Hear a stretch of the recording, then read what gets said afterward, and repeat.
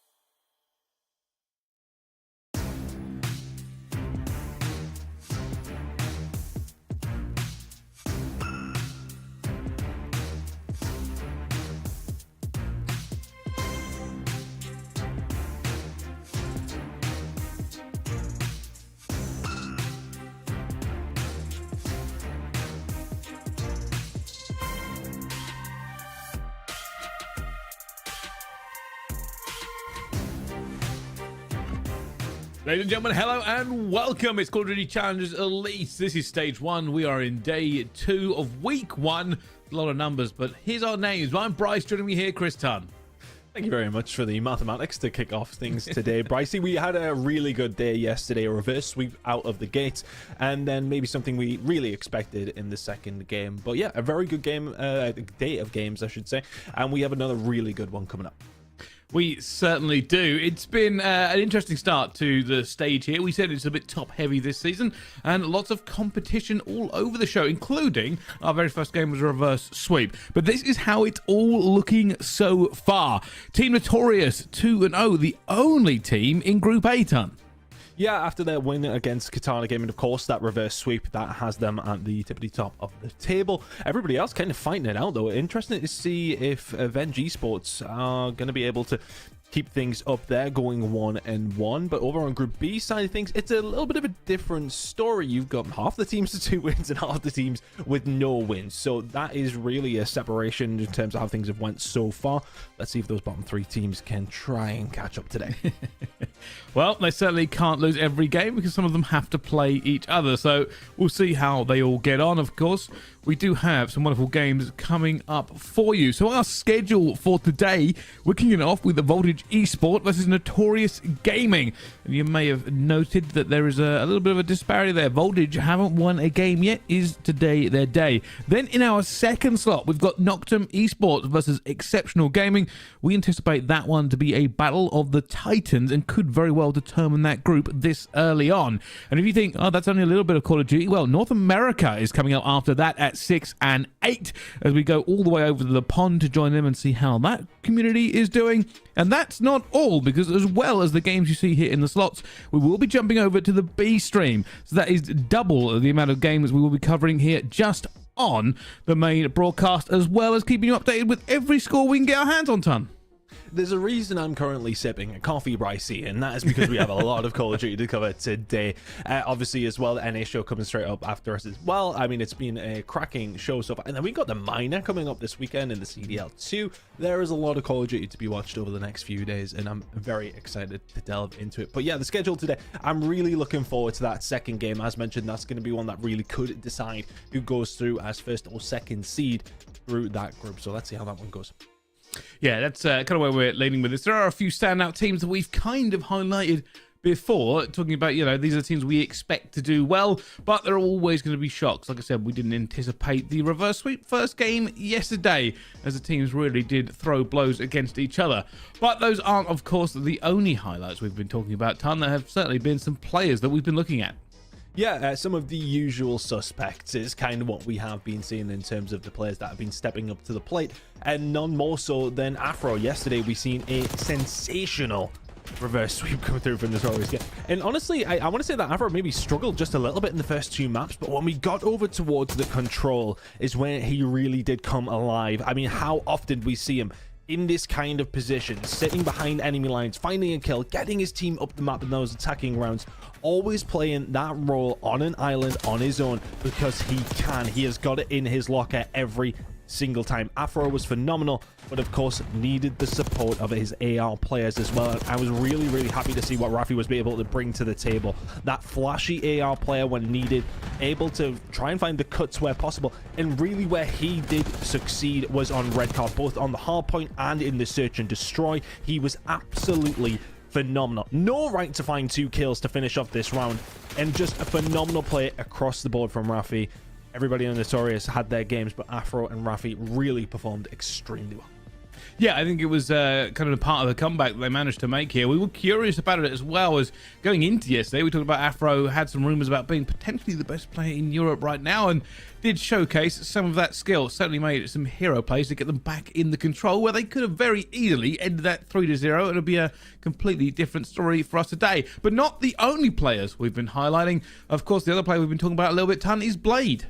Yeah, Blade really surprised us yesterday for Ask when they were going up, of course, against Exceptional. And it was really the search and destroy where he did start to shine. We're going through the search highlights, but there was also a moment in the hard point on Hacienda. P2, I think he found all 4 members of the other side of Exceptional Gaming to find a brick and actually give Ask Esport a little bit of hope. So he's one of the big reasons as to why I'm actually excited to see what Ask can do. Going up against Exceptional, yes, okay, they got 3-0'd, but those first 2 maps specifically were pretty close, especially the search and destroy. And I mean, it was Blade the reason that we even went to around 11, and he nearly manages to pull it off. It pulled off a 1v3 and then a 1v2 back to back to get Ask in that position.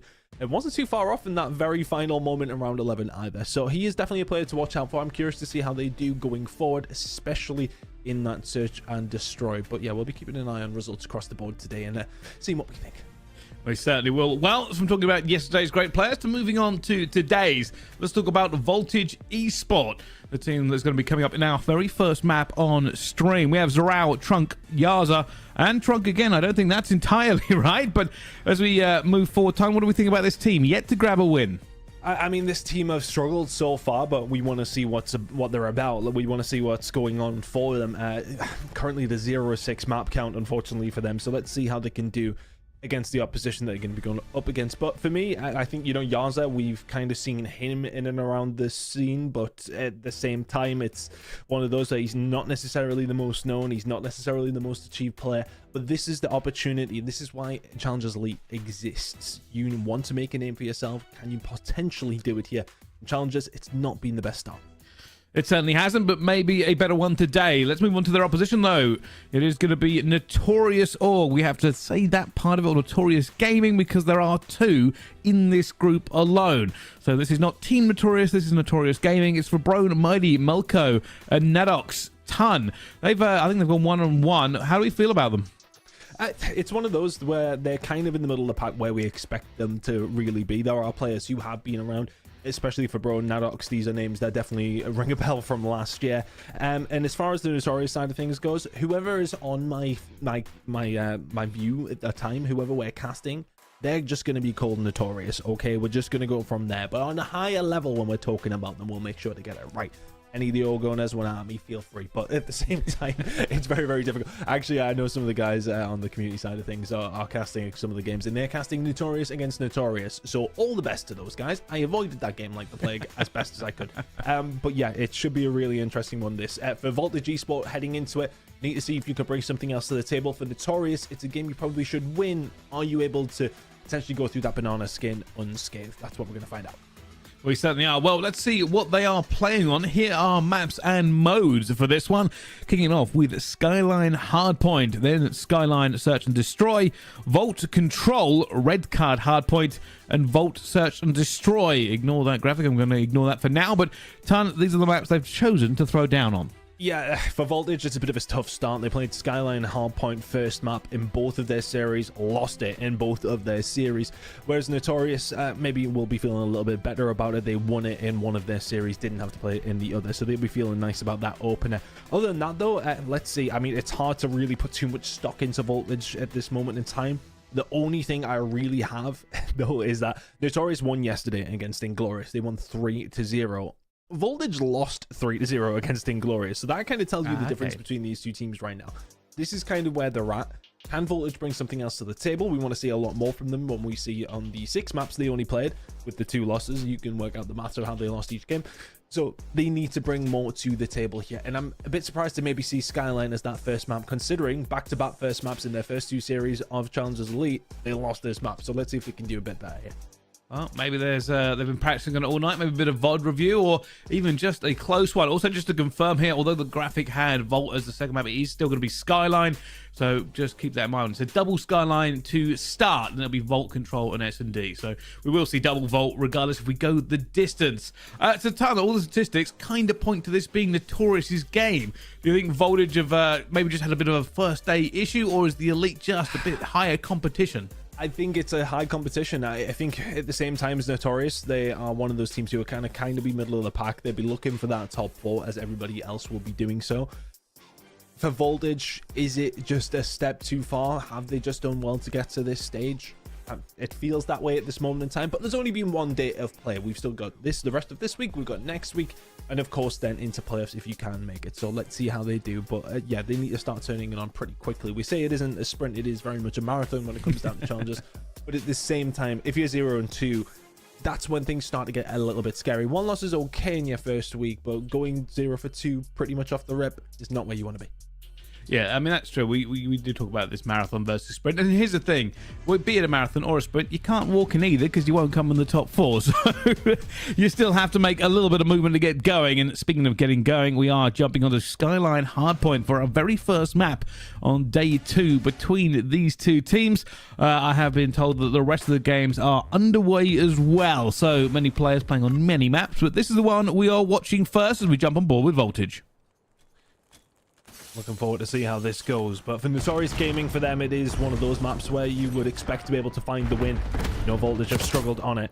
But let's see why Voltage have been struggling on it. What is going so wrong for them? Well, everything's just went right. They haven't managed to get a hold of that P1 hold, and now they're able to push through to try and get something going over towards P2. Nice start from Voltage Esports. Well, that's what they wanted. A good, strong opportunity to get back into this competition. Now looking for it now, but a good P1 start. Just got to try and get that P2 transition. You can see them right now looking to get a bit of map control. I think we've just seen a spawn out, but there is going to be a flank here towards P1. They have managed to rip the spawn away by the look of it. No, wait, it's going to be parallels. Of course. It's like Notorious. But have to try and keep a hold of this if they can.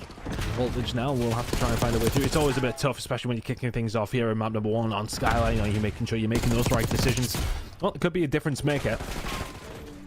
He's now trying to stay alive towards the back side. He will be dealt with. There's the spawns down for Voltage. Can they manage to get in over towards P2? Well, you thought they might have an opportunity there. Notorious did have control for a second. Nedox will have to be careful. Does have reinforcements. Looking for the players coming through. Going to check the corner as well. Doesn't matter. Zeroa's got him. Melko going to go down at the same time. It's still very much a fight for P2, but for Brone with 2 should lock that in for a good 30 seconds. Notorious may make one last swing at this. They do have bodies in the area looking for them as well. Is the setup good enough? They managed to keep a hold of it. There's a bit of 50-50 right now. Voltage coming in off the piano. 20 seconds to play for here. Notorious are looking like they're going to pick up. The thing is, for Notorious here, they have actually set up very, very nicely halfway up the map. You can see them trying to force Voltage back. They should be able to find a couple of kills here. Shots a little bit shaky from Braun. Alco will find one on the way over towards the kitchen, but ultimately it's not a bad rotation for Voltage. This is a lot better than you would think from a team who are currently already 0-2 on Skyline Hardpoint. And this transition can be difficult. Got to clean the corners out before you make a push, and that's what's happening. They're waiting for him to strike and manage to get the first one going down, and there's going to be at least 3 kills, but it's all going to go the way of Voltage here in the end. And now they've got that, they can push back out these lanes and get more control of the map. Having managed to get too far here as Notorious spawn close and right back into the action. Melko finds 2. Is that going to be the break? Final kill comes through for Voltage. Going to be Sykes. Really good job for spree from him.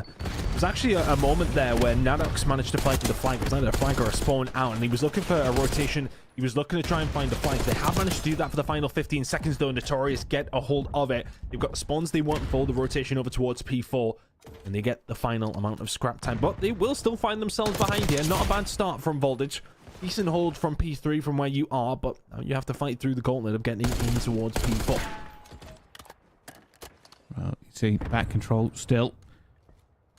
Just trying to work out where they're coming from. With that spawn out, they're going to know. Okay, we'll find one, but there's an awful lot of pressure about to hit through the bedroom and through the back as well. And Nadox has found a second. Melko will get one at the same time. Goes right back to it, and they hold off all of this pressure. Big kills coming towards the backside. Look how far away you're spawning if you're Voltage. I mean, everybody who's sitting there who's played rank player know when you are spawning out of this point, it can be so difficult to try and find a break back. Nadox doing the right thing. He can kind of cut off, give information. This player's trying to, well, just get across the pool as best they can. So they're already coming in, potentially butted up, and already having to waste time to try and deal with Nadox. Really good job from him. Melko's there to pick up a couple himself as well. Febron inside the point.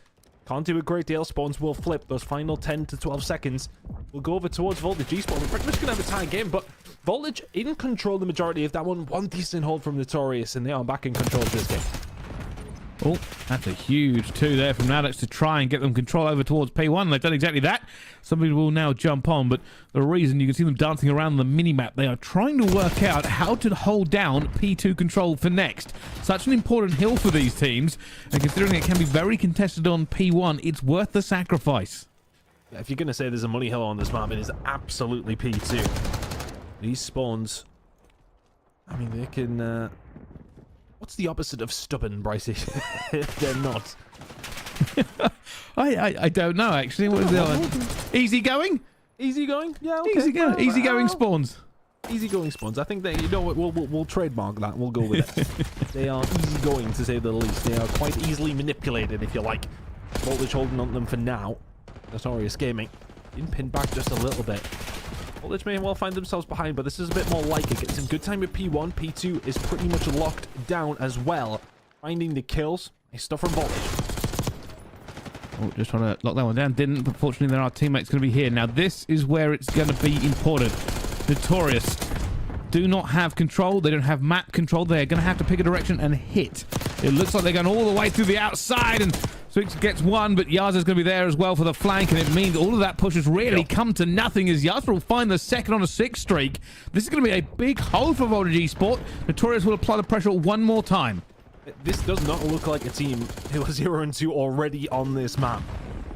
Fantastic work from Voltage. They're really holding it down towards this backside. There's only maybe one player that can do something about this. And that's going to be Mighty. He gets cut down. Really good work from the side of Voltage. Just dipping around where they need to, but a little bit more pressure coming down. Notorious, this is an opportunity. At the moment, there's just too many streaks going on. That is a laser.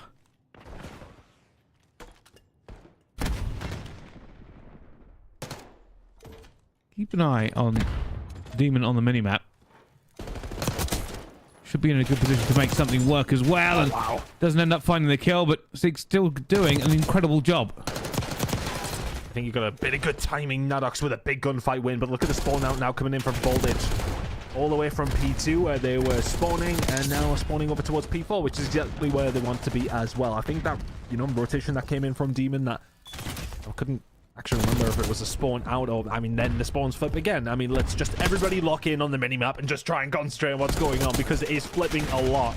Both these two teams not quite in the control that they want to be in. It has been a mixy one. Nadox and Melko combining well, though. Notorious trying to get themselves back into this game. I don't believe, other than after the first rotation, at the very final moment, they've led for only a minute amount of time. It's not like Voltage have been in control.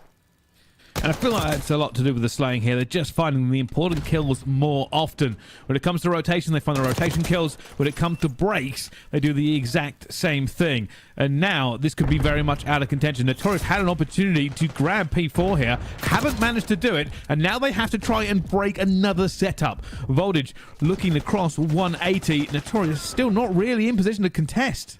And this is where Notorious really did well on that first rotation. Can they manage to find a breakthrough? 40 seconds to play for here. Will be putting us to a very, very close game, but holding it down towards the backside. Get spawns coming in for you as well. Melko will find that first one. Dax is ready and waiting. Can only find one. The kill start to come on through, but again, Voltage just about holding on to those spawns. Notorious are coming here in numbers, but those close spawns are so important. They're just trying to make sure they don't get any more points off of it as well. They're going to go for another attack here. Ready for it, not going to. Scrap time for Notorious. And they are going to have to play at a different level if they want to get back into this. It's starting to become a little bit frantic, starting to be a little bit too much pressure on the map for them to make this impact. Voltage again have control. Right spawn for P2, P1 control as well. Nadux will take that one straight away. Still staying alive. I think he saw somebody in the kitchen, but they're making a few kills here, Ton. Mentioned to make the kills, but they need to be able to flick the spawns. This is really where this game is going to be won or lost. Rotation is going to be in. It's going to be Melko to find his way around. They're starting to find the kills. Yes, okay, Voltage Esport are picking up time. Notorious have to stop this from happening, though. I mean, they're not going to be far away with your Voltage if you can lock down the rest of this time. The spawn in, then the spawn out. As said, these spawns very easy going, Bryce.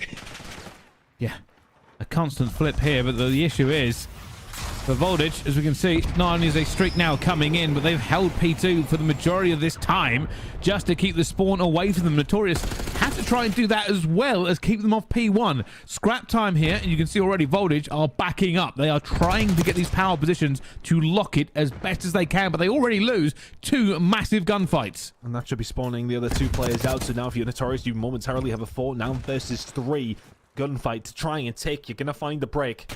Yaza maybe in an awkward position, can't find the shots. The rest of Voltage are on the way. They're going to be here pretty quickly. Notorious Gaming, for what feels like the first time, have some control of P2. Can they hold this push? It's going to be huge from them as well. Melko will find one. Looking for anybody else that'll be called out. But now there is going to be a player underneath him. I don't think he knows he's there. But for Voltage, they're going to continue to push. They've still got time to make this and break this. But there's a first kill, but it's going back and forth. They just don't get the numbers on the trades. If Rebrone's about to drop 40, not going to get it in that kill there, though. The spawns have flipped for them, and that will lose them that scrap time. Yeah, that's 20 seconds you could have done with. For Voltage Esport, yet to pick up a map in challenges. And this is your opportunity now against Notorious Gaming.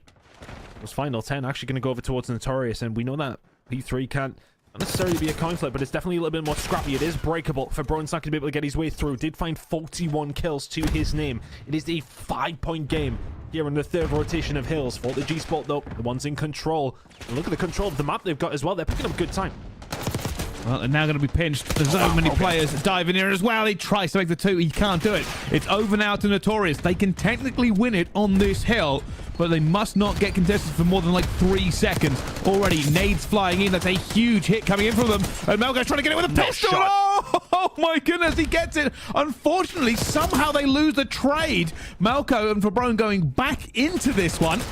And it's still back and forth between these 2 teams. Either team can win it here, apart from Notorious have just lost it, and so have Voltage. Neither team now able to win it onto that hill. It will be off to P4.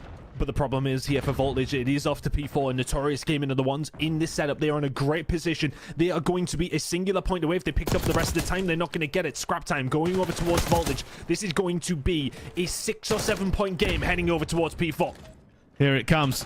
Very little time to make a maneuver. Very little time to make the right plays. Only 5 seconds to go. Zorro jump in, but they've got to run through the choke points. There's nobody in the hill at the moment. They've managed to get it out of the way here. And Notorious Gaming will make the comeback. Unbelievable. What a slow start from them. And they ricochet back into that game in dynamite fashion. And speaking of bouncing back, we're going straight into B stream. My goodness. That is a ridiculous map number 1. We've had some seriously entertaining games across the board. Heading over towards Bravo. Keeping an eye on what's going on here. This was a game I really did have my eye on. Avenge Esports are a team that a lot of people have been kind of talking about. They are curious to see how they're going to do. 1-1 managing to beat Notorious, who we just seen on map number 1 take the skyline away. They managed to beat them in a map number 5 round 11 yesterday. So they have the potential to do something. Right now, though, one apiece here in the search and destroy. Katana Gaming will feel confident in this series, but it's 2 versus 1 up against Red. One will be going down. Difficult position now. Can he catch one? That is the question here. You see Katana not playing quite as tight as they could, but it is a pretty normal setup onto this one. Red wants to find a pick and get out. It's the only real way to win this, but picks a corner, challenge it, not going to get it. Always a really, really difficult retake over towards that bomb site. Without numbers, especially. We've seen yesterday Katana look great on this map. Currently lead the series 1-0, which is probably what we expected. I'm being told by production that I will tell you word for word. It was a beatdown in map number 1. Is what they told us, according to the Observer, I should say. So, looking like Katana feeling confident in this one against Avenge. Might make that a recurring segment. The Observer's one line on how the game's gone that we haven't seen. Always got to sum it up in one. But as we jump into this next round of S&D, bit of aggression here. Brezzy just putting the bullets down. No stun check, though, even though the player is going to be there. We'll find one, though. Brezzy will find another. If it seems like Avenge, when you're going up against a team like Katana, S&D feels like the time where you've got to be able to try and take something. And right now, Red has been left all on his own again. Looking at 1 versus 4, 3-1 Katana. They are absolutely cruising in this game. But as mentioned yesterday, they looked fantastic in map number 5 up against Notorious. Sorry, complete lie. It was Notorious who won this map. My God, my brain's not working. There we are. It's only day 2, Brycio. It's already fallen apart. I think it fell apart many years ago, Ton. But as we go on. Yeah, this is one of the ones where, I mean, Katana are the favourites coming into this, right? There's no kind of way getting around it. But, you know, it could go back and forth. You know, we said this yesterday. Katana did so well in those first couple of maps, only to be reverse swept. And unfortunately, that's kind of the legacy they have in this stage of the Elite so far until we get deeper into the tournament.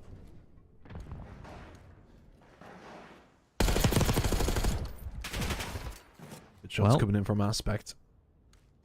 Didn't quite get the job done. Potential route back into this one for Revenge Esports here, Brycey. There's always a way, especially on S&D. They just need to work the map the way they want to. At the moment, you see a few issues. Cobra is hunting, super confident, looking for the player. Absolutely no issues there at all. 7-1. This opens it up a little bit. This technically always benefits the attacking team until you lose another player, and it swings back massively because now when you've got to put that bomb down, technically only one player will be watching over. You've got to try and get them as far away as possible. Avenge Esports can pretty much just hang this out and play the time and angles. Shots coming in from Brazil as you would expect. Cobra left all alone.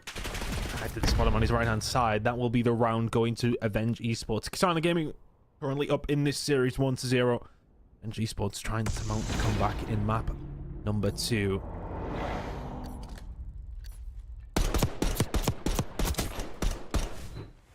All right, well, we'll catch up with that game in a little bit, but we are going to catch up more with the game on our primary slot. Notorious and Voltage have just thrown down in the hard point, and Notorious made an incredible comeback to take away that first one, 250 to 234, but it doesn't really tell the story, Ton. Well, I'd argue it maybe does, actually. I mean, it was a pretty close game. No, it feels like it was for the first half. Well, for the first half, no, it felt, but at the same time, I suppose it was always within touching distance. I think Voltage had one good look. I think the story for me was all about P2. Whoever had control was always going to come away with that advantage after each rotation. And that was the case for the final one, the important one for Notorious. They picked up a great deal of time there, managed to lock it in, and then from then on out, they looked really, really solid. Just maybe started the game a little bit slow, I want to say.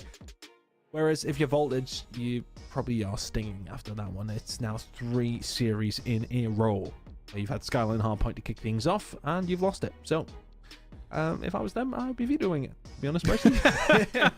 Yeah, it could be one of those where you start thinking about vetoing it just a little bit. Either that or their map pool has got some issues. That could be the other thing. Maybe Skyline is a pretty good pick for them. It must mean there's a worse pick for them. That's the only way I can think about it. If you're not winning it and you keep allowing it through, there is a map worse for them. I mean, they're banning Hacienda straight off the rip there, so I suppose that is their potential crutch. But I mean, I suppose if it does come down to it, they may need to change that up as time goes on. They have now went 7 maps in a row without a map win. Heading into the Search and Destroy here as well. Is their luck going to change? I'm not 100% sure. Notorious, I think for them as well, I mean, losing a map 5 specifically yesterday on Protocol Search and Destroy, and losing Skyline Search and Destroy up against Avenge. That's 2 Search and Destroy maps lost in that series. To lose it, you'll want to try and put those demons to rest here. So let's see what Notorious Gaming can do, or can Voltage Esports give us that first map? Well, let's... Oh, could have been a team kill. Somehow managed to get away with it as the players pile into this, looking for kills everywhere, and that's an unusual miss from Fabrone. It's not quite that. The 2 versus 2. And how many did he drop map number 1? It had to be a minimum 45, right? Oh, it was an incredible performance. Bomb going down, they have a little bit of an advantage. They can defend. Oh, there's 1v1 now. Hit me with bomb down. There is an advantage, but it's not going to matter. It is not going to matter. Zero. That is an incredible chow. Finds the right angle. And they get the first round. And he tried to bait him in terms of dropping down. I believe so anyway. I don't know if it was just a mistake to drop down. Maybe trying it on the kill cam, but hey, look, I mean, what difference does that make in the end? Kill comes around, they find the first round. Voltage Esports, 1 to the good. That's what they want. That's what we talked about before. Great equalizer. I believe at this level, any team can take an S&D off of any other team. Just got to play it round by round. Work your tactics as much as possible, and especially like that. Still starting to come through for Zero. That managed to get one. He's going to find another as well. Fabrone falls. Notorious Gaming getting absolutely ran through here. Zero with another. All the G-Spot 2 to the good. Just having a very good time. It might be Notorious as they go into their next round, start thinking about adjustments they need to make, because it didn't feel like their break was that bad on that first round for them, but there just maybe a few missed opportunities to get the kills they needed. Yeah, I mean, you have to be clinical, right? When it comes down to search and destroy, you absolutely have to make every single moment count when you do get those opportunities. In that time around, and haven't on the second time around either. Zero, the man to really watch right now. 4 spree for him. Going to go back to the scene of the crime from the previous round. We'll try and spot somebody out here. The shot's going to come in though. Now in a lot of trouble. Just if he can survive here will be an absolute bonus. But the pressure's starting to come on through. Sykes will find one to try and maybe slow that pressure down. Demon and Yaza combining though, and all of a sudden, Mighty is left on his own. Bomb is down. He's going to be seeing the problem is he has to check bomb. Finds a player. There's one kill. Let's do it. Goes for the wall bang. This is the issue now. Got to wait for the health to come back. No, the player's going to be on Overwatch. Hasn't got the right spot. Bomb's been picked up right next to him as well. That's 3 to Voltage. Voltage absolutely cruising here. Right idea to go for that. They know they've got the cover, especially from that angle. Goes for the wall bang. Doesn't quite line it up. Voltage making absolute mincemeat of Notorious here in the Search and Destroy. Yeah, let's go on. Could be over a little bit quicker than we were anticipating, but still 3 more rounds for Voltage, 6 for Notorious. Could be a lot of Call of Duty to be played. Let's jump back on board with Notorious. They'll be looking to at least strike back. They probably felt pretty confident in that when they got a lot of control early on, but another first blood. It goes back to a 3 versus 3. They have advantage in numbers this time around. It feels like for the very first time. Yaza going to try and make a move. Nadox is ready. Demon now left in a 1 versus 3. Shots look crispy, not quite crispy enough. Notorious all eventually getting themselves on the board. I'll be disappointed though. I think they probably did have an opportunity in round number 1, especially in that 1 versus 1. Other than that though, the previous 2 rounds, very dominant for Voltage. Nice way to bring this one back.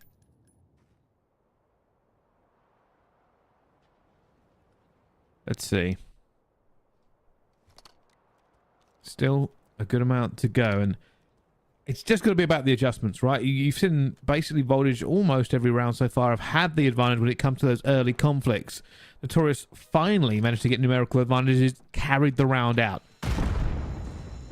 Nadox in again. You can hire an RCXD. Zero looking.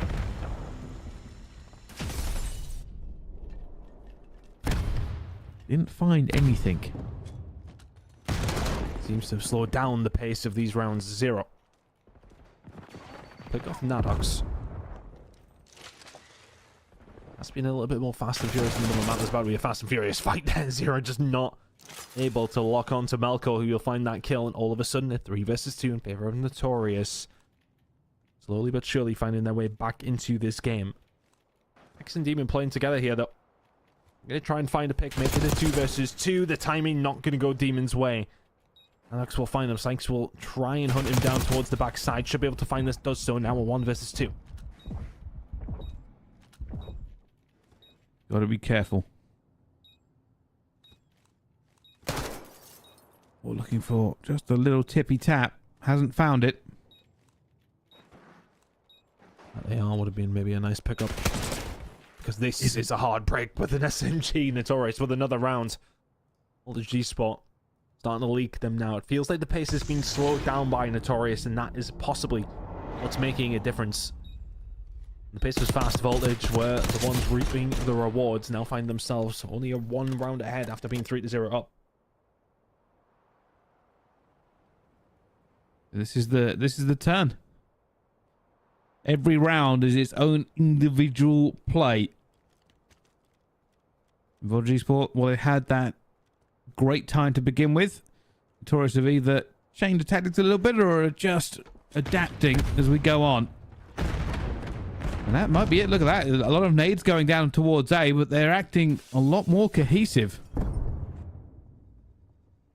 Just trying to get that information over towards the A side. Voltage Esports are the ones now sitting back. So they don't get any information. Adox will get a little there, as well as a couple of bullets in his chest. Gets away with 22 HP. Okay, now, control is there for Voltage Esport. They can get this down, and they will do so. Gonna have to be a 4v4, make it a 4 versus 3 retake. It's for their own falls. It maybe just the wrong time. 40 seconds. Try and defuse the bomb. Yeah, this is not easy to do. Voltage are very well set up to cover the flank. Can they get the trick? No, never mind. Never mind. Nadox finds himself very quickly in a 1 versus 4. Should run into a gun here, and down they go. Maybe Notorious being a little bit too respectful of the map control. And even the retake there. They tried to time it together, but Nadox a little bit late to the party. Push came in from the other side, and he's in a really nice position to actually pinch, but a little bit late. Notorious cannot make that one count. Voltage Sport now with a 4-2 lead. Apologies for a couple of Codcaster bugs that you have no doubt been spotting. We're trying to work with it too. 4-2 though to Voltage. Establishing a little bit more breathing room after it was an electric start. No pun intended. Just not trying to throw the life away here. Playing for information. Get them out of control as well. Notorious, where do they go? That's a wonderful turn and burn. Numbers again for Voltage Ton. Very well read. X is able to find the snap. Expected the pressure that came in. Comms must have been there from his teammates. Zero has found himself in a naughty little spot as well. 3 versus 3 still though. Notorious looking to try and find a right through. Sykes knows something is afoot here. Grenade over the top. Doesn't connect with anything. Player actually drops out behind them here as well. Elko. It's picked up by Zero, who finds a second as well. Just seems to start flowing around the map. Nadox left in a 1 versus 3. 28 seconds to go. No bomb. Well, Zero feeling himself. I think he was 9 and 4 before that. And, well, there's the trade in the end. Voltage looking down the barrel of winning their first map in 8.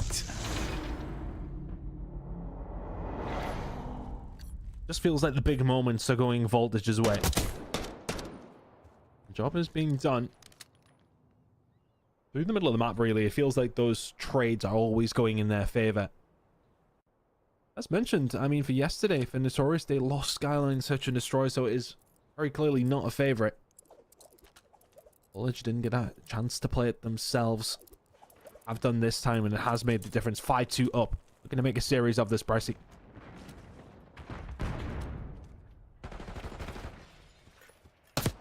Is there any way back? Zero, 9 and 4.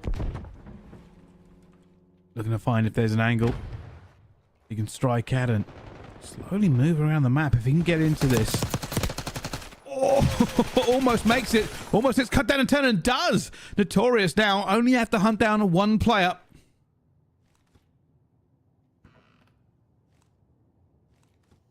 tough position for Sykes to be in. Do they have any information on his whereabouts? He's waiting for somebody to maybe make a mistake. One goes down, they will get themselves over here pretty quickly, you would like to imagine.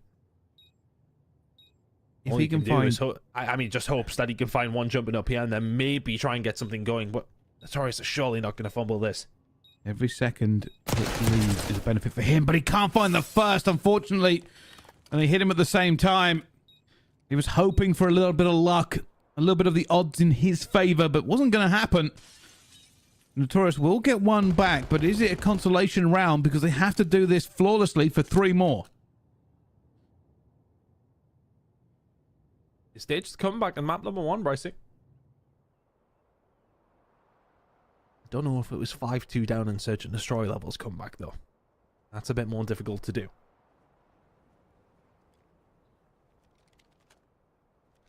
Onto the defensive side for Voltage Esports, Notorious Gaming. It felt like they haven't had much control over towards this A side. Really wanted to test themselves with it. Totally thrown out. Will back on down, but again, it's the same story for Notorious, not really wanting to take up much control in the middle of the map. Hasn't necessarily worked out too hot for them so far. This is unbelievably passive. Look at both teams. The Voltage just waiting to absorb the pressure for Notorious. They're going to have to make the move at some point. But when and where? And we've seen this technique before. It's basically burn time and hope for a pick. Unfortunately, this may go disastrously. 0, 9 and 5. He's had a great game so far. Make that 10 and 5, and he's broken the back of this setup. And there's a jump down. He finds another one as well. 11 and 5. Still a 2 versus 2. On earth has he read that? The only saving grace for Notorious is that Nadok still has the bomb and is still alive. They have found 0 now, but Sykes, he's got this perfectly. Melko will see him, and he will find the snap. 5-4. Notorious bringing this one back, but 0 is absolutely snapping.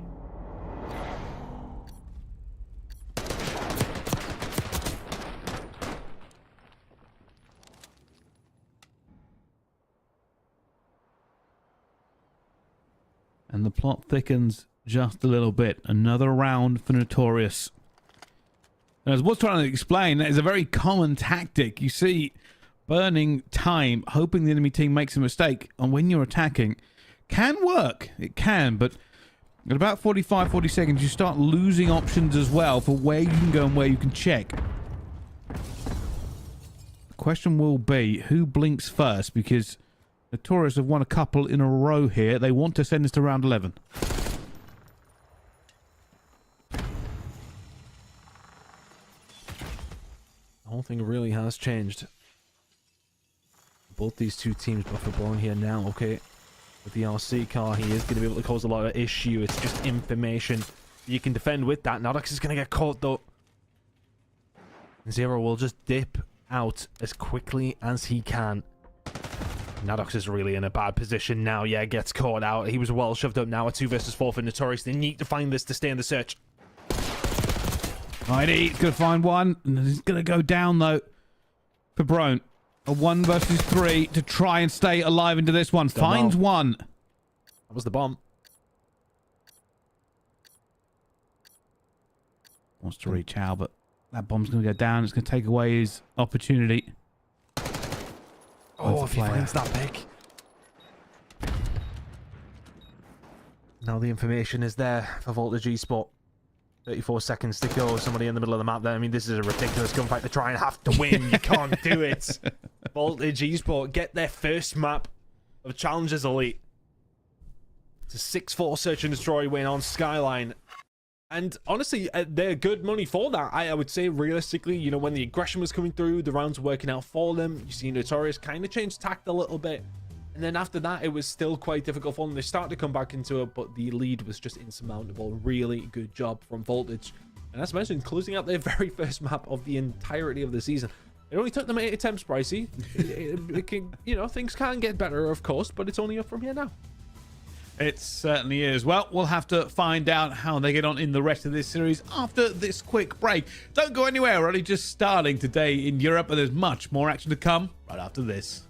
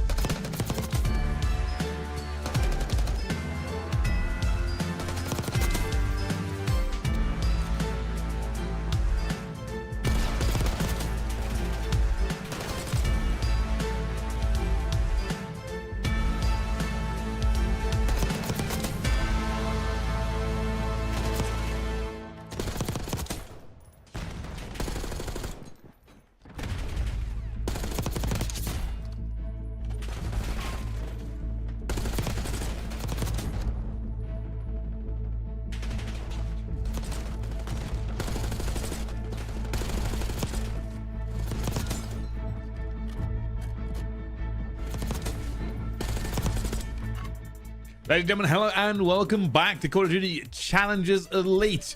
We are now in the cusp of a game that has gone 1-1, including Voltage's first win in this stage. Not that deep into the stage that it's a big deal, but hey, celebrating a map win is celebrating a map win, Ton. Yeah, no, they'll be getting themselves gassed in the team speak, I would imagine. You know, we'll be excited about that. They get the S&D win that they thoroughly deserve. We'll feel probably disappointed to leave the double skyline without a 2-0 lead. As mentioned, they had the lead throughout map number 1, lost it on the final rotation, and lost the game relatively comfortably in the end for Notorious to lock that one in, although it was an 11-point game. It felt like it was one of those that at the end they found the right rotations. It felt like they knew they were going to win it for about 20 seconds or so, but Voltage, for the most part, really did perform well. Those P2 rotations were really what made the game. The first two, Voltage Esports had them locked down. And from there, I mean, of course, they'll find themselves in the lead, but after that, when Notorious eventually got a hold of it, they made the most of it. They found the game win. Map number 2, though, Voltage Esports, they came out the blocks absolutely flying.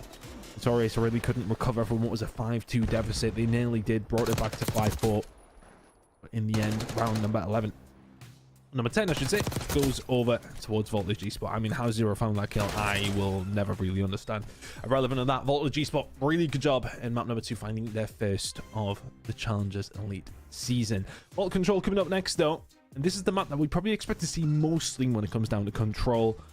It is the default, really, isn't it? It's What was the one we had last year? I felt like that last year we had a lot of one particular control map, and why is it just escaping my brain? I'm one of these people, when we leave the previous COD, all the maps just go out of my brain. They just leave. That's fair, because I'll be honest with you, I think it takes about 6 months to get the new ones in. So anyway, as we go through this, Vault Control is always an interesting one when I think going through, because it's a difficult one to capture some of the points on, right? You go into it's a nightmare in the middle, and then you have to try and push basically into their spawn to get the second, with a lot of overlooking areas to kind of hold down. So Control can definitely be one of the ones, especially if you've experienced in ranked play. It's not easy to basically get the flow going when you're attacking. I think it's the best and most politest way to put it. Yeah, look, it's one of those that is defensively heavy. You can get a hold of the first one, obviously, in the middle of the map over towards A. That's not necessarily the most difficult thing to do, but when it does come down to that second point, that's where things get a little bit more testing, let's say. It is very, very difficult. Just with the positioning of the defensive team coming through, you got the balcony to watch over. It is not an easy thing to do to win an attack on ball. It certainly isn't. But hey, both teams are going to give it a real good go as they go into this next one, of course. And hey, we said coming into it, Notorious were kind of the favourites to take it over Voltage, but the truth being told, it hasn't looked that way. Like, really? Well, yeah. I think, you know, when you do the whole by proxy thing, well, this team beat this team 3-0 and this team lost to that team 3-0, you would expect to try and make those assumptions that this is probably going to be quite one-sided. It has been anything but. We have had a very, very good game. But on the other side of things, we do have Stream Beat still ongoing. Avenge take it on Katana. Last time I heard, it was 2-0 to Katana in maps. 1-1 here in the control, though. Avenge trying to find a way back into this one. We'll go back to our wonderful segment about what the observers think has happened so far in the previous maps. I'm sure we'll get that word from them any second. But at the moment, this is going to be one of those ones where you still expect Katana to really be dictating the pace of play. The Reds having a good game, 12-6. Yeah, bringing it to the table, but I'd like to see a little bit more. I mean, 12-6, 1-1. To me, that says he's kind of been in the spawn, trying to be a bit of a pain, and if he continue to do that, it's a big reason as to why you can try and win some protocols. Knife comes out. Ethics will find that onto Cobra. Back inside for Avenge Esports. It's just so difficult to get through the middle of the map here. Katana will be looking to hold down this defense as quickly as they can. Just a little bit of pressure coming through. And, I mean, be honest with you, all the control maps on this game can be slightly frustrating with the way that you've got to deal with them. Like, it can be very back and forth, and Super's doing exactly what you should do on this map, just be an absolute pain all of the time. But just an update from our observer on how it's been in this one so far. It's mostly been Katana, but Avenge got a knife. So, hey, we'll call it 50-50 in terms of how it's been going. You know, that's never a great one when your highlights is getting a knife kill. Yeah, that I suppose, yeah. Good for the stars. Feels like Katana game another one's getting away with this now, though. This defensive round has been fantastic. And Aspect is ready for the push for dead. And that is the round. You're now in what I would like to call hell, actually. I mean, this is not a position you want to be in. They managed to find a couple of kills on the outside. Katana absolutely dominant on this defensive side. Barely even a tick to be spoken of from Revenge Esports. I say that. Not quite. Oh, didn't even make it. I'd argue he's in. Wow. I mean, that went badly very, very quickly. But this is this map in a nutshell. Sometimes there's just so little you can do, especially if they're in your spawn. You have to check too many corners. You know they're going to go both left and right, and you can manipulate the spawn really easily, especially with the timings, to get kills, to keep them staggered. And because every time you do that, they can't make a concerted push. They basically have to try and wipe you as clean as possible just to get map control back. Agreed. It is very difficult if you're not in a staggered position. Is fine, but yeah, you start to get wiped. That's when things do become very, very difficult. It doesn't even matter on what map. Any control, get 4-man wiped, put yourself at an immediate disadvantage. Super here, 11-8 or 19 and 10 from him. I forget. There's a couple of things that are still broken. Callum will be able to find the kill on team though, trying to put that pressure on. Katana would like to clean this one up within the 4 if they can. Resi, that's a big kill. Trying to open this map up. Let it breathe.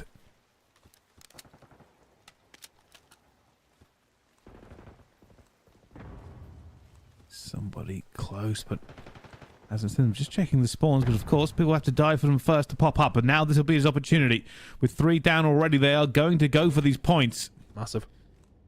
Callum left alive. It looks like they're just going for more kills here. I mean, they've only died twice at the moment, and even more. Unbelievable. I mean, it's a ridiculously dominant round from Katana so far. Finding on 2 fronts here as well. Would probably rather get A locked in as quickly as we can. Red now trying to find a way through from behind. Isn't going to be able to do it. Look at this pace now being set from Revenge. They really want to try and get a hold of something over towards that A side. And for all their dominance here, Katana, they haven't really been able to make it count. Yes, okay, they have a 10 life lead. That is important, but as far as the control points go, they haven't really been able to get much going.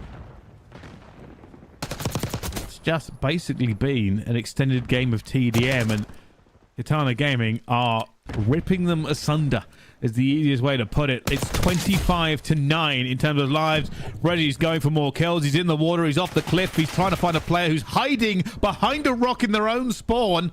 So he's not going to win that one. The crazy thing is, it's been going on so long, they've only just got A control because it's been a single stack. 22-6 on the life front. That is a tough viewing. And Esports not able to get it done with the teams that are the favourites to be in the top 2 in the group. All about trying to just dust yourself off and going again, but this has been an absolute walk in the park for Katana Gaming. Fantastic job from them. Really solid across the entirety of this series. Search and Destroy would have been the scary one, but other than that, it feels as if this one's been pretty comfortable. You know yes. what? I respect it. I respect it. And welcome to the CDL's latest game of Find the Player. As you can see, wonderful hiding spot here in the back of the spawn. The bush, excellent concealment. Nobody would have expected him to be playing this. And maybe, just maybe, he can remain alive for the rest of it. As even Katana Gaming seem a little bit confused at what's going on. Different version of prop hunt than I've seen recently, but Katana Gaming walking in with that one extremely comfortable on Bravo, so they will find the win there. A little bit different to the series that we have been having over on Alpha. That definitely has been a little bit closer than expected, but this one, honestly, I was maybe expecting a little bit more from Avenge, but relevant of that, Katana getting things underway again after the reverse sweep yesterday. That hasn't put a dampener on the start of their season just yet. That is them now a 2-1 really good victory up against Avenge. That's a convincing one, and they'd be happy to walk into their second game with such a nice one behind them. Yeah, and realistically, it kind of expected, maybe not that kind of one-sided for them, but they were very much playing a kind of control game where you say, right, we're just going to go for as many kills as possible. It's difficult if you don't do that and you start getting picked off. That's when you get staggered and put back in the spawn. Basically, what they did, they didn't want to happen to them. They were more than confident enough to just keep picking up the kills. And I'd say more than confident, but like I said, 28-18 and then 25-9. It's so one-sided that even if you went back to playing normally, you could just trade the rounds out by throwing bodies at them. Yeah, look, it just seemed to be a very big difference between the two teams there. Very much one-sided for Katana. Really, really good job from them. But look, I think for them, that's one of those that could potentially, be a bit of a banana skin. You want to make sure you get through these games. You're expected to win in dominant fashion, and that's absolutely what they did. So let's see if they can continue in that vein of form against some of the other teams, and if they can maybe answer back to that reverse sweep at some stage up against Notorious as well. But hopefully we're going to be jumping into our alpha game pretty shortly between Voltage and Notorious, which has been a super close game so far. Curious to see how this control is going to go, though. I think for both these two teams heading into a vault, it's all about those defensive side of things. You've got to be as disciplined as you possibly can, not pushing out too aggressively, but if you're going to push out, making sure you're dropping in at the right times. I'm curious to see how these teams are going to play it, though, because I think when Voltage have been at their best is when the aggression is coming out. Let's see how they work with Vault control. Yeah, that's we'll see how they kind of push forward. And essentially the thing is right now is we've talked about day one, right? You can have a bad day one as long as you start picking up those games everywhere else. You just need to make it to playoffs. Make it to playoffs, and it's a whole different ball game. You just got to win the tournament. Sounds easy, realistically, the way I'm saying it, but it does mean that you have a little bit of leeway in the group stage, just a little bit, to get back on your feet and win the games where you need to. Like, nobody's going to be surprised if the number 1 seed beats the number 8 seed in groups. You're like, oh, okay, but that number 8 seed could beat 4, 5, 6, and 3 and still make playoffs and still make a very good run of it and then have their chance to come back. So that's what we talk about when we say it's a marathon, not a sprint. It's not about the results against teams we expect you to lose against. It's about making the results against the teams you have a good chance at. So we'll find out. Yeah, look, I think for some of these teams, it's about just making sure you take each game as it comes. It's not necessarily about thinking about, oh, okay, well, we lost that one. You've got to be able to bring something to the table. Voltage have kind of had that. They hadn't won a map. Now, all of a sudden, they have a very good opportunity to try and find a win against a solid team. Gets them back in the running of the entirety of the Challenger season. So let's see if they can do it. We certainly will. Well, all that action and more to come up after this break. Don't go anywhere. We'll be right back after this.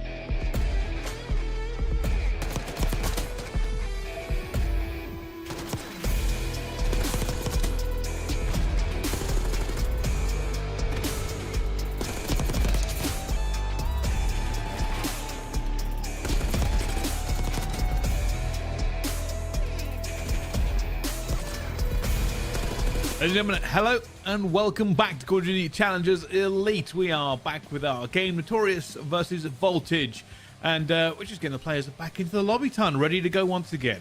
Yep, hopefully we can get things up and rolling pretty quickly here. Just after those first 2 maps, I've been very eager to see what happens in the control.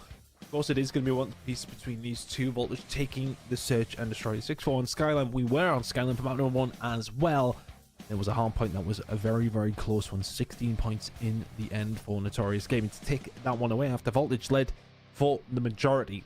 Voltage probably feel a little hard done by that. They on 2-0 up, to be honest with you. But heading into a Vault Control, a very, I want to say it's usually quite a tight map. It is very much about winning those defenses. If you can get it for round number 5, absolutely fantastic. But an attack is quite difficult to come back. So let's see if these two teams can formulate something, or if it is going to be a defensive fest. Well, that's going to be the kind of the key for this one moving forward, isn't it? You got to ask them, is this team really going to have the opportunity to stretch their legs and move further on? I mean, there was some... This is the thing that's still confusing about me. For Notorious and Voltage, I thought Notorious should have been pretty lights ahead. I would even go so far as to say that I am surprised that Voltage didn't win map number 1. They were so far ahead. It's only by an incredible kind of series of plays by Notorious that they actually came back into that game. And if they had just slipped up on one of those last few rotations, they would have lost again. And we'd be talking about a 2-0. Because the S&D, as far as I'm concerned, felt pretty much like it was Voltage's the entire way along. Yeah, it was comfortable. It was very comfortable, especially the opening rounds. But in fairness to Notorious, they made a bit of an adaptation, didn't they? They started to slow down a little bit. That started to play in their hands a little bit more, but it really felt like they were maybe being too passive. If anything, as things did go on, they started giving them a map control, and that was a little bit more difficult from there, wasn't it? But yeah, irrelevant of that, Skyline does go Voltage's way. Still waiting for the players to get into the lobby here. A couple having issues, but we hopefully should be on our way pretty quickly when we head into Vault Control. We're at least going to see red card hardpoint as well, so curious how that one's going to go. Again, a little bit more of a slow pace map. You would expect Notorious to maybe feel a little bit better about it. You're heading into a Skyline, it is just relentless pace. Whereas you had a red card, we see it yesterday, we went from Skyline to red card and the hardpoints, and it was a very different outcome. It's a completely different way to play hardpoint on that map specifically. Let's see if it goes a different way when we do get it. Well, while we're waiting for this one to start, fortunately, we have the scores from everybody else that we can kind of run through. So, while we wait for this one to start, let's talk about what's been happening so far in round 3. Team Notorious, not this one, a different one, have beaten Inglorious 3-0. So, not this Notorious, a different Notorious have beaten Inglorious 3-0. Then we've got Avenge Esports have lost to Katana Gaming. We saw the end of that game on Bravo. That was a 3-0. Currently, Exceptional Gaming are 2-0 up against Team Ben W. Noctum Esports took down Ask Esport 3-0. And then we've got Team Twisted versus Rousing Esport. That's a 3-0 for Team Twisted. Now, Team Twisted, if you remember yesterday, I think it was against Noctum, didn't have a very good time. It was a very fast 3-0 for Noctum, but today they've got a W on the board. I will also say this is the only game at the moment that is going to a 4th map. Notorious versus Voltage Esport. Everybody else is 3-0ing all over the park. Yeah, I'm going to give production their props there, because I actually suggested a different game, and this is the only one that's inevitably going to go towards 4, so good play from there with those guys. We are eventually into this one, though. There's going to be Vault Control coming up. Got to see it on Search and Destroy yesterday. Be the first cast for ourselves on Vault Control. It's not quite giving me Fortress vibes, Brycey, and we're not quite on that level of things, but it is very defensive heavy. Let's see if the teams can make sure they take those advantages, because an attacking round will swing the game in only one direction, and that's the one of the team who manages to find it. Defensive heavy. Let's see if that continues to be the theme as we get into map number 3.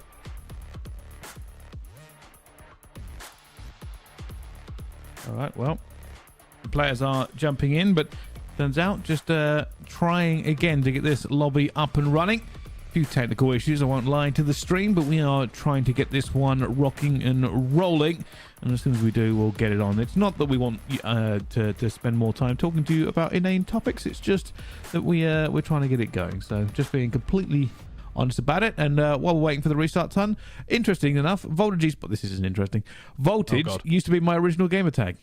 Oh yeah? Was that to do with the hair? See, that's one of the reasons I'm kind of glad it never stayed as my original gamer tag. No, funnily enough, it changed because I really messed up signing into a console login back in the day. And instead of upgrading my account, I ended up making a brand new one. So otherwise, that's what I would have been going with now. But I mean, instead, it's just Bryce. I mean, it's very on brand, I would say. I think you should change it back, if anything. I had some absolute corkers back in the day. We'll probably not delve into those. I mean, you've still got some now on some of the other ones we play. You used to seem to have various different gamer tags depending on what game we play. I've just kind of stuck with this now. Yeah, well, It's only one game, but we'll maybe not delve into the reasons as to why. Yeah, that's an inside joke we're making right now. Nobody else is knowing what's going on. Yeah, you gotta have fun with us. Anyway, this game is going to be restarting, and we should be watching Vault Control. We've spoken about it an absolute load, so let's find out if anything we've said will come true. And fortunately, I think we've covered all of our bases that we can claim that we're geniuses after anyway, Ton. Well, I mean, speak for yourself, I suppose. All right, third time's a charm. This game is going to start. Notorious Gaming versus Voltage Esport. They are tied 1-1. Everybody else is finished. And there we go. 5 seconds to midnight. And we finally get to watch them play. Well, here we go then. Is it going to be that defensive fest we maybe expected, or is the team going to offer something up on the attacking side, zero straight into the belly of the literal beast? This Mighty will find the first kill, but yeah, for teams, it's all about trying to get a setup up top, trying to pick them apart from the inside. If you can get a hold of A, great. That is not necessarily out of the question. It's getting a hold of B that is difficult. The team is the only one who can answer back with one kill. Nearly finds the second. Will eventually get taken down, but it's a good start for Notorious on the defensive side. And this is the position you do not want to be in if you're Voltage, because as you can see, the spawn is being manipulated. They are being push-pull. And it is a long way away from anywhere, and you have to check your corners. You're going to continuously be pushed into the spawn here, as Nadox is doing just that. Actually, funny enough, Yaza is technically, I was going to say out, but he hasn't moved, so never mind. Eventually gets caught as well. Very few kills made on the side of Voltage here. Yeah, been tough so far, but I think this is the thing, when you lose that opening break in such a way, it really can turn into a game like this. But they have eventually found themselves out. 29 seconds remaining. Ticks are going to be important here, so if you can find anything, that'll be a bonus. On the other side of things, if you're Notorious and you can limit them to absolutely nothing, that is a sensational defense if you can find it. 20 seconds to go now. Demon, furthest one forward. The reinforcements are nowhere near here as well. They're going to get cut off from the other side of things. Demon could do a find the kill. He finds absolutely nothing. Notorious, this has been flawless so far. Well, there's a lot of hipfire. He's trying to find the kill. Desperate to stop the clock, but A is a nightmare. Too many angles, too much cover. When you're sitting in there alone without having pushed the other team up, and Yaz will just die for that because there's 3.5 seconds left. They just want to get into it. And even with that one, Fabron just shuts the door, says good night, we'll take round one. I mean, it's not even about, for me, about A being difficult. It is difficult, but it's the opening break. If you lose that in such a way, immediately backs against the wall. You've got to check your corners. The team who are inside of it, when you've won that first gunfight, can be in your spawn that quick. It's so difficult to try and deal with. I mean, as soon as they find that kill mid-map, you can already be pushed up down the left-hand side and starting to get the spawn kill, starting to slow them down. You can't lose an opening break that bad and expect to win an attacking round. Yeah, this is what I've spoken about this map before. It's so difficult. Every aspect of your attacking has to be on point, because if you mess up or if you don't get in the position you need to be, you will be punished, and you will be punished incredibly severely. So at the moment, we see Fabron going straight for this one. Knows where the players are going to be. Very obvious breaks for most teams. Can they hold off when they get this? And already you can see them dipping out of it. A is such a nightmare that stacking it is almost never worth it. It's just so many different angles, as you say. Already for Notorious yet. One ticket in, so advantage belongs to them, and they're looking like they're going to be able to get something going here. They should be able to get a hold of A now. Kills are starting to fall their way, and this is probably a little bit more like how we kind of expected this series to go. If Control is played like this from Notorious, we may well be heading to map number 4 very, very quickly. Nadox is already over towards B. They are flowing like water right now, Brycey. Voltage are struggling to deal with them. This is still difficult. You might even see Fabron try and push forward if he can. There's the one, not going to get the second, but actually the car will take care of it for him from Nadox. And that second tick is not a million miles away. Got it. Be able to find it. Fabron is able to find one. Those lives, not necessarily the end of the world for Voltage Esports yet. I managed to find something now. They can start to shove them back, but Notorious Gaming, yeah, really good job from Fabron. Just trying to stay alive, doesn't manage to do it. Mighty now on the flank. They have so much time. They can afford to do this kind of thing. The lives isn't massively on their favor. This could be a turning point, though. Notorious find these kills. If Notorious can make another big run, they will start cutting players down off spawn. Mighty's going to try and do that. Now, he is pushing that spawn towards B side. You can see on the minimap, that's where the players are going. This is not the easiest of a shot, but he makes the first one and the second. That is unbelievable. Reinforcements now have to appear. Notorious have an opportunity to move up the map, make these kills, which they are doing, and they might be able to lock this up. Somebody is going to come for Mighty eventually, but it is not happening quite yet. Yeah, they need to wrap back around because immediately off your spawn, yes, okay, you can kind of look over towards B from that spawn building. When you're trying to get across to try and really get into the teeth of it, you can't when there's somebody on the upper side. Notorious Gaming 2 to the good. Onto the defensive side, this control gameplay could be over very, very quickly. Oh, 20-minute wait. 4-minute game. Yeah. Looking that way so far. And I think it's just, again, it's that opening break. If Voltage can find those moments, it becomes a very, very different story. But you lose a couple of opening gunfights, all of a sudden Notorious find themselves in a good position. They can punish you further. You do that back yourselves in a couple of gunfights. It's not necessarily the hardest thing to do. And maybe you can try to start forcing them back. Notorious Gaming to the good here in the control and absolutely cruising. Here we go. Better break this time. Huge stack coming in. Voltage trying to put the numbers where they'll work the best, but that has been called out as well. And they found nothing but misery, nothing but pain, as now they have to get back out of their spawn, and you can see them getting a little bit tentative, as they know that already there'll be players hunting them down, but that's a huge two to maybe break this door open just a bit. Again, just going even on those opening trades is fine for both these two teams, but Notorious is the defensive team. You want to take every single advantage that you possibly can, and they are starting to now as well. Sykes and Demon, though, can answer back, so still for Voltage Esports, you do have yourself a little bit of a hold in the middle of the map. Well, you did. Alex and Fabron combining well. It feels like the kind of round that Voltage Esports, they know that they're in so much trouble here now. Oh, and especially if you don't find that gunfight. Melko takes it down. Melko's found a second there as well. Mighty will be able to pick up the third. This has been utter dominance so far from Notorious. If really it wasn't for Yaza, Voltage Esports will still be stuck in their spawn. There's just so little that's been happening for Voltage on this control, really. 17 seconds ago for Brome dropping the God Rod. They have to stay inside for it at the same time. That clock has to be stopped. They're going to have to commit towards A. It's going to be Demon who jumps on it. Trying desperately just to get a little bit more out for it. And they're doing a good job for a few seconds. But unfortunately for Brown, who's 18 and 6, shuts that down. One player remaining. Nobody else is going to be able to get near with Fabron guarding the door. No shoes, no entry. Voltage Esports dealt with that in map number 3. Notorious get the job done as quick as possible. We'll be heading into map number 4 with extreme confidence now, Bryce Lee. That was convincing.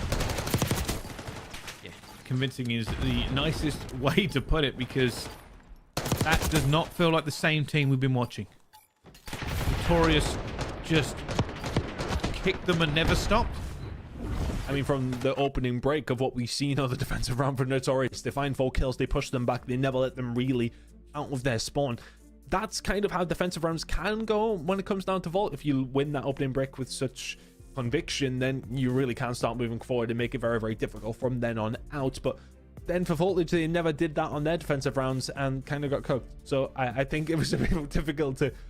It's sometimes hard to quantify exactly what happened. It was really just those opening breaks that Notorious won nearly every single time. And that momentum, it's just like a snowball effect, right? I mean, very, very solid out of Notorious. We're going to go to some highlights, but I tell you what, they're going to be a short highlight package because that was dominant. Yeah, and also probably only one team. It's just probably sometimes how it goes. And this is what we spoke about, right? Like, this is the kind of map where, especially if you're attacking, it's incredibly difficult to make things happen if you don't get a good start or if you give up too much map control. On the other side of it, by the way, that is a very quick replay package. On the other side of it, that almost sounds false because Notorious made such a good job that it kind of made it look like that Voltage didn't have an opportunity. realistically, that should have been much more convoluted around A. It should have been. Like, the trade should have been a little bit more fluid. It's a difficult thing to grab. You have to watch too many angles. You can get flanked from everywhere. And it just didn't happen. Like, that is about as one-sided as a control that you are going to see. And from two teams that have basically, you know, the hard point was incredibly close. Voltage won the S&D, and then I don't know what happened in the last 15 minutes, but don't appear on the control. Not at all. And it's surprising because you would expect, based on what we've seen in the Search and Destroy, when it was up close and personal gameplay, the SMGs are able to thrive. You're able to keep that pace going. That's kind of what Vault control can be like, especially if they're rip. You think about these opening salvo, it is very much that Twitch fire where you're making sure you're trying to find something. It's about a team fight in a certain aspect, making sure that you're finding the snaps, you're trying to find those kills as quick as possible, which is something that Voltage have kind of done well throughout the first 2 maps. You head into a mode where it is very much about that opening break, or at least that's how it felt throughout the majority of that in particular map between these 2 teams. You don't get anything going at all. It was a bit of a surprise to me. And now you're heading into a red card, which is a lot slower paced, which we typically don't associate with Voltage G-Sport from what we've seen so far. This is now a difficult position to be in. Wonderful, though, if you are Notorious Gaming. Yeah, very much so. And I'm going to play devil's advocate here. This is okay. This is what I've been thinking about while we've been talking. Maybe, just maybe, Voltage are a bad control team. Because there have been aspects where, for some reason, teams are just very bad at it. You know, even in the CDL, there are notoriously bad control teams. Won't name and shame them, but there are some who just don't win controls. Could be the issue with Voltage. It's easier in competitive to get into hardpoint and Search and Destroy, right? Search and Destroy, everybody plays, especially when you first get into comp. That is the game mode. Hardpoint, that's kind of like the staple. It's the more fun mode. It's, you know, rapid respawns, rotations. It's linear. It's very obvious. Control is normally the least played of those 3. Obviously, it only matters 1 out of 5. There are less maps for it.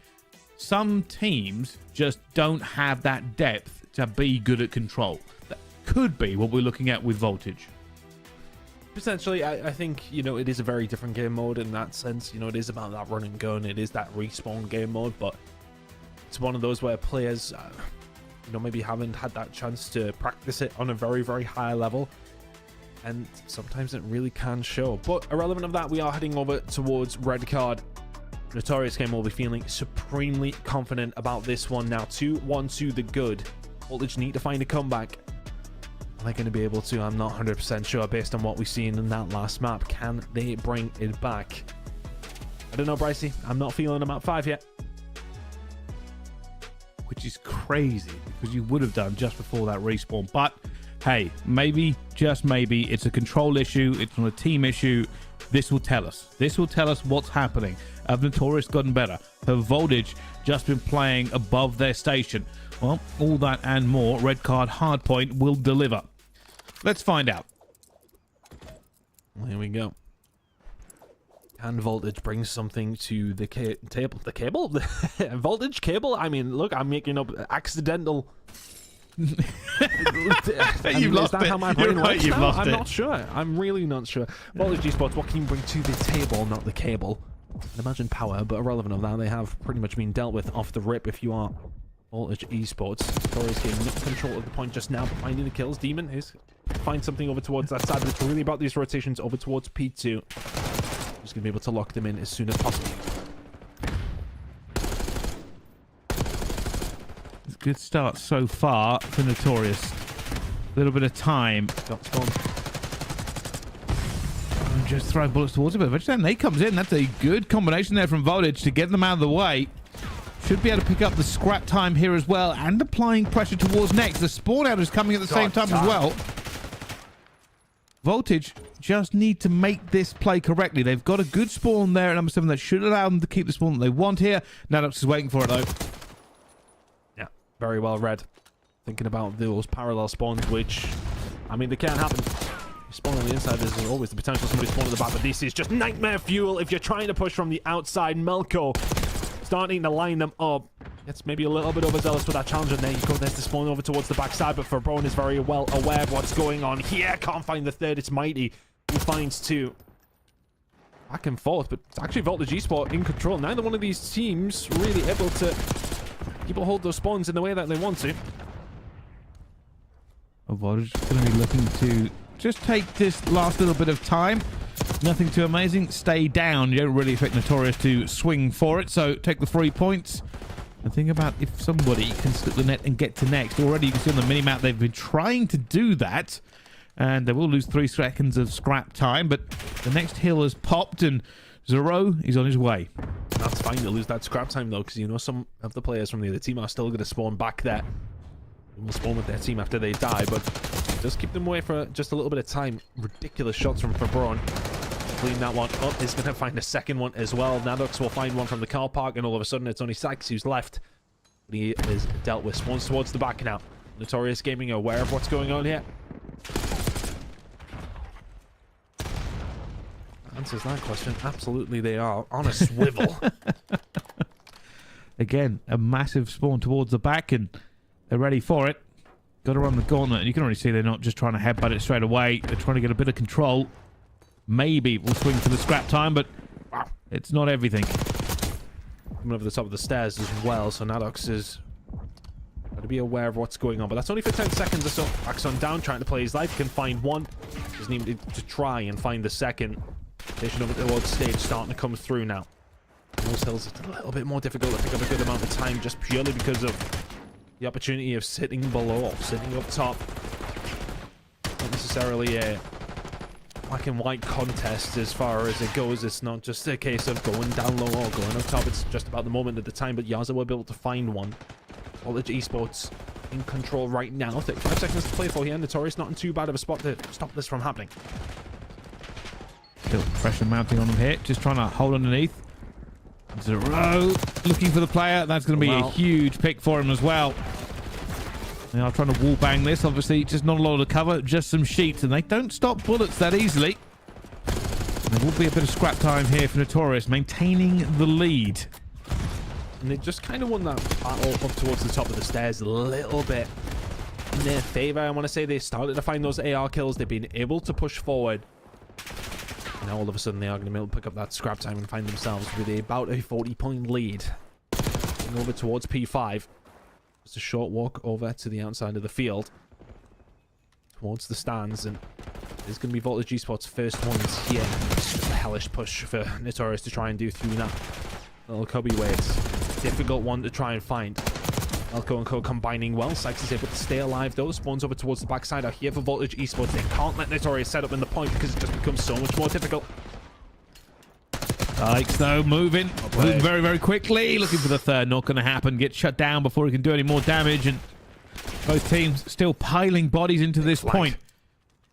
I will say this. Every time it comes to this conflict, it just seems like Notorious just get like maybe 5% better.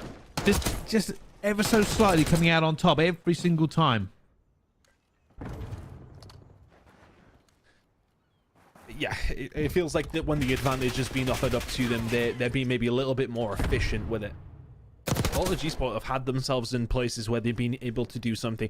That P2 though, I expect to be cleaner from both these two teams as we head there in a second. A few more seconds to go over towards P1 before that though. Mighty will find 2 kills from up top. It's just about trying to keep all of these spawns if you can. Right now, though, Voltage do have a man behind enemy lines. And he has done a great job up top once again. Decently still for Notorious Gaming here over towards P1, and they're soaking up more time. This is a huge amount of time as well, because it felt really close until this point. It felt like it was just, you know, maybe one hill could have flipped and we'd be talking about a complete takeover, but now this is not good. Notorious have just hit the afterburners. They are booting them back into their spawn on P1. P2's just a distant memory. Long way to go for Voltage, but they may well start spawning back there if you're not careful. You're Notorious.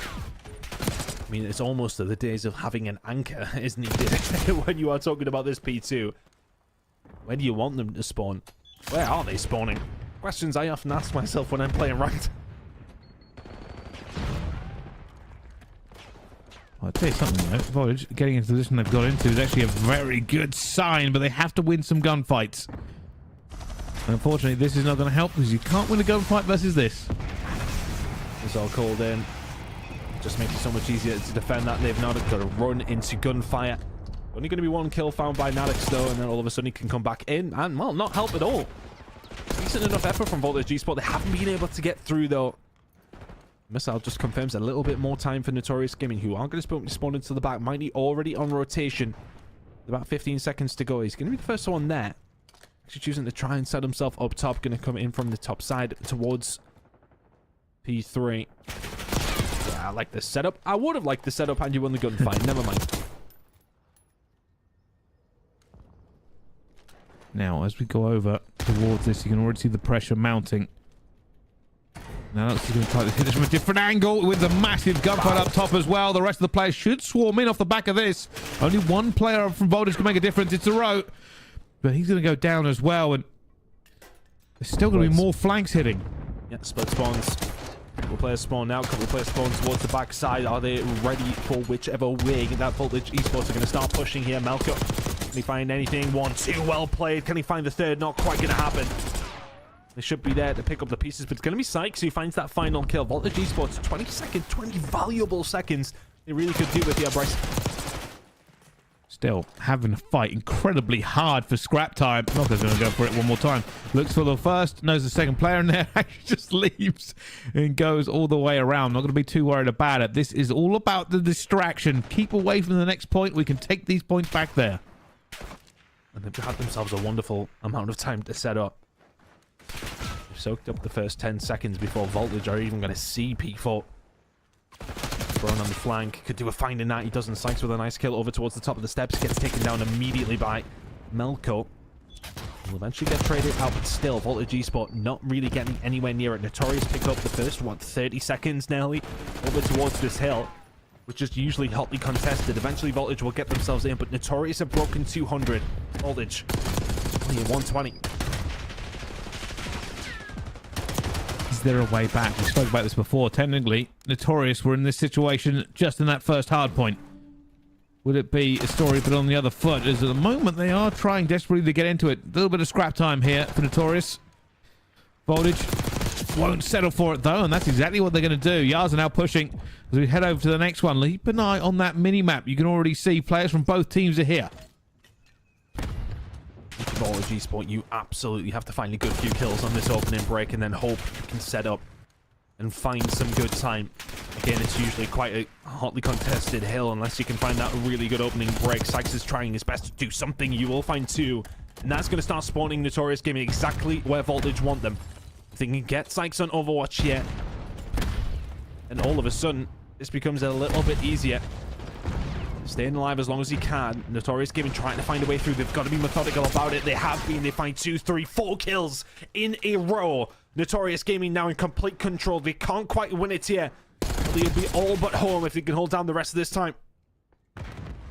And look, so looking for a couple of easy. 1, 2, and the third with a pistol. Not going to get it. It's been stolen by a teammate who picks up a 2-piece. And now, as we head back towards P1, they've got to start again. And Nadok says, all right, I'll have another go at it. There's 1. There's 2. Gets it as well. Go for the third. That's a 5 streak they're on now as well. But more teammates stealing the kills one more time. As Nadox will rinse and repeat, but it's the wrong spawn. The flip has come through.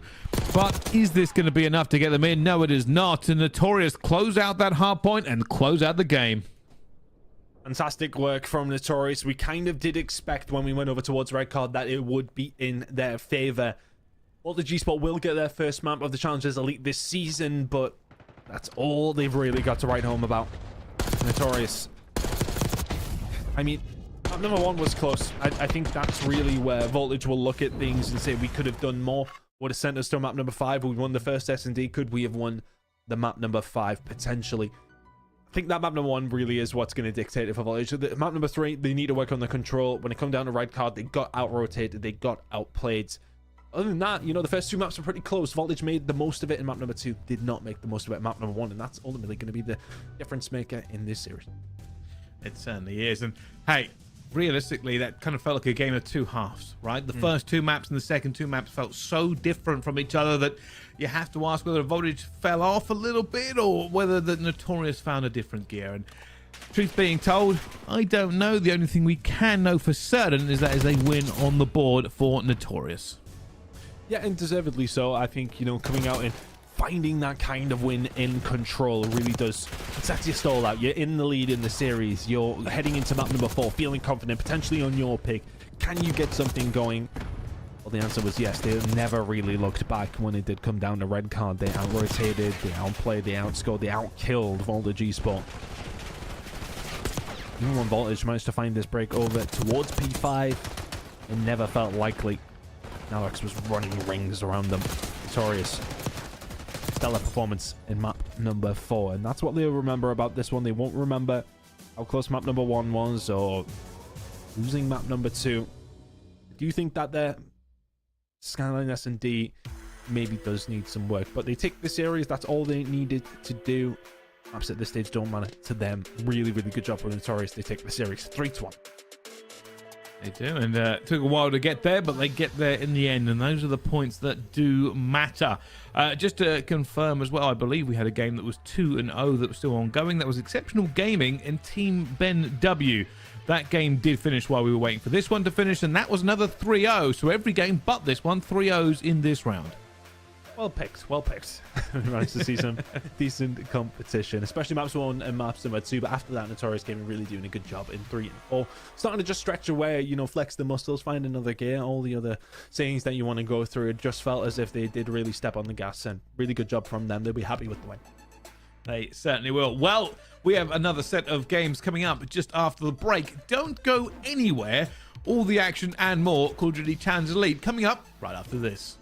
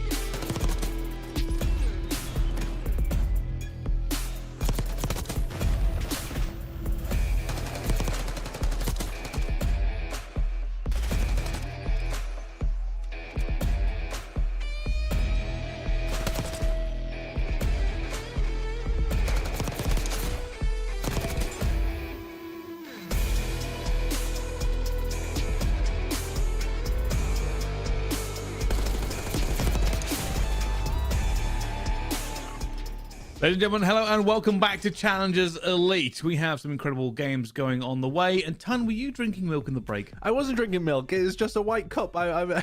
I don't know what's the... That was a question that had to be answered before we went any further. Okay. Anyway, Ton's drinking habit aside, we are going to jump on to our next game. This should be a pretty close one. Two of the top teams, we believe, in the Elite Series are about to face off. Noctum and Exceptional will throw down both of them, coming off 3-0s from the game they played last round, Ton. Yeah, it should be an interesting game. Both these two teams will be at the very top of their group. This is very much like what we've seen between Katana and Team Notorious yesterday. It feels like that fight for the #1 spot. It feels like everybody else should be a win for the side of both these two teams. So are they going to be able to find a win against each other? I'm not too sure which way this one's going to go. I think that, there's a bit of history here. Bance is on Noctum Esports. He was with the majority of this Exceptional Gaming roster for a little amount of time as well, so we want to make sure he gets them over on them. But at the same time, all these players have kind of played together, haven't they? I wonder, I don't know if Vortex and Bance have played together. Sure. No, and I don't think they would have done because they're kind of the same player. Yeah. Very, very similar, at least. Yeah. Yeah, you just wouldn't. Well, you wouldn't put them together and expect to win. That'd be the difference. That's how I put it. Look, that's not besmirching either of their good names, right? Both wildly successful players. But if you put both of them on the same team, they wouldn't be wildly successful. So that's just how you kind of got to build your teams in the end. And these two will be looking, though, to get one over on the other as they move forward into this one. And I'm just checking up on how it's all going. They're slowly but surely building this lobby. Love that. We should hopefully be heading in pretty shortly. But yeah, it's going to be an interesting one. I think I semi-agree with you on that one. I would love to see the Bance and Vortex. No, you wouldn't. No, you wouldn't. It'd be terrible. No, I mean, I feel like you are besmirching their good names. Two of our favorite players in the European Challenger scene, and you are just slaughtering them. So I'm not going to have it. I'm not standing for it. No, this is terrible. No, I'm not having it. I'm not having it. I like, chocolate orange, right? I like that. I also quite like mint, but I wouldn't smash them both together and eat them. You can like two good things and it not be the same. So I feel like you could put them two together, though. Orange wouldn't be great. You know what? I'm going to actually say, though, it might not be that bad. I feel like that was maybe not orange and mint. Are you insane? This is what I'm talking about, this was a good example. This is two things that go well with You've chocolate. gone too far. You're drinking milk in the breaks. You're trying to put orange and mint together. You've lost it, mate. We're day 2 of the Elite Series, and you've completely lost it. It's you that made the comparison of Ben Bance and Steve Vortex on the same team to chocolate orange and chocolate mint. So don't come at me about changing. Well, that's because orange and mint are a very well-known bad flavor combination. I could have just used orange and mint, but for some reason I threw the chocolate in, and that was a mistake. All right, but they're both individually good. They're very good at what they do. They're both incredibly successful. I don't think they would work on the same team. I'd argue you could put orange and mint together. I bet you there'll be some sort of recipe. Somebody will have done it. Irrelevant of that. Right, we're going to the maps and modes. We're going to the maps and modes as Ton has lost his taste bud mind. Anyway, this is what we'll be looking at. Skyline Hardpoint, Skyline Search and Destroy, Vault Control, Red Card Hardpoint, and Vault Search and Destroy. These are the maps they've chosen to throw down on. Obviously, when it comes to these two teams, they will have scrimmed each other 1,000 times. So these have been very well thought out. Yeah, of course. I mean, both these two teams will know exactly what's going on the other roster. So, yeah, I would agree. Thinking about both these two teams and what I expect to see, I think it's just going to be a super close game. I think, it is that very much... I mean, is this exactly the same as the previous game? I think it is. Skyline, Vault, Red Card. And I can't remember what we had for the last one. I think it might have been Hacienda for the previous, but irrelevant in that. It's the same first 4 maps as what we had in the previous series. So you've got that fast-paced hardpoint, that fast-paced search and destroy. You've got the defense fest you would expect on Vault Control. Slow it down for Red Card. And then Vault Search and Destroy to finish things up, which is obviously a very awkward one as well. You can see Exceptional... Yeah, well, no, this is going to be wrong because Exceptional got rid of Red Card Hardpoint, but yeah, that's map number 4, so I'm entirely confused. Well, fortunately, we can find out exactly what happened in the picks and bans, and I will go and check. Let's have a look.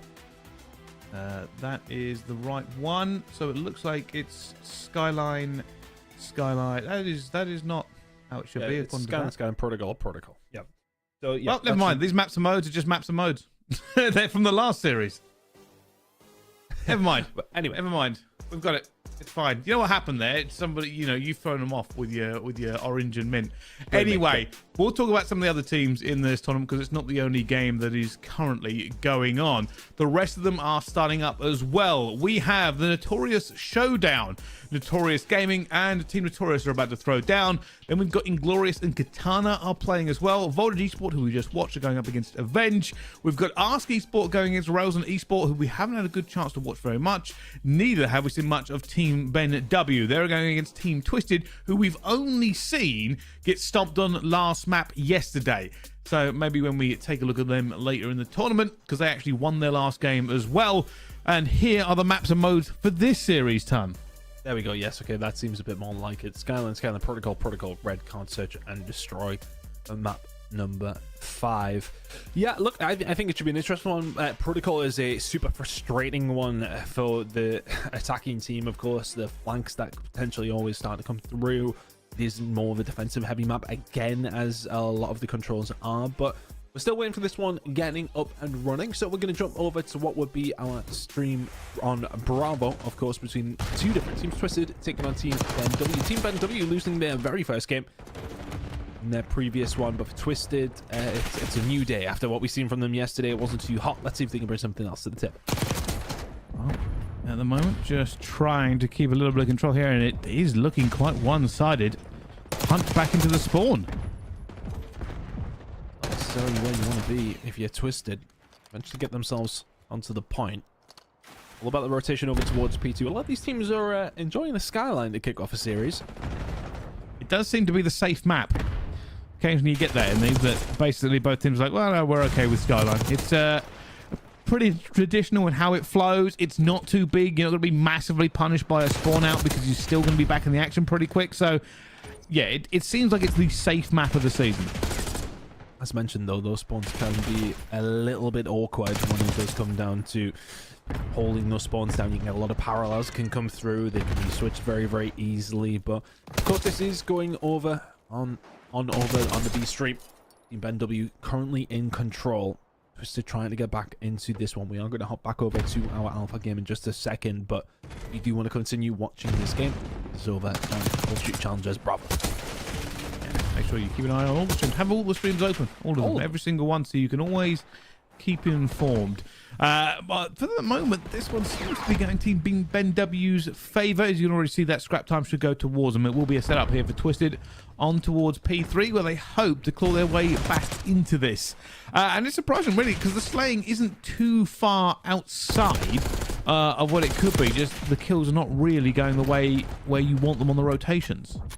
Yeah, it's a little bit tough, especially that P2 when you do lose out on that one. But we are going over towards the alpha side of things now between Exceptional and Noctem. This is a really, really exciting game. Both these two teams looking so good heading into it.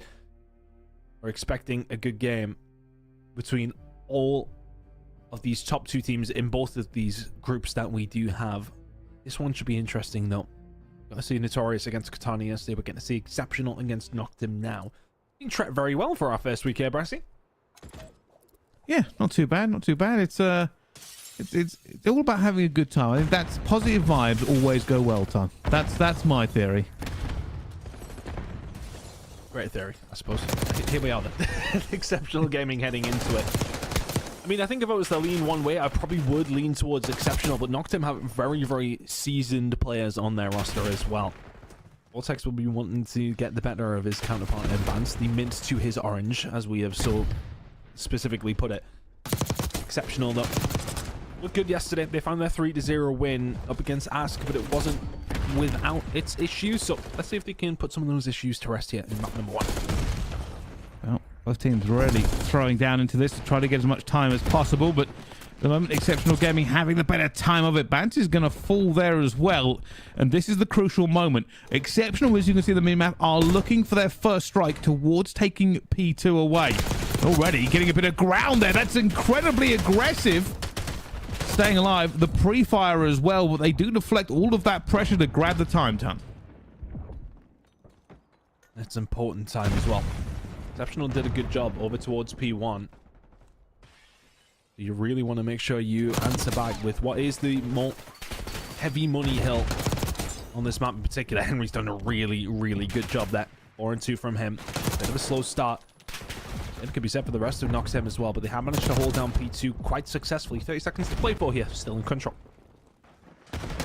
And it's just looking for all the chow. Going to get that one at the same time, and got to say, pretty good hold.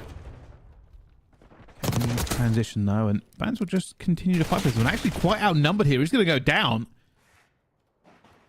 And with this almost being tied up, you'll say Exceptional Gaming has done a good job to get P3 control straight away. Yeah, they're in a good spot to get a hold of it, but a bit of a contest, if anything. Mythics, though, as a player we expect to cause a lot of issue. Vortex inside of the point couldn't quite stay alive, and there you go. Noctem will get some control. And they got the spawn side. They really do want for P4 when we do eventually get there, but plenty of hard points still to be played towards the kitchen. 45 seconds remaining, and will be first kill coming through for Exceptional. They'll start to be traded in their favor. They break back. 40 seconds to play for. It's going to go down as well here, and this is still flowing very, very well for Exceptional. Every single time they're just finding the kills. Even though they've been close around the hill, it's been a bit chaotic. Finding those kills is what matter. And now you can already see they're looking for the transition as well. Mythics going towards the back has called that one perfectly, knew exactly where they would be. And this may be a perfect bounce. That's exactly what you want to see if you're an Exceptional fan. Get themselves control. They get themselves some streaks on top of it as well. Dangerous position now. He knocked him. Exceptional setting themselves up. Vortex getting aggressive. 10-7 from him is everything and more than what you want. Will eventually fall over towards P3, but P4 has popped, and it is a healthy lead for Exceptional. Yeah, Noctem, this is going to have to be a big break. You cannot afford to give all these away. You'll go down massively at this point. Harry just staying alive. Will fall there as well, though. More pressure mounting. Mythic's trying to deflect some of it up top. Hasn't managed to. Players going to be up the hill as well. Two diving in there for Noctem. It's a huge concentrated thrust from them. And Mythics is doing everything to fight from the back foot. Vortex not able to do much more as well here, but they're just keeping it chaotic. Enzo's trying to get around the back as well, but it's going to be a close spawn there. You see Vortex spawning up over towards the bedroom side. You'll say, yeah, okay, I'll take that one. Thank you very much. Doesn't quite get anything done with it. But for all that Noctem do find the break back there, they'll find themselves about 20 seconds. Not too bad to take away into a P1. It's going to be about this rotation over towards P2. It's an Exceptional game and the ones in control of that side of the map. That's where you want to be. Noctem. Can they spoil that party? P1 now has popped. 60 seconds remaining on that one. Noctem could do with this time. They could do with flipping the spawns. Trying to get out of there now. Will be called out, but somehow still getting away with kills. Look at this. Just trying to play tricky. Trying to find the kills as well. There should be another one. Easy enough. Give a few seconds, but going to stay alive. Not going to pick up the next one. And that's actually been really well played for them. Just to kind of make Exceptional. Check around the corners. Check behind them. Keep them guessing. Yep, it's a great flip. 5 seconds remaining. You're picking up time as well. Keep an eye on the minimap in the bottom left corner. I want to see if anybody's going to start spawning over towards this backside for Exceptional. If Noctem do push her maybe a little bit too hard here. Especially when you're soaking up this time, though. You want to make sure you can get a hold of it as much as you possibly can. P2 rotations in. You get some good time at P1, and all of a sudden, arguably Noctem in the better position.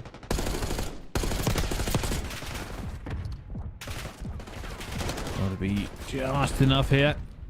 And Vance knows he's about to come under some fire. Trying to play the correct angle, and does.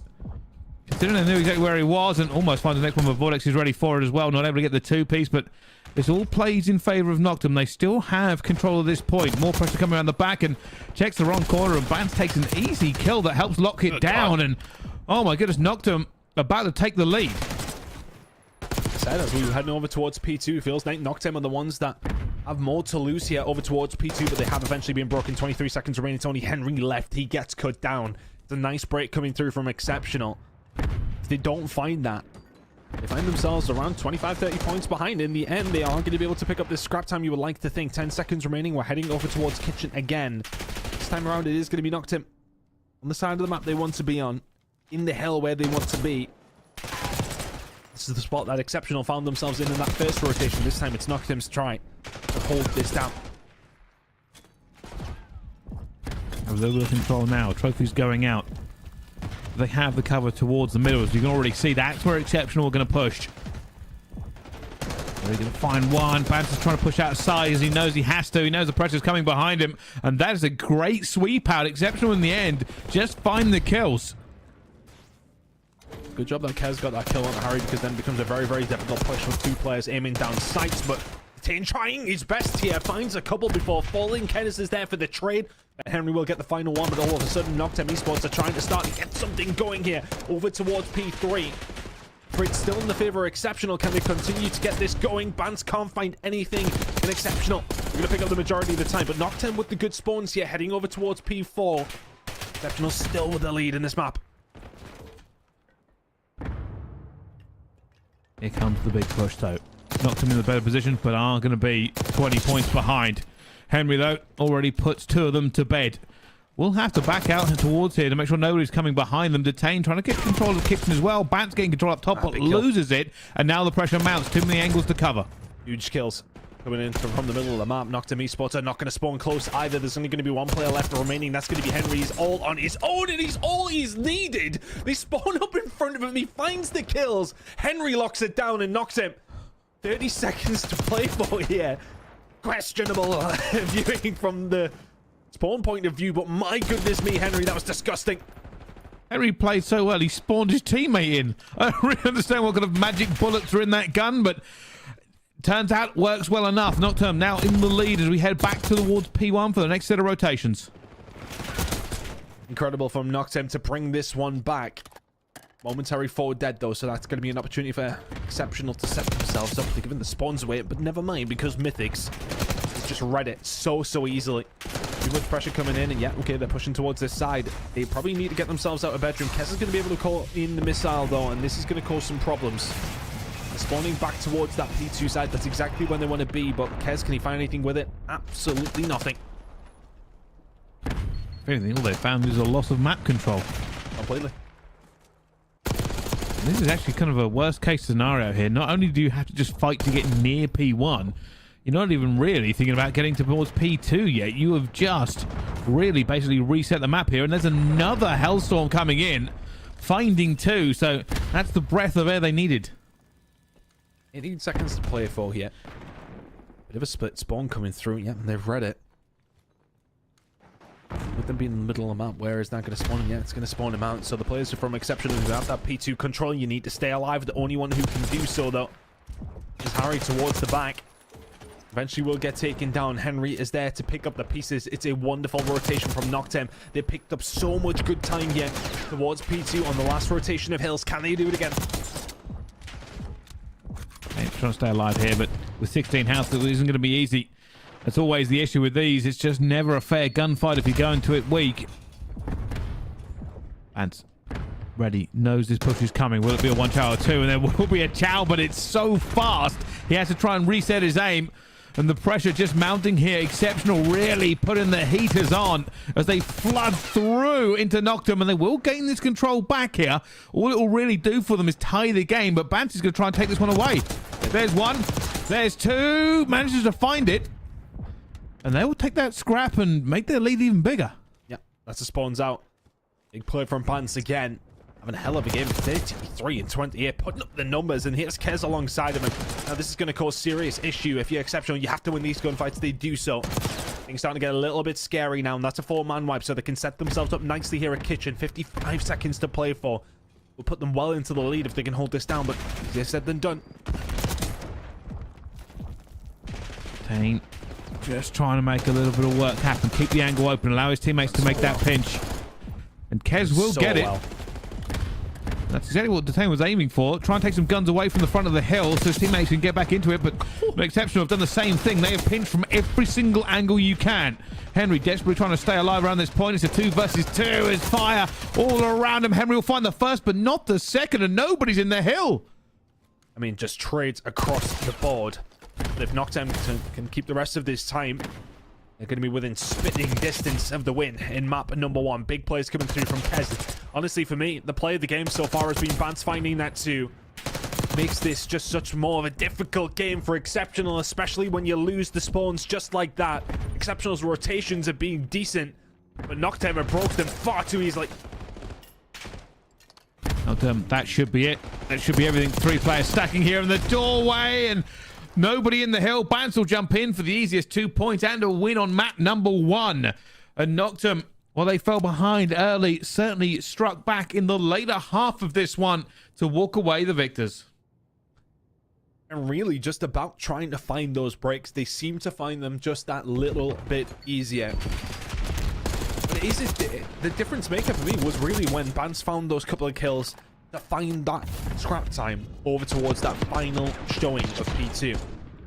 When he finds that time, all of a sudden it gives him that extra buffer over towards P3. Of course, they play it very, very well from the rest on out, especially when we headed over towards P4. They find the break through a few different angles, to be honest with you, when it felt like that rotation was really locked in for Exceptional. Fantastic map number 1 win for Noctem here. And honestly, heading into it, I kind of did favor Exceptional, but a solid performance from Noctem in map number 1. You see Bance dropping those kind of numbers, it's always going to give you hope. Fantastic work from them and the boys take the Skyline hardpoint. We've got to see how the rest of this series goes, because for a long time in that I thought Exceptional Gaming probably going to take it, but you are right. Bance dropping an awful lot of kills. It did seem to start flowing a little bit smoother. And while we're on that topic, we have had a confirmation. Map 1, Ben W wins against Twisted. Our observers have called the game just chaotic. Love the description. Kind of suits right, I was supposed to a Skyline hardpoint. Absolute chaos. Let's have a look at the numbers of how things broke down. Big damage coming in from Bance. You love to see that. Kez not far away from that either. Really, I mean, quite even across the board as far as everything goes, but 27 non-traded kills from Bance. I'm going to presume those stats are correct. Big plays coming from him. Solid win for Noctem in map number 1. Sets himself up very, very nicely for this series. Be staying on Skyline, sorry. The map number 2. A double protocol if we need it. Map number 4 will be there. Of course, red card search and destroy to close things out. You It'll be an interesting one. I think, you know, Noctem, I don't want to say they surprised me there, but just felt like that chaos, they kind of reveled in it a little better, didn't they? When it really did come down to those big trades coming through, it felt like they were the ones finding those breaks a little bit easier. Is that going to translate though towards Skyline Search and Destroy? I'm not 100% sure. Protocol control will be very, very difficult for them as well, but Exceptional will be disappointed with that one. They were in control, it felt like the majority of the time, then all of a sudden Noctem started running away with it. So yeah, they'll be disappointed, but Skyline Search is coming up. They'll be looking to try and rectify what happened in map number 1. Yeah, they really will. And I guess this is one of the ones where this is even one of the games where we expect to kind of see maybe in playoffs later on and be a very big game. But we're going to quickly check in onto Stream B. This is Team Ben W versus Twisted. Ben W won map number 1, so they are 1-0 up here as we wait for this first break. Yeah, Team Ben W not doing too bad over the entirety of the season. They were sitting with 2-0 before today. I believe they lost their first game of the day though. Twisted is team really has just been kind of thrown together at last minute for the qualification, managed to get through. Team BW seem to be doing well. 1-0 up in this series. Looking good here for round number 1 in the Search and Destroy. This rate drops there. Ben W with a very important first round. I always say this when it comes down to S&Ds. First round always plays a little bit weird. No trophies on the map. Yeah. Means that the breaks have to be a little bit different, and it can almost feel just entirely like a different game from the rest of the S&D as it plays out. It's almost like you have to have a special break for the very first round in any S&D.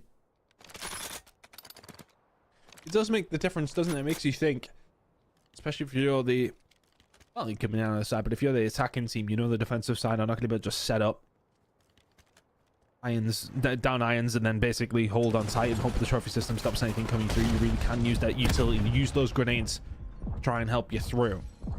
Hack now on the side of Twisted will push up over towards that A side. Team Ben W have not overcommitted towards this. Actually sent 2 players down underground here, so that's the play. CJP is going to be able to get through pretty much undetected here. Now that's an awkward position for Twisted to try and deal with. A bomb is going to go down. Not going to expect this.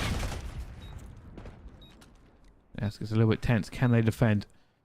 Reinforcements to try and help him get out towards the back, and he is going to get away. Unfortunately, he is now alone, and down he falls very, very quickly. And that'll be an easy one in the end. And BenW obviously has shares in the glazing company. Decided to make a little bit of extra work. Has shares in the team who are doing very well in Search and Destroy right now as well. They're good. I like the two-man underground push. One potentially coming through is not a regular, but have the second one there as well. Just a bit of a pain to try and deal with. Sometimes you will see players sit towards the back to try and kind of watch over it. The entire flank from patio area, but not that time around. Still do the good though. Avoid inside. In my role, I like to hold that angle. Don't like to have to try and snap to anybody. I'm a bit old for that. Well, these players might be a little bit faster than you, and this Ray has found one already, but it goes back down to a 3 versus 3. Well, again, 2 versus 2. It's a bit chaotic on the minimap. You can see players everywhere. The situation does fall, and Pack is looking. Is he going to catch this correctly? And he is. Managed to find BenW. They now have the advantage. CJP is going to get caught as well, and that will be a Twisted round on the board. One that felt much needed. Go 3-0 down. Not a nice place to be. Really good job from Pack to find that kill towards the backside, and Dizzy just cleans up shop. 2-1 now. But W still in control. We'll still be happy with how things have went. 1-0 up in this series as well. Of course, we will be going back over towards Alpha shortly, but we want to keep on enjoying this game. This is, of course, Call of Duty Challengers Bravo.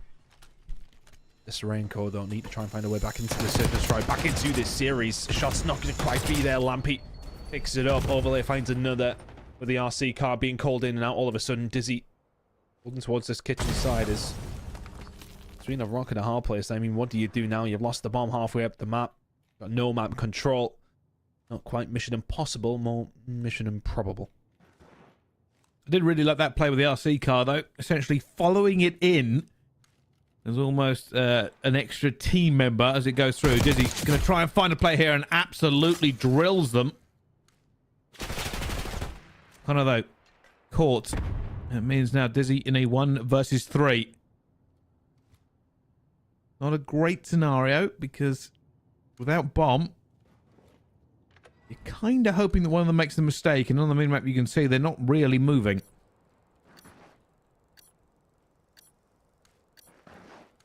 Tough position. Don't have any info. Don't have the bomb. Don't really have a prep. And you got really good job from Team BenW. They will close that round out. Looking good here in the Search and Destroy. Just that open and break, right? It just makes it so much more difficult. But the investment with the RC car coming in, so you do get that away from them, so to speak.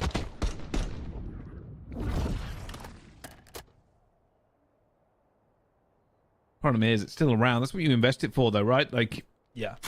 If you use it, you want to grab the round, regardless of how easy it makes it. And in that end, it did make it pretty easy. For BenW, all they got to do is keep doing this. And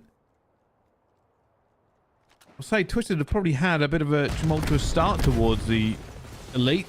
Some of the games, they look pretty good. Some of them, they really have been struggling to get going. So can they turn around this S&D and maybe their fortunes? This blood is going to go their way, though. Lampy will get caught. Saray finds that kill, and all of a sudden, Twisted dreaming of a round win on the defensive side here as well. We'll find the second kill and the third alongside of it. Dominant round from Twisted, who are able to answer back. Tough one for Overlay to do. I mean, anything from this position. And then be squeezed. Really, really good job from Twisted. Pick them apart there. 3-2 now. All right, well, that one will still be ongoing. could be a bit of a tight game, but if you want to catch up with it, make sure you go and watch it on Bravo. But actually open a different stream so you watch both. Don't just leave us. Don't just leave us. Anyway, we're going back into our main game. It's Noctem versus Exceptional, 250 to 199. And of course, we're moving on to Skyline Search and Destroy, the map we were just watching, but with two different teams. Yep, going to be interesting to see how the Search and Destroy, it does transpire in the same kind of way. 250 to 199. In the end, relatively comfortable for the side of Noctem. Search and Destroy coming on. You know, they will both have their game plans. They will both have their strats. I mean, I was just really impressed, really, with Noctem's ability to retake, which, of course, you can translate that into Search and Destroy success, but Skyline Search is a bit of an awkward one at times. Exceptional Gamer will be looking to try to tie this series up here. Noctem can find themselves a 2-0 lead. They're going to be laughing. Well, we've said this is a big game, and just to kind of allude to everybody watching at home why we keep saying that, these are two of the favorites. Teams with Steve Vortex in have basically run challenges for the last 5 years.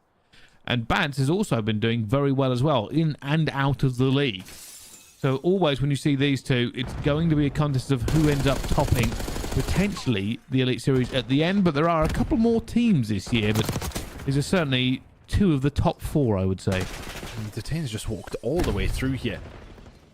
It's going to be a lot of control. Noctem momentarily. Harry will find another kill though. 2 versus 2. Detain just trying to skirt around the snap. Onto Denza, who gets dealt with. Harry's left all on his own. Noctem start off where they left. 1-0 here in the Search and Destroy. Really good round from that. So what they wanted just made it look pretty easy in the end. You are right about Detain getting all the way through. That's something that probably won't be allowed to happen again.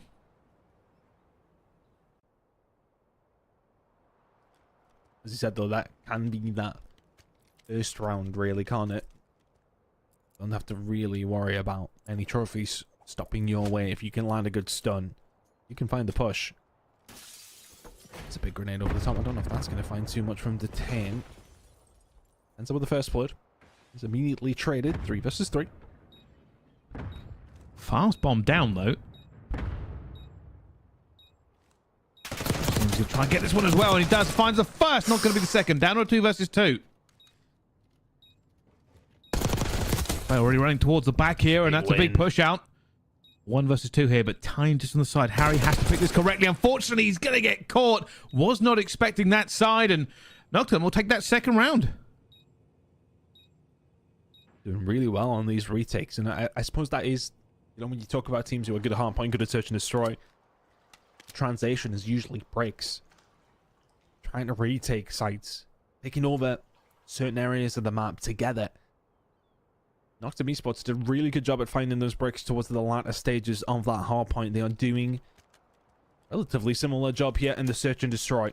2 to the good, absolutely cruising. Exceptional, not quite to the races yet.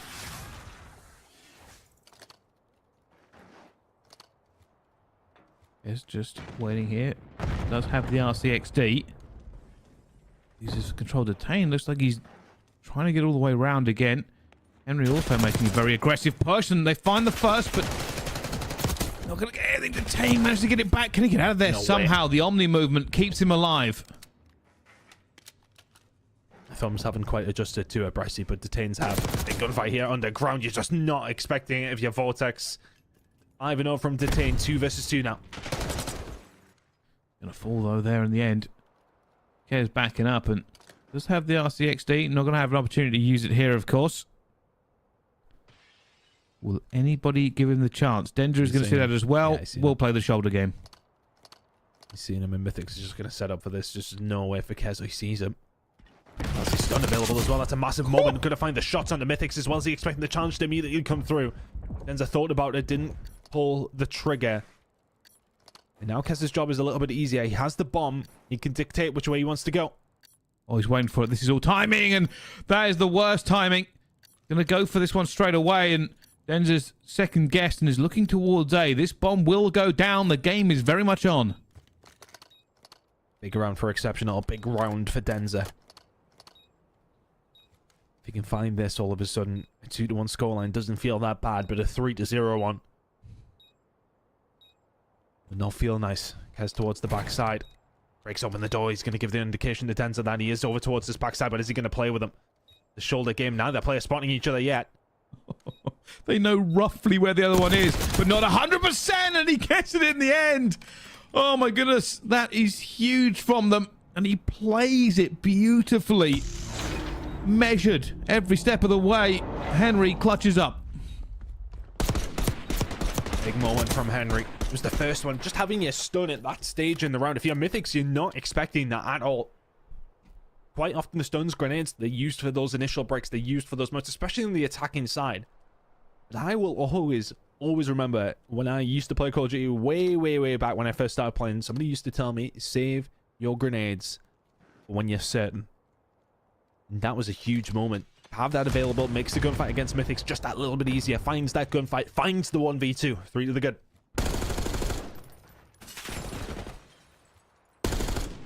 Yes, just being careful. Doesn't want to give a first blood away. Still have map control. Still has an RCXD.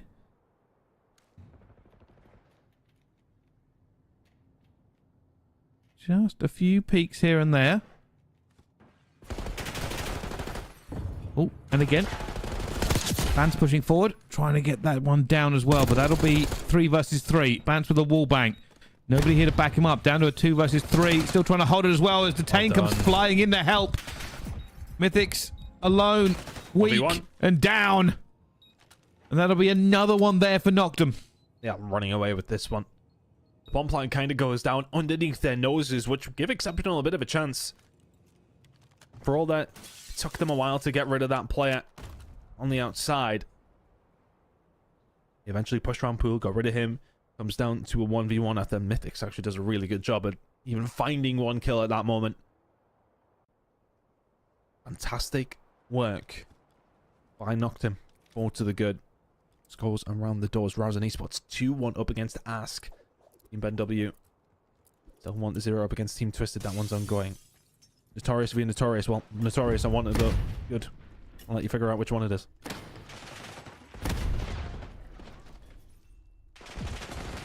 Oh, gotta be careful, Henry. So dangerous. And now they've lost this 2 versus 2. That's a huge one, though. 2v1. We've also been told it's gone down to around 11 in the other match. 1v1. Dane doesn't see Vortex, I think. Didn't see him. Dane now in a 1 versus 1. Team Ben W sending us to around 11. Over on Bravo. Big 1v1 here, though. Detain can't find it. First round on the board for Exceptional. All 1 now. Important one for them to find. Start of the comeback, potentially. Looking over towards Stream B. Ben W now with the RCXD to try and push them through. Towards this kitchen side. Driving maybe not as good as they want it to be, or they're just leaving it there. Waiting to see if anybody pushes, but already Connor's gone down. It's still alive. Just makes it difficult, doesn't it? You can't push it. Oh! The slow and sneaky RCXD may have put Twisted in the bin here. Dizzy goes down as well. Disarray on a 1 versus 4. Oh, smashes the door open. Flies in a play towards the back, but doesn't get the kill. And that's the end of that. We go back to main. Noctum versus Exceptional. It's a 3 versus 3. It's a 2 versus 3. It's a 2 versus 2. 2 versus 1. Detain's a little bit weak, and that'll be it. There's the defuse. Noctum get another one. 5-1 to the good now. Didn't get to see much of the round, just the final flurry. But Noctum have really run away this search and destroy. Again, I'm slightly surprised. Not necessarily that they're winning it, but in the fashion that they're doing it. There has been a couple of close rounds. There's been a couple of 1v1s. Exceptional being the wrong side of it. Team Ben W now 2-0 up in that series up against Team Twisted. They'll be looking to close that one out as soon as they possibly can. And Noctem may well have that luxury as well after map number 2 here. They are absolutely flying in the search and destroy. Just having a great time. And this is how they've got to push it forward. RCXD on the map. Already been taken out, though. Won't allow them to use it to get around. Bomb's going down very, very fast. This could be a lightning round. It could already be over. It's a 3 versus 3, though. That's huge. Mythics, oh my goodness. It's fallen apart for Noctem. And dealt with there on the outside. Honestly, for me, that seemed to trying to take that gunfight up top. I don't think he's expecting... I believe it was Denza. Over on his plat side. Above bedroom. Goes to take that gunfight. Probably the result of being 5-1 up. That's going to make you feel good about anything or any situation that you are in. Doesn't find the gunfight. His teammates fall apart on the bomb site. 5-2 now. Could they claw it back? Surely not. Well, we're going to try to, certainly. But can you? One single mistake cost you the S&D. I mean, truth being told, I thought Noctem may have had that. They had bomb down. They got a kill. And then basically nothing else. It just all went to bits. Denza already being aggressive out here as well. You can see players going underground. Volix will find that first blood. Oh, Denza almost finds a second. Going to be the weakest man on the planet up there. Yeah, I'm just going to start coming through on that. Is the bomb down, but positive though for exceptional. Marquez is left all on his own. He's trying to spray it any which way he can. 5-3, Brycey. When does it start getting scary for Noctem Esports? We were 5-1 up. Probably this next round, if I'm honest. It's always a little bit daunting when the score starts to go against you. I think for Noctem, they just got to hold fast. You know, in the next 3 rounds, if you can just minimize the mistakes, you should be okay. But Exceptional will be looking to just try and do the miracle. I mean, if they can get themselves back another round or 2. It's so sneaky as well. Denza's is going to sit behind this bomb site, and that immediately puts Noctem off. They don't want to push over towards that side whatsoever. And only RCXD will be about it. Does somewhat take Denza off the map, but he's kind of on it as well. That's it. I mean, obviously, nobody can get through to catch him. That would be a disaster being trapped, and then to just waiting, basically taking this off of the board. Wait a minute, there's a kill being made, and that's what we're worried. This wants to get back into it now. Vortex is going to get cut down as well, and no mistakes here from Noctem, and Mythics will find... They've brought it back to a 2 versus 2! Oh, he spoke too soon, and now a 1 versus 2. Denza was at the back here, and he's not going to get that one either. Deleted, defeated. Noctem Esports take map number 2. 2-0 down now if you are Exceptional. And again, like I feel like I'm repeating myself, but I wasn't expecting this level of performance from Noctem. Obviously, we knew they were going to be a good team, but to find themselves in this position now, to be 2-0 up in this series, looking great in the search and destroy. Okay, maybe a little bit scary towards the backside of things, but for the most part, looks very, very solid throughout. The cat's even joined me. She must have been enjoying the stream so much she wants to come in for a closer look. But what a fantastic performance from Noctem. They get the job done in search and destroy. As mentioned, did get a little scary towards the end, but always in control. Yeah, that's the nervous bit when you start losing round after round. I mean, they were 3-0 up, 4-1 up. You're like, hey, we should have this, right? We should just have this. And there was a tiny bit of scared moment when it went back to 2 versus 2. It would have been a half sale. I believe that's the term we came up with last year, Ton, if they made that comeback. Did we come up with that? I'm saying we did. Okay. I mean, look, this is sometimes the problems with the RCXD, because you don't want to put yourself in a tough position. Denza then has to come back into it. I mean, they've probably got a good idea that he hasn't called it in on the other side. He hasn't been able to influence the map in that kind of way. Okay, he kept them off it for some time, but when then gets destroyed, you put yourself in a tough position. Speaking of tough positions, there's no tougher than 2-0 down in a series. But we did see a reverse sweep yesterday, Brycey. Could we have another one on the cards? Well, we'll have to find out after the break. Don't go anywhere. More action here at Call of Duty Challengers Elite right after this.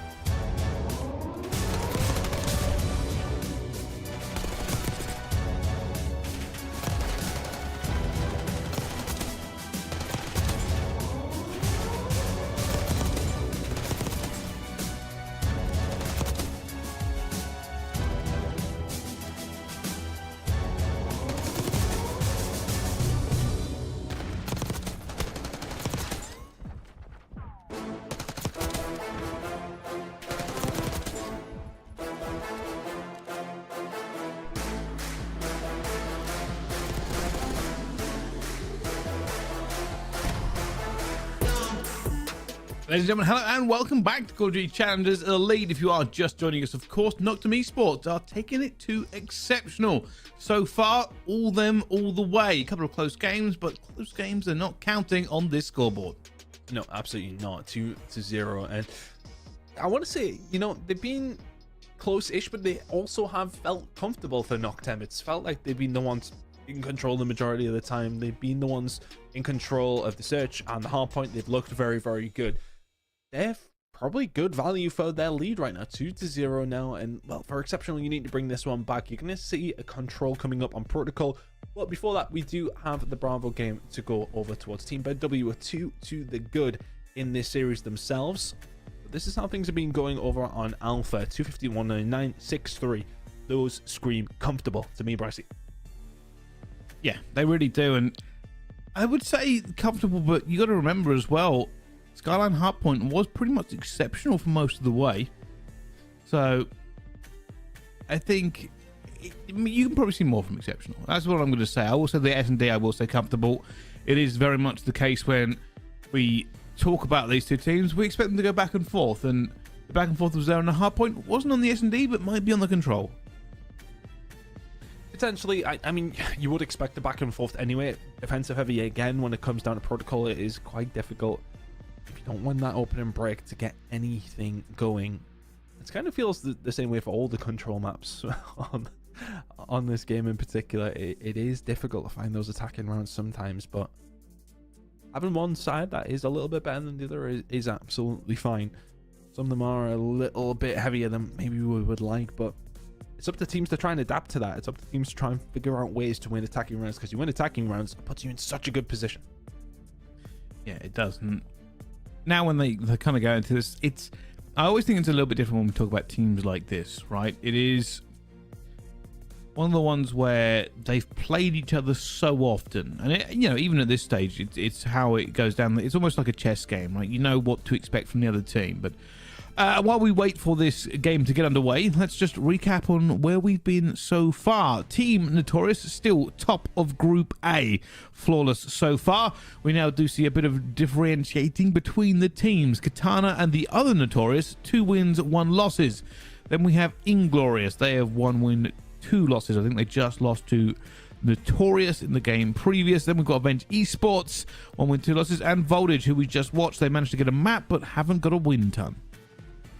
Yeah, not looking too hot for Voltage Esports, but really it's going to be about the battle, I would say, looking at how things are really turning out. That battle for 4th is going to be super interesting. Of course, the seeding for the top seed in particular in Group B is still up for debate. Katana losing to Team Notorious, though, is probably going to put them back a little bit. Team Notorious absolutely flawless so far, as are Exceptional and Noctem, who are going up against each other right now. Noctem 2 to the good still here in their game. And the second game of the day, we've got the NA side of things coming up after us as well. But we did, as mentioned, or as seen, have a reverse sweep yesterday between Team Notorious and Katana Gaming. Katana Gaming were 2 to the good. Team Notorious came back still flawless themselves. Exceptional are now finding themselves 2-0 down against Noctem, and they hit the all reverse sweep themselves. Protocol control coming up. Figure out if that can begin, or if this series may well just be done. Honestly, I think it's super hard to call on that one. We will get to see what happens very, very shortly, but control on Protocol is a difficult one to really predict. Well, doesn't matter. Let's find out what happens here, as only time will tell us the answer. Dizzy jumping back on the point. Knows he's contested, knows where the player's going to be, but unable to get the kill. This is more or less what you expect on this map a lot of the time. A back and forth continuously as they try to get a bit of map control, because if you don't have map control, you will be just ripped off of A. And I'll tell you something, Twisted have got it. Job from Twisted. Is this their route back into the game? Team BW 2 to the good. Getting a little bit of control it is difficult to do. Getting down even more difficult, but look at them, they're managing that, and now it's just about able to try and transition that into something over towards B. But Twisted doing a really, really good job over towards the A side. Maybe they can get something going. This is going on over on Bravo, but our Alpha stream is up and ready. But if you want to keep an eye on Twisted against Team BW, that is on Call of Duty Challenges Bravo. Lock it in with us though here on the main stream. Noctem taking on Exceptional. Knock them 2 to the good here. Can they close it out in 3, Bronxy? I'm not too sure. I wouldn't think so. I have the feeling this is going the distance, and we will see. But Noctem certainly have looked pretty good so far, but can they start off nicely on this one to get things going as well? Bant's already drilling 2. Looks like they might make a move towards B. It's a really good opening break. Bant's helping his teammate out as well. Get another kill over towards that side. Vortex not going to entertain that gunfight. I was about to say it has actually allowed another player to push up down that right-hand side, but getting caught out. The pressure starts to come in. Exceptional. Starting to make a little bit of an inroad here on this defensive side. And this is where it gets, I'm going to say horrible. I think that's the worst, the best way to put it. Shot. You're pinned in. You know players are going to be swarming over your own house. Emery's trying to find a way out and through. Going for the kills into spawn, and that stun has almost cost him his life, but that's 3 kills down, and they're going to try and get a bit of time onto Kill B, here. but Huge. Mythics is going to get cut down as well. It's a huge moment. And we have all 4 members halfway up the map. You have 2 different fronts being worked on. You can see already Exceptional committed over towards the A side because it's like fish in a barrel over towards B. And get players over the top. Detains just backed on up into the control room. Just trying to stay alive. Trying to keep a presence in the middle of the map is so important for Noctem here. So little time left as well. Detain goes up, and that works. Can he find any more magic? Not going to happen there, though. Time ticking away, 18 seconds left. Kez wants to find a kill. Ready for it as well. That's another one. Small opportunity. Have to jump on the point. Need to stop the clock. Does make you vulnerable. Is the trade going to be there, though? Denza finds a kill, finds a second as well, and pretty much puts a bow in this round. Noctem find themselves behind for what feels like one of the first times in this series. Exceptional find the round, but not without losing a little bit themselves. 2 ticks over towards Noctem. Bear that in mind for a potential round 5.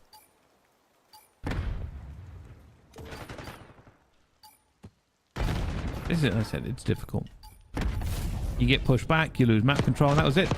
Especially in that scenario, right? I was talking about you got to go for the point and make yourself vulnerable. There's too many angles. You know where they're going to be sitting in the power positions. It's difficult to defend anything towards B or A with just the sheer amount of points you can get killed from when you don't have map control. And the benefit you can take there for Noctem is that they got the ticks that they, you know, may end up working out well for them. For Exceptional, they're going to try and do one better here as well. And here comes the first push. It's about these opening breaks. If you can find it for Exceptional, it's just so important. But again, Noctem having a little bit more luck on that front. Vortex ready and waiting for the aggression. Oh, they're starting to find a couple of kills here. They got an eye on the final player as well. So what did they choose to do? All that comes through, didn't see him move over towards the left-hand side, but pressure over towards A is what Exceptional have chosen to go for.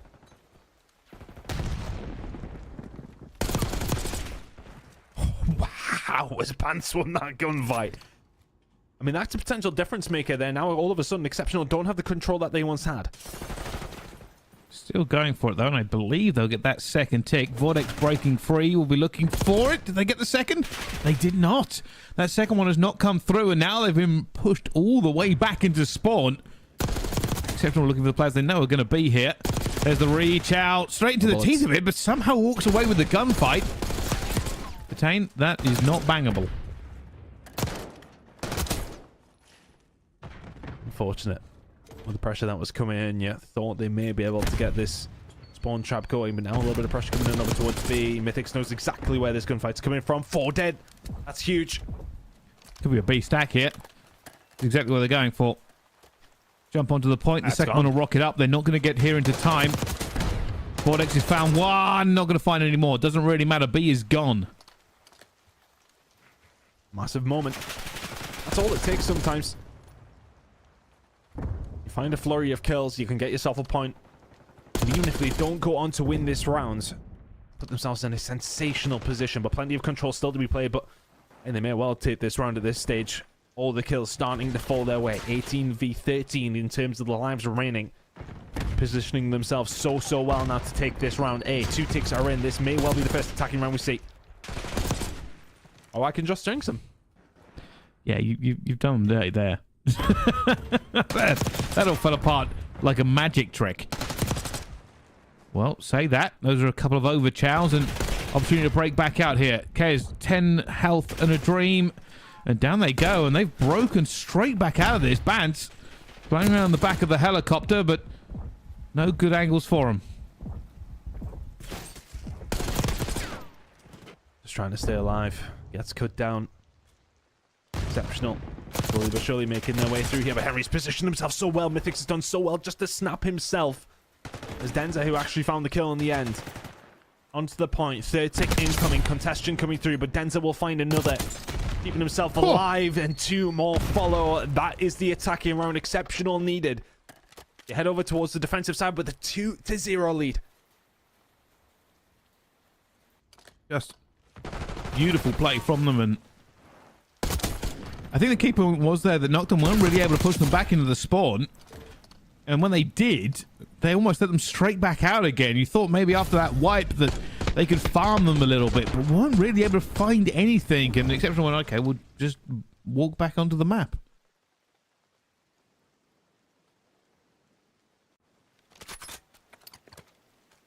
It's a long road back in this map in particular now for Noctem, though.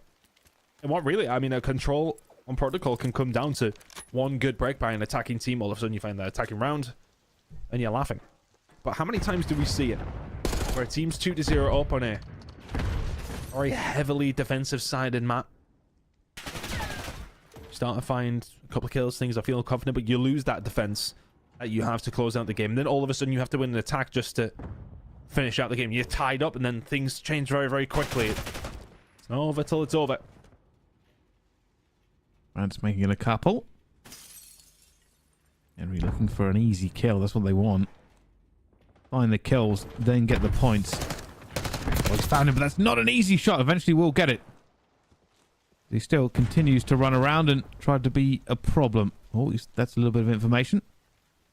And he's hunting it down.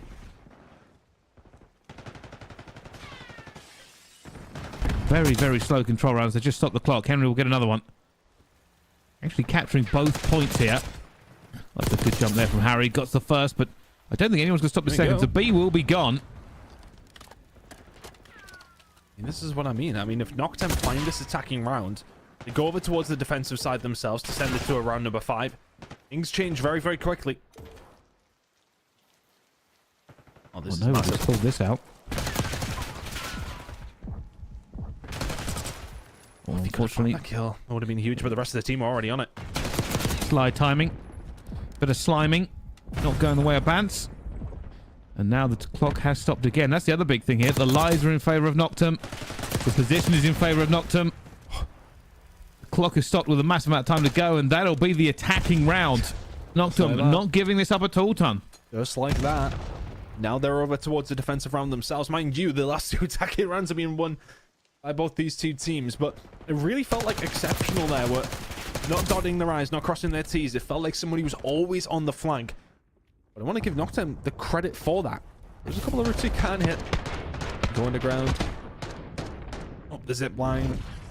As soon as you have B, okay, then maybe the defensive team aren't paying too much attention to that side of the map. You can try and wrap around there, and that's what Bance did. Really got things rolling for Noctem on that attacking round. Now over towards the defensive side. We can hold this. We head to round number 5, and it's anybody's game.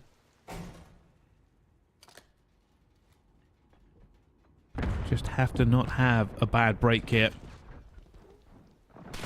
Exceptional took so much advantage last time they did. Cleaning up. Good combination of players there for Noctem. Exceptional. Now one out of the spawn. That is unbelievable from Henry. Staying alive. Get back. Try to find position. See if he can find one more. Oh, they know he's here though. It's a little bit more difficult. Yeah, never mind. Henry absolutely beaming. Now all of a sudden Noctem have got them pinned in. That's a big kill. It's coming through from Denza. Vortex helping out with one of his own as well. But Kez on the stairway. It's such a difficult gunfight. You just can't take it. You've got to try and get behind the rock with Mythix does well. 24-20 in favor of Noctem in terms of the lives remaining. But Harry and Co have managed to get some sort of inroad over towards A. And now to look towards B. This is the thing. It still feels like Exceptional could do a good job. They just need to get the players out. That's what Den's doing now. Ignore that player. Don't get sucked into it. Keep pushing forward for the spawn. There's the kill and the spawn he's looking for now. And this means that Noctum have to dig him out. Denzel will keep moving, but gets caught early. Fortunately, more through. They've stopped the clock. They are capturing A. Something going. Felt like I mean, it's felt like a bit of a redundant round for them for the most part. They've been pinned in, but it takes one good break. This is it. I can't see them losing A now. It's not even Noctum that are really going for it. Too many bodies, too much cover. And they're going to give it, and Vortex will eventually fall to detain, but it's just a consolation kill at this point because the lives are back in favor of Exceptional. Even if Noctem go on to win this, I think that guarantees defense for the side Exceptional. If we go to round number 5. Harry, repositioning. Better control now, and we'll get that kill. You can see them trying to set up here. Either win the kill game or get enough kills that you can jump onto B. They will try and stop the clock here any second now. I mean, the problem for both these two teams, though, Bryce, it's been a player that's got in and around behind. There's so many different flanking routes you can potentially take, and here we go again. Oh, Danny hasn't made the most of it. Just surviving will be okay, though, for Noctem.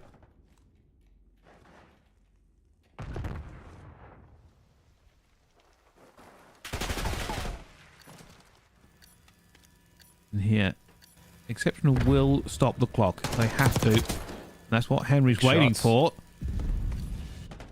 Exceptional will have to try and make this move. They really have to get onto it, and they're actually setting up to prevent them.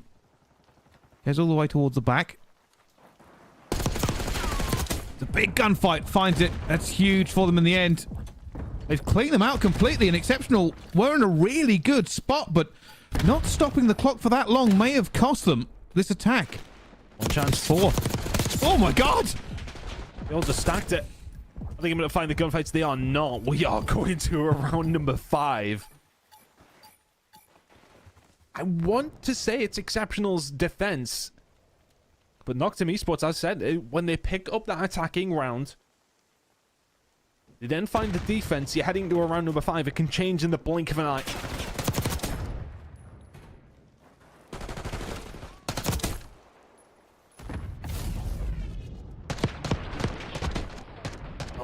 From Henry.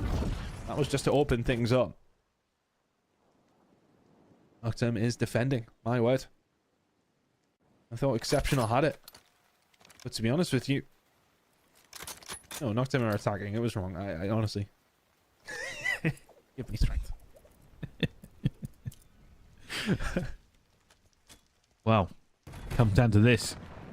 If Noctum can find one more round, this entire series ends. If it's Exceptional,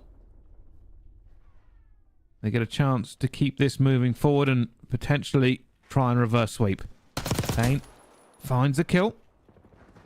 Plays in the back foot as well. That's a big kill, actually. Found Henry. Because if big one. Can't get out of it, it's going to be a trouble. But the clock already stopped, and this is something actually that Noctum seem very, very good at. Just stopping it, giving themselves time, even though they may lose that player eventually, because obviously it kind of shows where you are. Just by the fact that, you know, somebody has to be on there, and Mythics was waiting for the easiest kill of his life. You seem good at finding players who can get behind enemy lines, though. And breaking those lines is really what you need to do. And now Exceptional have a decent setup in the middle of the map. This is going to be difficult for Noctem to get out of. Not pushing too far. They may well have done, actually, though. Harry's the only one who can answer back, and they're going to head over towards him. That's 3 dead momentarily. An opportunity for Noctum to maybe get something going here in round number 5. Massive.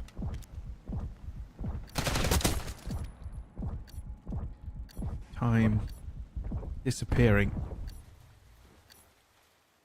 Doesn't mean he has to commit to this. Kane will go onto it and instantly get cut down. Fortunately, get onto A at the same time, but still not got the cover. Still not got really the numbers. Nelly, not even going to make that kill, and they had to. One last chance to try and find a push. Staying on to the point. These teammates have found another kill in the middle of the map as well, but Everybody's starting to converge towards the point. He needs backup, and he needs backup now. They found the gunfight onto Harry, though. And he may well be extending this time. Starting to drop like flies if you're exceptional. And that's going to be an extra minute. Tane's already looking for this push. Now, minute to play with. 12-12. Noctum find the break them in the last second, but they're losing every single gunfight after it. Yes. Oh, no, he's here. There's one. If they can get rid of Mythics up top in their own building, then all of a sudden things are looking very, very dangerous. He's the only one left momentarily. The Tane just running for his life as the rest of the team find their way over towards the side. Henry could have done with finding that gunfight just a little bit cleaner. Mythics is looking for it if he can. 9v9, 50 seconds. This all benefits Exceptional, though. The more time burnt, the easier it is for them. Vant is alive and out, and so is the Tane. Can they clear their back line? That is the question. There are so many going to be here, and that is unbelievable from Kez. Has he found them? The tiny bit of sunlight in the darkness. So weak that Nade and Stun is going to come in. Still somehow alive. Health comes back. More kills coming in. They have to commit to this now with 26 seconds. 5v5. 5v4. I've knocked him completely impossible here on protocol control. Second ticks in. It's been contested, though. Kills going down. A 4 versus 2. This is Noctum's game to lose, but they have to stick on the point. That gives them a little bit of weakness. Harry diving for this one. Gonna find one. No, he has got it. Trying to turn and burn. It's now a 3 versus 1 down. They fall. And Noctum will win the control. Unbelievable. All the way to round 5. And they get it. They were 2-0 down and bring it all the way back. They were 11 seconds away from losing that final round. And they get the job done in 5. It took every single round to get a winner in that one, but only 3 maps. Noctum will take that one away, and that is a statement win for Noctum up against Team Exceptional. And now we're having a quick traversal over to the B stream. And now this is Ben W versus Twisted, and this is actually a replay of the final round. They have just won this one as well, and I believe that's a 3-0, or at least I believe it's a 3-0 from what I remember of the scores before. But yeah, that one's ended as well. A couple of 3-0s to lock us in. I mean, the 3-0 for Ben W Sports, I mean, that kind of does make sense to me. But Noctum 3-0 against Exceptional Gaming. There's not what I really expected in that way. I honestly would have favored Exceptional going into this, the Vortex bias aside, but at the same time, to win it 3-0 for Noctum, that is a massive result from them. I said Pants was playing with 3 of this team until Vortex came in and kind of took his spot, if you like. And now all of a sudden he's come with his new team and 3-0'd them in the group stage. It's got to be a nice feeling. Oh, certainly going to be a little bit happy with that, and I would say even more happy considering they were 2-0 down. Ton. That's also got to be. I thought this might be over, but the fact they found it, the fact they fired back in such fashion, and then even on the last round, right, 11 seconds away from losing the game, turned it into a win. I mean, it shows they really do have something about them. I mean, see everybody really picking up the pieces. For me, Vance was absolutely fantastic. Seeing him kind of find those amount of kills, find those big moments. I mean, this for me was kind of not what put the nail in the coffin, but Kez finding those 2 kills released so much pressure. And he did so well to then start to survive over towards that B side, start to get that time stopped. And that is not a scoreline I would have expected. Maps number 1 and number 2 were comfortable. Map number 3, far from it. They find the win nonetheless. 3-0 against Exceptional. There's a nice little souvenir to take away from week number 1 here in Europe. But I think Exceptional will be licking their wounds, but will also know to themselves, okay, right, it's just the group stage. Your money really is made in the knockouts, and they'll be remembering that one. 3-0 for Noctum, though. Big result. Here's a big result, and that puts them locked in at top of their group as well. We said it was going to be one of the bigger games in this group. Could very well determine who gets top seed. And I think, you know, they may have just taken it, because Nocturne, there aren't going to be many teams that can take them down, except for one of the ones we kind of pegged from the beginning. And with that loss, obviously, they go 4-0. So what a time they've had, Ton. Yeah, a really, really good time. They're looking sensational now. To me, that's a statement win, right? I mean, you've seen close games between Team Notorious and Katana on the other group, and you know, you say to yourself, okay, yeah, they're a very, very close game, but for a 3-0 win against Exceptional with the players that they have on their roster is a massive, massive statement for Noctem, putting themselves very much in the driving seat there in their group. They certainly are. Well, it's been a great time here in Europe. We've seen Thrill Spills, Game 5s, and 3-0s in abundance, but that is not all the Call of Duty action for today. North America will be popping up in your screens in just a little while. Obviously, flying over the pond, it does take some time, but all the action for this evening will be going on this same channel in just a bit, as well as more action from Europe next week as we move even further into the groups and start to get a picture of who exactly is going to make playoffs in the movers and shakers. It's been a wonderful time, so don't go anywhere for more Call of Duty action, but we will see you next time.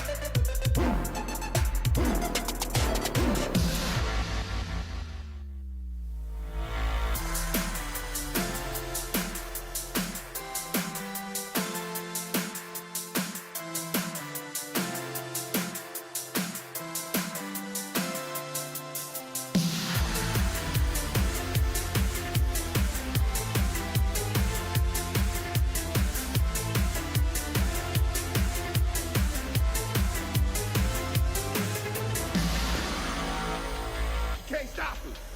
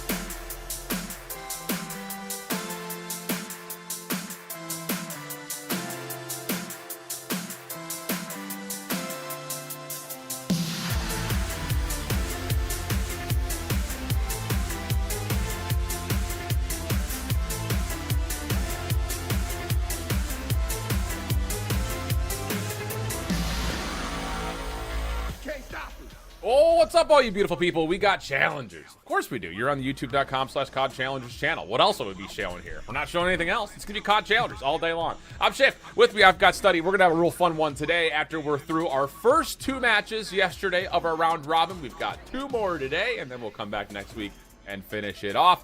Jay, yesterday was nuts. We had game 5s all over the place. It led to a really awesome shakeup in terms of what our expectations were, and it also led us to kind of, again, build a little bit more favor towards some of our new guns this year. Oh, yeah, there was a lot of stuff that we saw yesterday. Obviously, the top dogs that we were thinking were going to go undefeated, they fell short early on. Omid Brooklyn, they go all the way to around 11. They fall all the way back to get to even around 5, but then they choke it. And then you get to our next series that we had it, and it was the Stallions just being down 0-2, getting completely destroyed in the first 2 maps versus Illy and the boys. But then you get on Protocol. They take over. Back-to-back protocols to force the game number 5, and then we know how that one went. It was just an absolute masterclass out of the young guns. They were able to complete the reverse sweep and push themselves to the top of the leaderboards, which is insane to me because they're so damn young, Alan. They already got it figured out. Absolutely the case. Again, Challengers is nuts, especially when you talk about North America, because it's essentially just Call of Duty League 2.0. Here is our current standings, though, kind of talking about some of the squads that we already previously mentioned. At the top of things over at Group A, Royal Spartans and YFP, both really clean, both really nice. Amit Brooklyn, after the Map 5 loss, did secure their second win. So between them and Paranormal, although those names are actually wrong, they are at the 1-1 standpoint. The interesting start, though, is the 0-2 for Rally Esports. Now, granted, they did play up against 2 of the squads at the top of the group, so they're looking to kind of bounce back here today. Over in Group B, though, like you mentioned, not just the young guns of the FC Stallions starting at 2-0, but how about Vegas Academy? They came out of the elite qualifiers from the upper bracket, and they start their group off 2-0 as well. They came out swinging, man, because it wasn't like they beat no slouches. They came out and beat Syndicate right off the rip. That was a powerhouse team that I thought was going to be easily cruising to the top of that group, but Vegas Falcons Academy, they are ready to rock and roll, man. King of Body, King, Glow, Frosty, they have been putting on an absolute clinic. But this is going to be our schedule for today. Obviously, the 2 EU matches have already started. Well, on to the NA side, we're going to start off with Omid Brooklyn versus the Spartans. And this is such a big matchup, Alan, because they're both sitting at 1-1. Yep, and we talk about it a lot. You get 3 wins, you're pretty much guaranteed to get into the double elimination playoff bracket for Season 1. That's going to be kind of the moniker for all of our teams here today. You also just don't want to fall to 0-3. Again, that's not going to be on the cards necessarily for these first 2 squads, but it would be there for our teams that are going to be finishing things off at the end, because for Rally Esports and Luxury Exotics, they currently find themselves at the bottom of Group A at 0-2, so some work to be done there for both of those 2 squads. The really interesting thing is actually that Rally Esports team hasn't won a map yet, surprisingly enough. Oh, man. Again, tough opening schedule for them, but still, to not win a map feels a bit surprising for those guys. So we'll see what's going on with them in the second slot, Jay. Yeah, with that kind of roster, Neum, Phantoms, Flames, and Fire, a bunch of guys who have been in and out the league, obviously a bunch of guys who are working their way towards the league, you got to come out and win a map on day 1, or at least right the wrongs today and go 6-0. That'll make you feel better. Something along those lines. Hey, like we talked about, though, we had a number of standout performers throughout the day yesterday. Some of it from expected places, but some of it from unexpected places, at least in the scheme of knowing your history for Call of Duty and learning some of the new players. One in particular, Lurks from the FC Stallions. Whoa, was this kid all over the place. Again, he's running that really loose and free SMG style. It's kind of the show-stopping role in this particular title, but he was unbelievable in the back 3 maps. Yeah, it did not matter. Whatever chow he was going for, whatever route he was hitting, it was going to work with the way that he was playing and the confidence that he was having.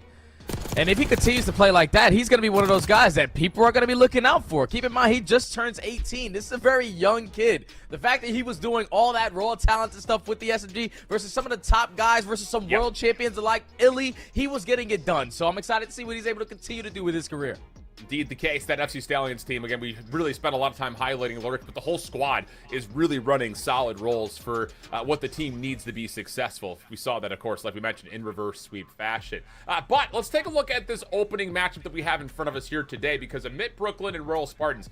Amit Brooklyn came out real slow yesterday. Oh, yeah. Absolute beatdown in the first 2 maps. They also had a protocol control, though, that reset the momentum and allowed them to get to 5. You mentioned it in the intro, though, Jay. They did fall short in around 11, not able to secure their reverse sweep. They bounce back, though, in their second match of the evening and find a win. So this one, a pivotal matchup for them in their group. Without question, man. And I've been watching their scrims all morning. They were scrimming against Optic. And Optic are one of the top teams that we have in the CDL. So they should be really prepared to go up against this squad in the Warrior Spartans. You got Prolud, you got Arcitys, you got Spart, you got Capsule. Everyone's been in the Pro League. Some people have got world championships, not only one, but two. And then you even got an MVP of a championship in the CDL in Spart. So this is one of those well-polished teams. Obviously going one-on-one yesterday is not ideal, but you got an answer today if you can walk away with this W versus Omid Brooklyn, another powerhouse in your group. Indeed the case. Again, their loss yesterday came at the hands of Paranormal Esports. That was a round or map 5 loss. So again, they did go the distance. The Royal Spartans were able to 3-0 Rally Royals to start things off. Over to Mitt Brooklyn's case, though, here is the roster. Lunars, Craze, Fellow, and Neptune. Craze and Neptune in particular, slow starts, but like we talked about, the protocol allowed them to kind of find their footing and get involved on a more serious level. The other side of things, though, Lunars and Fellow, really solid performance throughout all five maps. I would say Lunars in particular continues to be kind of one of the tried and true long-standing challengers now in his 3rd year. Oh, yeah, he was putting on the show, not only with the AR, but even at times when he had to pick up that Jackal. That SMG was hitting different. So you just got to make sure you're getting your SMGs more on the same page, Alan, because that's what we were talking about yesterday with Craze and Neptune, that their pacing sometimes can be too fast or cannot be in sync. We saw it in the Search and Destroy on Hacienda when they were double challenging and not even getting trades. But then even on this map, number 1 for Neptune, this is a guy who I love to watch his POV. He's so exciting to watch, but then when he gets put into this trap, it's very difficult to get on out.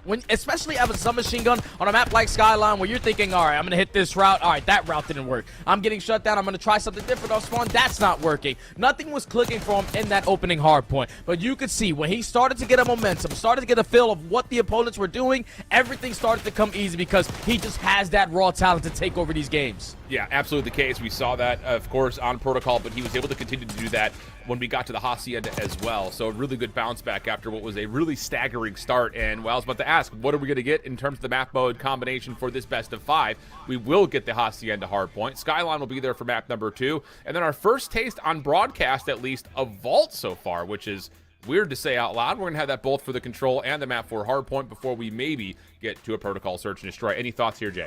Well, I love the opening hard point for both of these teams. It's going to be about the fundamentals. You got a bunch of veteran players who have played Hacienda back in the day. We saw what Omid Brooklyn were able to do yesterday. Just keep it very simple. Hit your early rotations, team push out. And when you're setting up, they were setting up flawlessly, especially around that P2.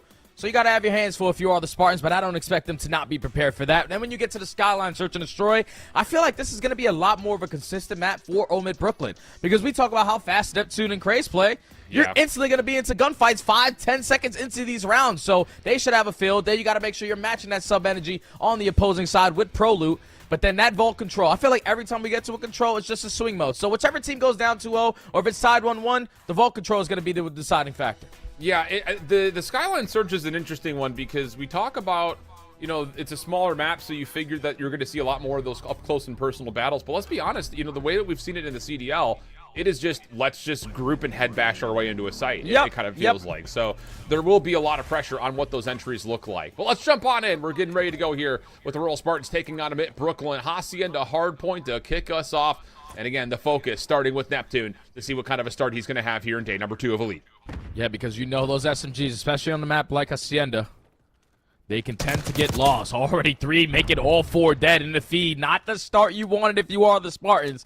Because on the Brooklyns, Omid Brooklyn have everything in control. They know exactly where you're coming from. They know exactly what spawns you're going to get, and Neptune is continuously slaying.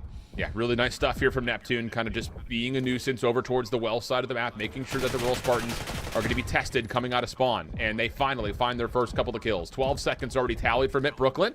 A really solid start here, honestly speaking. Caps, though, slips kind of through the open side hallway. That turns things into a double, and the Royal Spartans now a chance to get some time as Caps finds 3. Oh, and Capsule was a POV is another one that I really enjoy to watch because we know how fast he can play with that SMG in hand.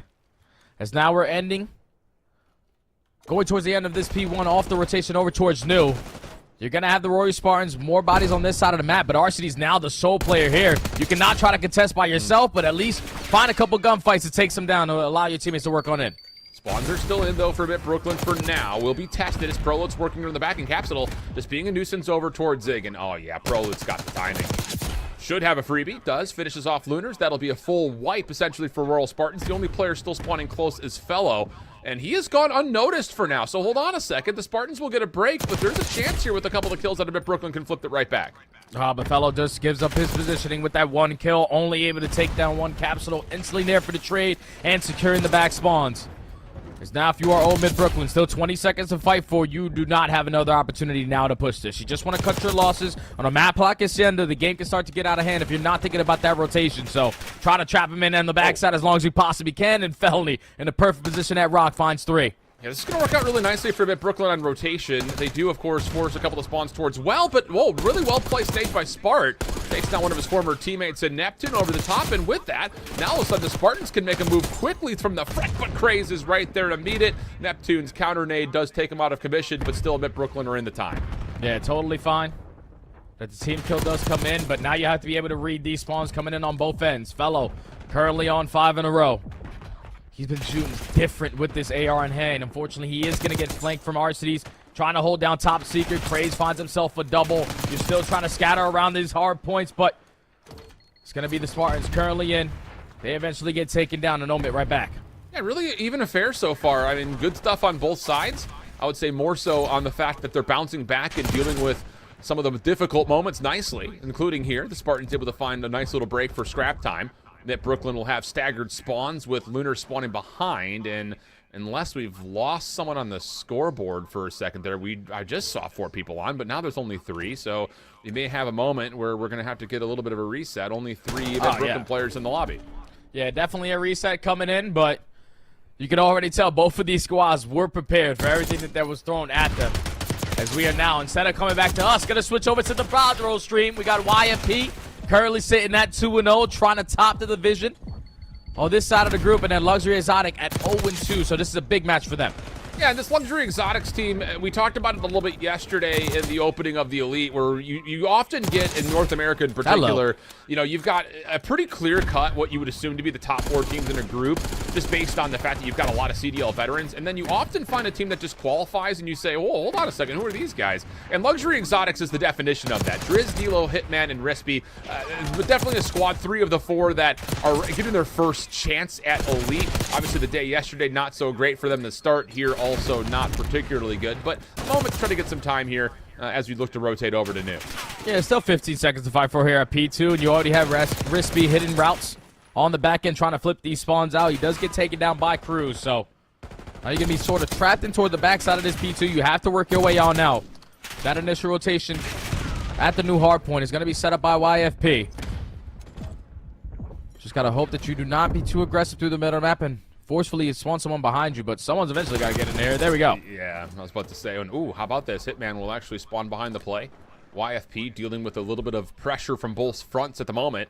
Hitman trying to hit from the side door, and good moment for YFP. They're going to back out of the hard point. See if they can try to hope that they can stay alive for some help to arrive, and there it is. Dak Wiz trying to get involved. Driz able to find one. Dilo should have a freebie here and will secure it. Nice shots through the wall. Follow-up is good, and that'll be enough for Luxury Exotics to once again keep this relatively contested.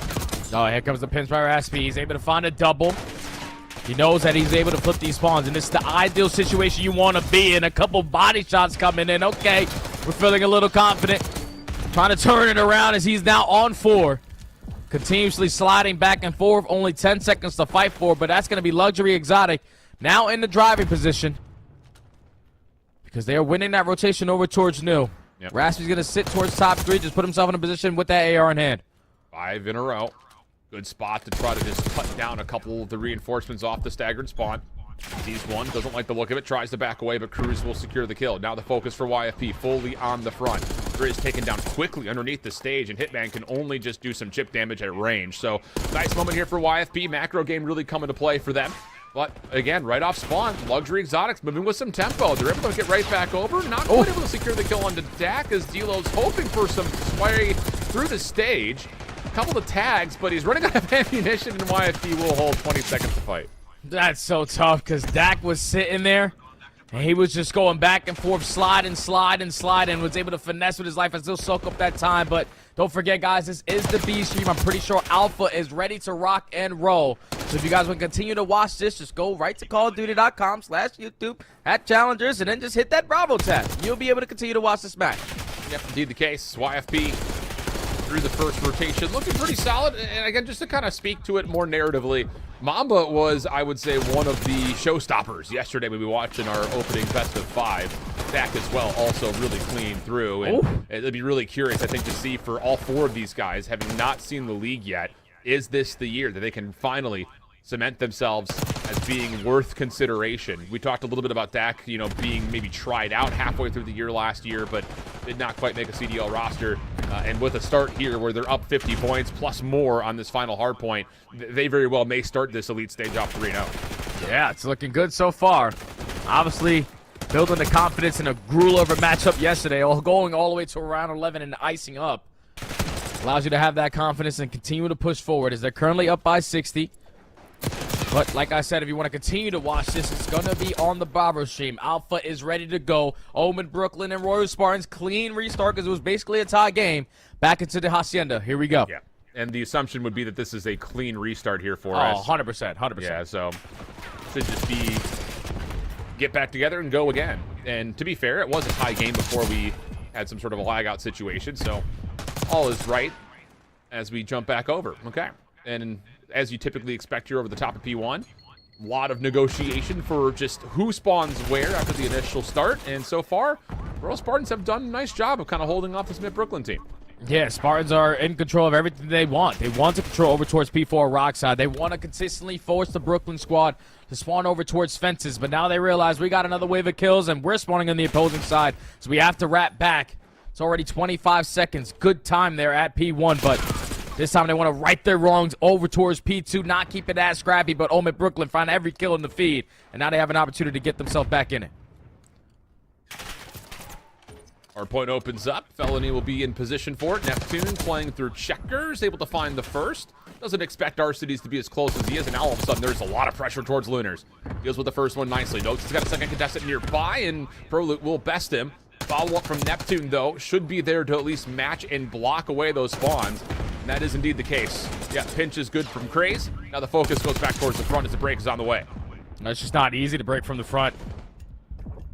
Especially when Felony catches one, Luna catches the other. Now you know the last player is going to be pinching through mid-zig, and that's all 4 dead. A flawless hold from Omen Brooklyn. They showed us what they were able to do yesterday on this map, specifically on this hill. They just have it locked down, and Craze on a double. Now finds himself on 4 in a row. You were able to flip those spawns, and this is not the ideal situation you want to be if you're the Spartans, because you don't have the rotation to do, and you're allowing these players to start to streak a little bit. Yeah, big moment here from Neptune. Again, we talked about his aggression throughout the first 2 maps yesterday, how he got punished for it. He's even the first one here. A bit surprising that he doesn't try to play inside a tin or down low towards fences. So Spartans will just run up and get free entry. I don't love that play from Amit Brooklyn. You had the spawn trap. No one even got eyes on the rotation, though, from the well spawns. And all of a sudden, the Spartans just walk in and find the first 20 seconds for free. Yeah, that's not the ideal situation you want to be in. When you're early off the rotation, you need to be able to watch those cuts. I know that you were potentially playing for that flank towards top plat, but when the Royal Spartans said, screw that, just going to bombard our way through the front, that decision is coming back to haunt you. Yeah. Basically been a flawless hold so far from the front end, which usually does not happen. 20 seconds still here to fight for. Omen Brooklyn going to give it one more crack at it. They find the initial 2. They're currently winning the trade fights, but Capsule keeping it mixy. And you will take that right there for the Spartans. You were not 100%. in a situation to take 45 away from that hill, and now you find yourself in a position to potentially win this rotation until Prolute falls. Yeah, as I said, that should have been 45-15 the other direction with how Mitt Brooklyn rotated that quickly. But again, a moment where you look at Neptune and say, brother, what are we doing? Why are we sitting top plat with an SMG like that? Now, we'll see. We get over to the rock hard point, 50-50 hill in nature, but Royal Spartans will have the numbers here first, largely thanks to, again, the information that Prolute was able to find, even though he did fall quickly in that bottom bar corner. RCD is trying to make sure no one plays up towards this top open hall, leaving the SMGs just to focus on this bottom front hit. Yeah, all they have to do is put their sole focus on the front side of boat, because that's where all the pressure's coming in. But Craze does win a one-on-one through the middle of the map, so now you're a little bit hesitant on your setup, and that allows the rest of Omen Brooklyn to bombard their way through that front side and lead to a break. Still 20 seconds here at P4. They have all their angles cut. You can already see on your mini-map, look what Craze is doing. He's just making sure no one's attacking middle. As long as you can test this all the way to the very end, it makes your rotation towards P1 a lot easier as Omid Brooklyn take the lead by a slim margin. Yeah, really good point out, I think in particular to Craze, who was almost doing the exact same thing that Arcity was trying to do on the flip side, where make sure no one hits our open rock, and then everyone else could just focus on the front, but his position was in a spot to where he could get quickly back to the hard point if he needed to, whereas Arcity's was never really part of the play. So again, small differences leading to massive moments, even though the lead is only about 8 points here as you head back over towards Fountain. 3 for 1, the initial exchange, all favoring the Spartans as they get the full man feed, and now a chance to get time and move across the map. And now this is where the Spartans need to make sure they slow down here because they need one more wave of kills to now officially take the spawns away. But they know exactly where the pressure is coming in. Capsule with a freebie onto Neptune. Pro Loop playing over towards the right side of Rock, takes down Craze. But now this is where the ARs, they've been doing it so well for Omid Brooklyn, giving them opportunity after opportunity. Lunas finds 3 in a row. You're walking away potentially with this final 15, and you have the spawns for next. Yep, really big moment here. Luna's putting a little bit of extra punishment. He's able to reduce the numbers as Spark drops. Follow-up, though, from the Royal Spartans looking decent. They're going to get across double stairs and actually flip the spawns because the second hard point's not open yet. So these eliminations, massive, and Craze able to find 2 for free. The stun check does not land, though, onto the player, and the back doesn't make a difference. Craze still tallies that there's a player back here, and he'll trust his teammates to isolate, which they will. This is fantastic. You just leave them to your teammates. You know that they were setting up the pinch, but you gotta put your focus on the front. You cannot allow Capsule to just walk on in, find a triple, make it a 4th. No, the beatdown not good enough. Felony keeping it alive. One more opportunity with those back spawns to try to work your way on in. You just gotta get past Marty. And they will do so. Okay, here we go. Things looking decent now all of a sudden for Omid Brooklyn for the scrap, 20 seconds. And Fellow is not rotating yet. Still feeling that there could be one more hit from the Spartans. That elimination, though, will give them the guarantee that, okay, we can start to make a play for new. The Spartans shutting down the exit from Omid Brooklyn will give themselves the early time at fences, but look at their setup. It's really far forward, so they know that these back spawns should be open if Omid Brooklyn fall on this approach. Yeah, it's just no one has fallen yet, so they do not have to be worried about potentially spawning them across the map. Now, someone's going to sort of back up. Or potentially just now spawn them in the back. I guess they just want to hold from the front. They got 45 seconds the first go-around. Why not do it again? Split spawn situation, though. This is where things can get messy. Fellow has been seen. Nades, stuns, all going his direction. He's cleaned up, and now the Spartans know for a fact that the hit has to come from the front. Trophy system down. The rest of the Spartans working to the backside at fences as Neptune will drop, and that will be enough for Omid Brooklyn to largely be pushed out of this break attempt. 141, 141. Numbers good for the Spartans, plus the follow-ups. Cap's almost able to get to 4 in a row, but help has provided, again, another solid set of eliminations for the Spartans as they have the back 20 pretty much locked. This is good time right here for the Spartans. There is a flank being developed out of Craze, though, from top plat. Thankfully, his teammates find 3 kills on the front end, so they're going to walk away with the final 10. But another lead change on the cards. These are 2 of the top teams that we have in this elite stage, and they are going blow for blow currently. No one in the position at the rotation towards new. It's going to be a 1-on-1 gunfight, maybe a 3-on-1 gunfight, so Craze is just going to take his time. Arcity's tried to get the mantle and saw that there was a contestant up top, so backs away. Neptune on the way in. Finishes 1, turns, not quite able to catch the second. Lunar's in trouble here. Big Still win. finesses the gunfight versus Caps. Follow-up from Proloop, it secures the trade. Now the focus, back towards the front. Omid Brooklyn in for the contest, plus they've got numbers, and that'll be enough for a momentary break. Oh, but here comes that pinch. Here comes the pinch from Sparty. He's at least able to take down 1. Now you have to spin in circles. If you are Neptune, this is what you're good at. Finessing with this SMG, dancing, dancing, dancing. Give me another one. Oh, puts down shots on the Proloop, but at least sets up his teammate. Another lead change. Brooklyn back in the lead. 20 seconds still to fight for, and Luna's gunning with the AR. Looking good, 25 and 15. Top KD in the lobby for Omid Brooklyn. And we will get the last 10 seconds to the name of Omid. Going over towards this fountain hard point again, though. Oh, moment where Arcides nearly slips out from behind, but Lunars turns, deals with it, and keeps this relatively 50-50 again over the top of the fountain. And this is going to come down to whoever is going to walk away with the majority of the time here at P2. And so far, the Royal Spartans at least setting themselves up for this P1 time and maintaining the spawns for new. You do have one player in Lunas who's now going to hit a little bit of a route. He's going to be freely spawning behind them, and he's going to open up with that kill onto the hard point. Now you have the numbers. We got to trade out, but Proloop gets one done, and now that's 3-1. Craze last one up. Arcity's also spawning towards P2. So they will have the security, will the Spartans, to know that they can just play this back 30 a little bit more reserved, although Prolute still hits the gas, tries to move forward. A bit Brooklyn come away with a couple eliminations and a chance for Neptune to get into the hard point. Again, tie game, essentially what we have in front of us, but the big winner here is who can find a way to break through P2. Spawns will not be open yet, so every kill a massive one as we this last 15 seconds. And I think Craze is swimming, so he's wasting a little bit of time trying to work his way through the front, but Neptune at least finds one through the middle of the map. So already one player spawning out. You have the numbers. You were not expecting pressure from the front. The delayed push out of Craze, the pinch from Fellow, and the route right there from Neptune. You take the spawns away, and now you have an opportunity to close out the game. You cannot let them in.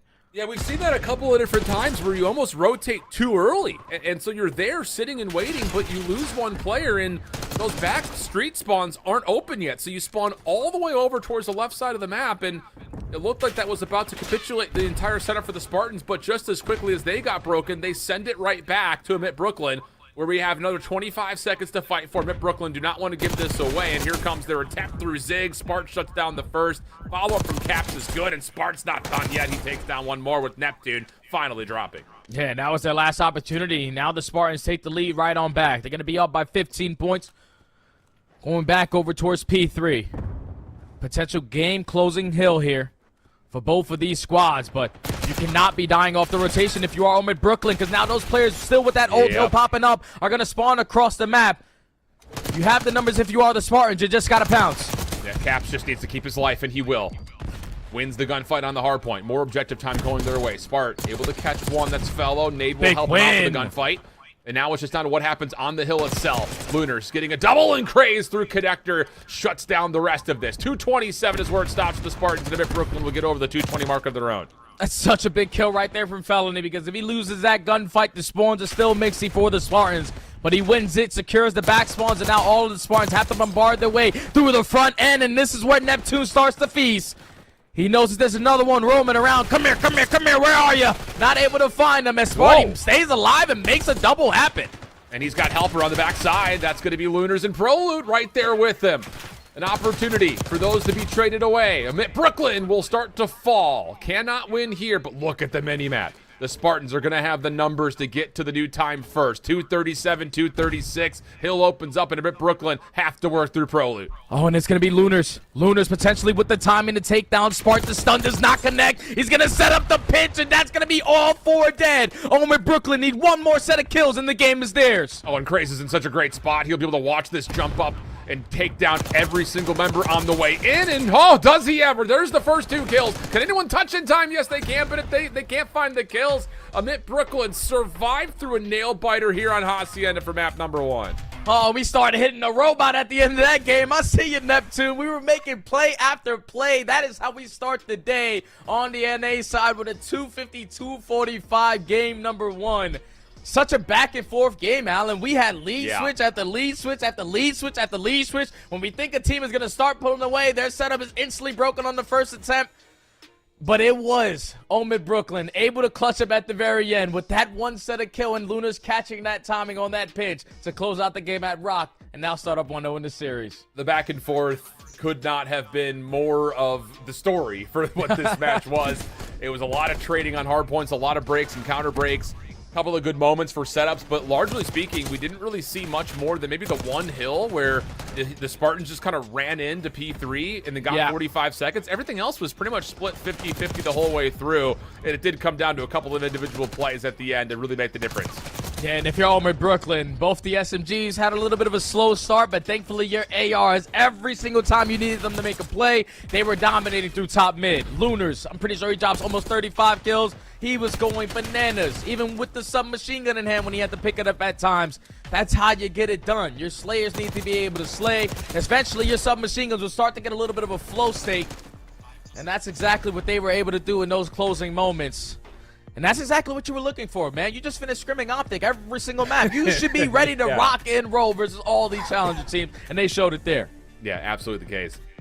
31-26 for Prolute, 30-29 for Caps. And it's going to fall short. Lunars 33-22, 3,600 damage. Just again, every map that Emit Brooklyn has won, he's been putting up numbers that look like this. 28 non-traded, by the way. That is a pretty silly stat with 2 minutes and 10 seconds in the hill. And Somebody 18 give objective my kills, guy- Alan. I'm telling you, someone give my guy a chance. He's been really high up there, I think, in terms of the ability to be not just a mainstay AR, but he's got some flexibility in him, too. Yeah. He's been nuts. No, I think he definitely has that flexibility option, man, because he obviously has an unbelievable shot with that AR, but then when you find him at moments where he has to pick up the Jackal, he's popping off. Like, he does not matter whatever weapon he has in his hand. So, for a guy that's dropping the most kills in the lobby, the most damage on your team, almost the most hill time by 1 second, but 18 objective kills, those are basically the fends. He's getting it done in the objective with the slaying. Phenomenal plays out of Lunars. Okay, now we have to transition the conversation over to the search and destroy. And looking back to yesterday, Emmett Brooklyn, as we saw on broadcast, not able to get the job done on either of the searches. The second one much closer than the first, though. They got 6-0 mollywopped on the Hacienda search. So Skyline, we assume, again, just we talked about it a little bit at the top of the broadcast. It's not a surprise for those that have been watching COD, which if you're watching Challengers, I'm sure you watch COD pretty regularly. It's a lot of four-man stack head bashing. And I think, again, it's just going to put a lot of importance, not just on what happens in the initials, but how does your trade game look? You know, can you successfully come away in that first 4v4, or really it's more like a 4v2, 4v3 skirmish, and make sure you still hold at least even numbers, if not an advantage. I think especially from the offensive side, because the whole idea is get to the bomb site, keep your numbers, and get a post plan.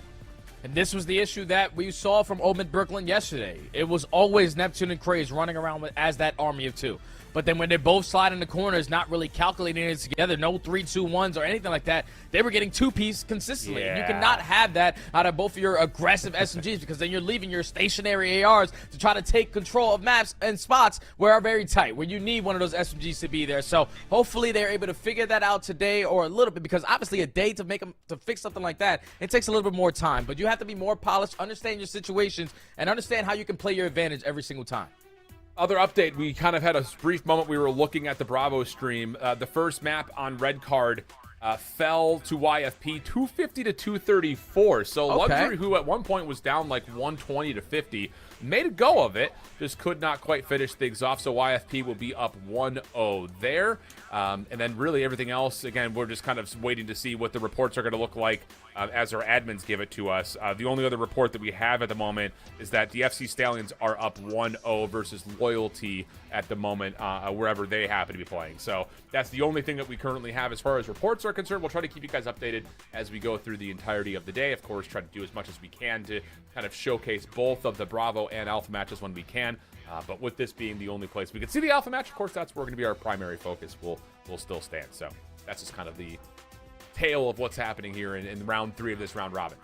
Okay, and I'm pretty sure Stallions, like they're just continuing their hot streak, Alan. It's not like they're beating some scrubs. We're talking about guys who've been playing for quite some time. John Exotic, he's been around the league. He's been in and out.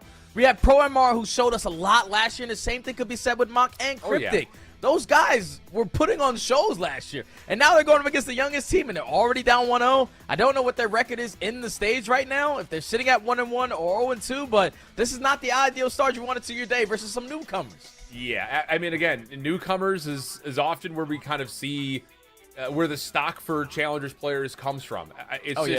It's one of those situations where the players that have already gotten chances, and at this rate, those that are sitting here in Challengers that had been in the CDL have gotten more than one for the most part. And it does feel like the life is starting to kind of fade a little bit on those that have been there and tried to do that. So yeah, the focus for the newcomers very high, especially when they're finding as much success as they are. So here we go. Let's see what we got here for map number 2, starting things off on the Bravo stream. YFP Luxury Exotic staying on double red card here to get things kicked. Yeah, a nail biter over hardpoint. Like you said, a 15-point game. YFP was able to take. But early into this Search and Destroy, no trophy systems. Gonna apply a lot of pressure over towards this A side. It looks like Luxury are fully set up for it, because basically everybody's on this side defending it. Yeah. Dak just trying to wiggle his way forward. A couple of shots towards his right. Does he get timing here to come across and catch Driz for free? It's a risky move, and he's very aware of that. Just waiting to see maybe as the bomb moves forward, can he get any information and really use this as a chance to blow the play wide open, and there's the shots out. A little sloppy, but still able to confirm the kill. Trades are decent, though, and that'll be enough for Luxury Exotics to hold on to the bomb site. Yeah, you're just not expecting all of Luxury Exotics to be sitting around this site. Thankfully, Cruz is able to even up the numbers, make it a 2v2, but instantly traded.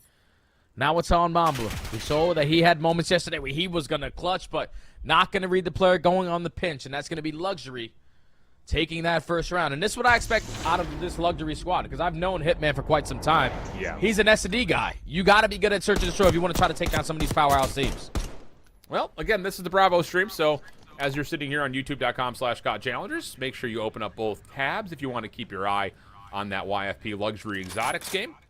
Meanwhile, as you see it on the left, we are loading on in to our primary focus for the Skyline Search and Destroy. Mid Brooklyn, seeing what kind of improvements they've been able to make on the Search and Destroy overnight on a map that we have not yet seen them play yet. So that could be maybe where the catalyst starts to exist at. So let's see how the early strategy is going to be for the Spartans. A whole lot of aggression through bottom mid. There's no trophy system to keep Omid Brooklyn alive on their side of the bar, but they're going to play it nice and slow over towards Piano. The team fire is good enough to find that second kill, but Prolo catches a double. Now it's instantly a 1v1. It's already been 10 seconds. Like, what? Yeah, I know it. That's what this map feels like, brother. So here we go. Neptune versus Spart, former teammates, and Neptune will catch him moving through Jim. And a bit Brooklyn start things off. What do you say, dude? Like, all right, let's mad dash to see who wins the gunfight. And that's often why we, I think, have not seen a lot of this map in the CDL. No one wants to roll the dice. It's just a mix fest, man. The only team that really loves to play this map is Vegas Falcons because, well, they are dominant. Well, and Carolina. Carolina are phenomenal play at a this little map, bit yeah. of Skyline. They love themselves some Skyline S&D, but that was Omid Brooklyn securing the first round on the back of a 1v1 clutch out of Neptune. All a lot of mix fest around that mid map, but he was able to put himself in a one-on-one in a great position versus his old teammate. And start up 1-0. Now it's their opportunity to go on the attack, and all a lot of aggression through mid-hall. You better be prepared. a nice little team shots. Crazy able to find the first, even though Neptune is right there, part of it with him. And they back up. I like this. Like this a lot. Take your numbers. Make sure you don't get surprised from behind because Prolute's working on it, and yeah, really, really well done. Now you can just reapproach the map again as a 4v2. Perfect, man. That's a 4v3. You back up, you play your numbers advantage every single time. That's exactly the ideal way you want to play some of these rounds. Now it's left up to Sparta and Arcity. Spart's positioning already known. Arcity is able to take down one. He's finessing, and he's able to take down a second. Instant 2v2. Well, Neptune able to at least turn this into round 1v1. And Fellow over the top, yeah, able to lock down the shots. Just a bit dicey with the bomb site in the way, but kind of goes with the drop shot there, secures the elimination. A bit Brooklyn off to the races, 2-0 up. Yeah, it starts with that first blood through top hallway, man, and the game plan to simply, okay, we're not going to continue to go forward. Let's just back up, play our numbers. One of them had to try to make a play, and they were thankfully able to catch Prolute as he was trying to work his way through bottom bed and instantly turn it into a 4v2. Now, it got a little bit scary when you turn it instantly into a 2v2 out of Varsities, but Neptune in the perfect position to get one, and then Fellow to clean up that final kill onto Spart. 2 1v1 clutches lead the Brooklyn up 2-0. Here we go again. Opening shots start to come through, and this time the nades, the support from the AR deep, will allow the SMGs for the Royal Spartans to come out on top. Cleanly, mind you, at that. Neptune for one, but immediately traded, and it leaves Lunars for a very difficult 1v3. Keep in mind, guys, it's only 23 seconds into the round. It's already a 1v3. So now Lunars is going to have his hands full. You do have Prolute currently on a 2 streak. Back-to-back setup at the site. Yep. Sparty's going to get the better of him. There's a lot of aggression right there from the start. This says, screw this mid-map fight. We're just going to go to A-side and chow. And they come out on top. Yep. You hit it. Nades at the top, AR shots come through, SMGs win the gunfights. Go next. Well, that's Skyline in a nutshell. We all know it. I just like, it's one of those situations now that we have trophies, like, this is where I think the map starts to stabilize just a touch, just because those ceremonious nades over the top just aren't going to land as successfully. So you don't see maybe as much of the gamble. Like, this would be the round where you start to see teams kind of slow down if they were to. And it looks like, kind of looking at a bit Brooklyn from the offensive side, they aren't going to necessarily slow down. They're just going to change how they approach the site. That works out for 2 from Neptune. Kray's looking to follow up, but again, the damage has been dealt. Now 4v2 again. Early SMGs having success. Now Neptune put it back against the wall. Unfortunately, is going to get spotted by Spart. But you still have the numbers advantage. Kraze gets the bomb planted, finds a freebie. 1v3 for Spart. Able to turn it into a 1v2, but just too many players to account for. Omid Brooklyn said, all right, you want to do that? We'll do the same thing. Give me that round right back. Yeah, it's exactly. I like the extra approach, and it's one of those things that you get the trophy systems out, so those nades that you started to see from the defensive side aren't going to land, and all of a sudden you just kind of hit through pool side, you catch them by surprise again. It really is just like a game of like little blind counters, right? Where it's just like, if they go this direction, yeah, and our nades land, then sure we win. But I don't know. It's so difficult to like put an evaluation over it outside of just, again, rolling of the dice. And this time, the Spartans will kind of do the exact same thing. Straight to A. This time they'll plant. Maybe a play coming a little bit more delayed here for Mid-Brooklyn, looking for the retake. Oh, yeah, they jumped out to hallway. You're expecting a pressure to beat through underground, and that's exactly what Arcitys was playing for. But now you don't know which corner to check because they're already in your bedroom. Neptune and Craze, that dynamic SMG duo, are able to get it done. Now it's left to a 1v2, and Neptune is there for the trade. Fantastic plays out of that duo. When they're on, it's very difficult to shut them down because they have the movement, they have the gunning, they have the finesse. And that's exactly what they were able to show there. Yeah, I think the thing, too, kind of about this is it's another moment where, like, if the Spartans don't hard commit to A, that play becomes a little bit more dicey, but because all four members get into kitchen, you get the full surround, and it's essentially shooting fish in a barrel in a certain way, where, again, like, that little bit of duality, we criticized it yesterday. I will say that. Like, we did criticize that Craze and Neptune together were just not channeling well together. It's been much better so far today in the couple of instances that we've seen them try to pull that off.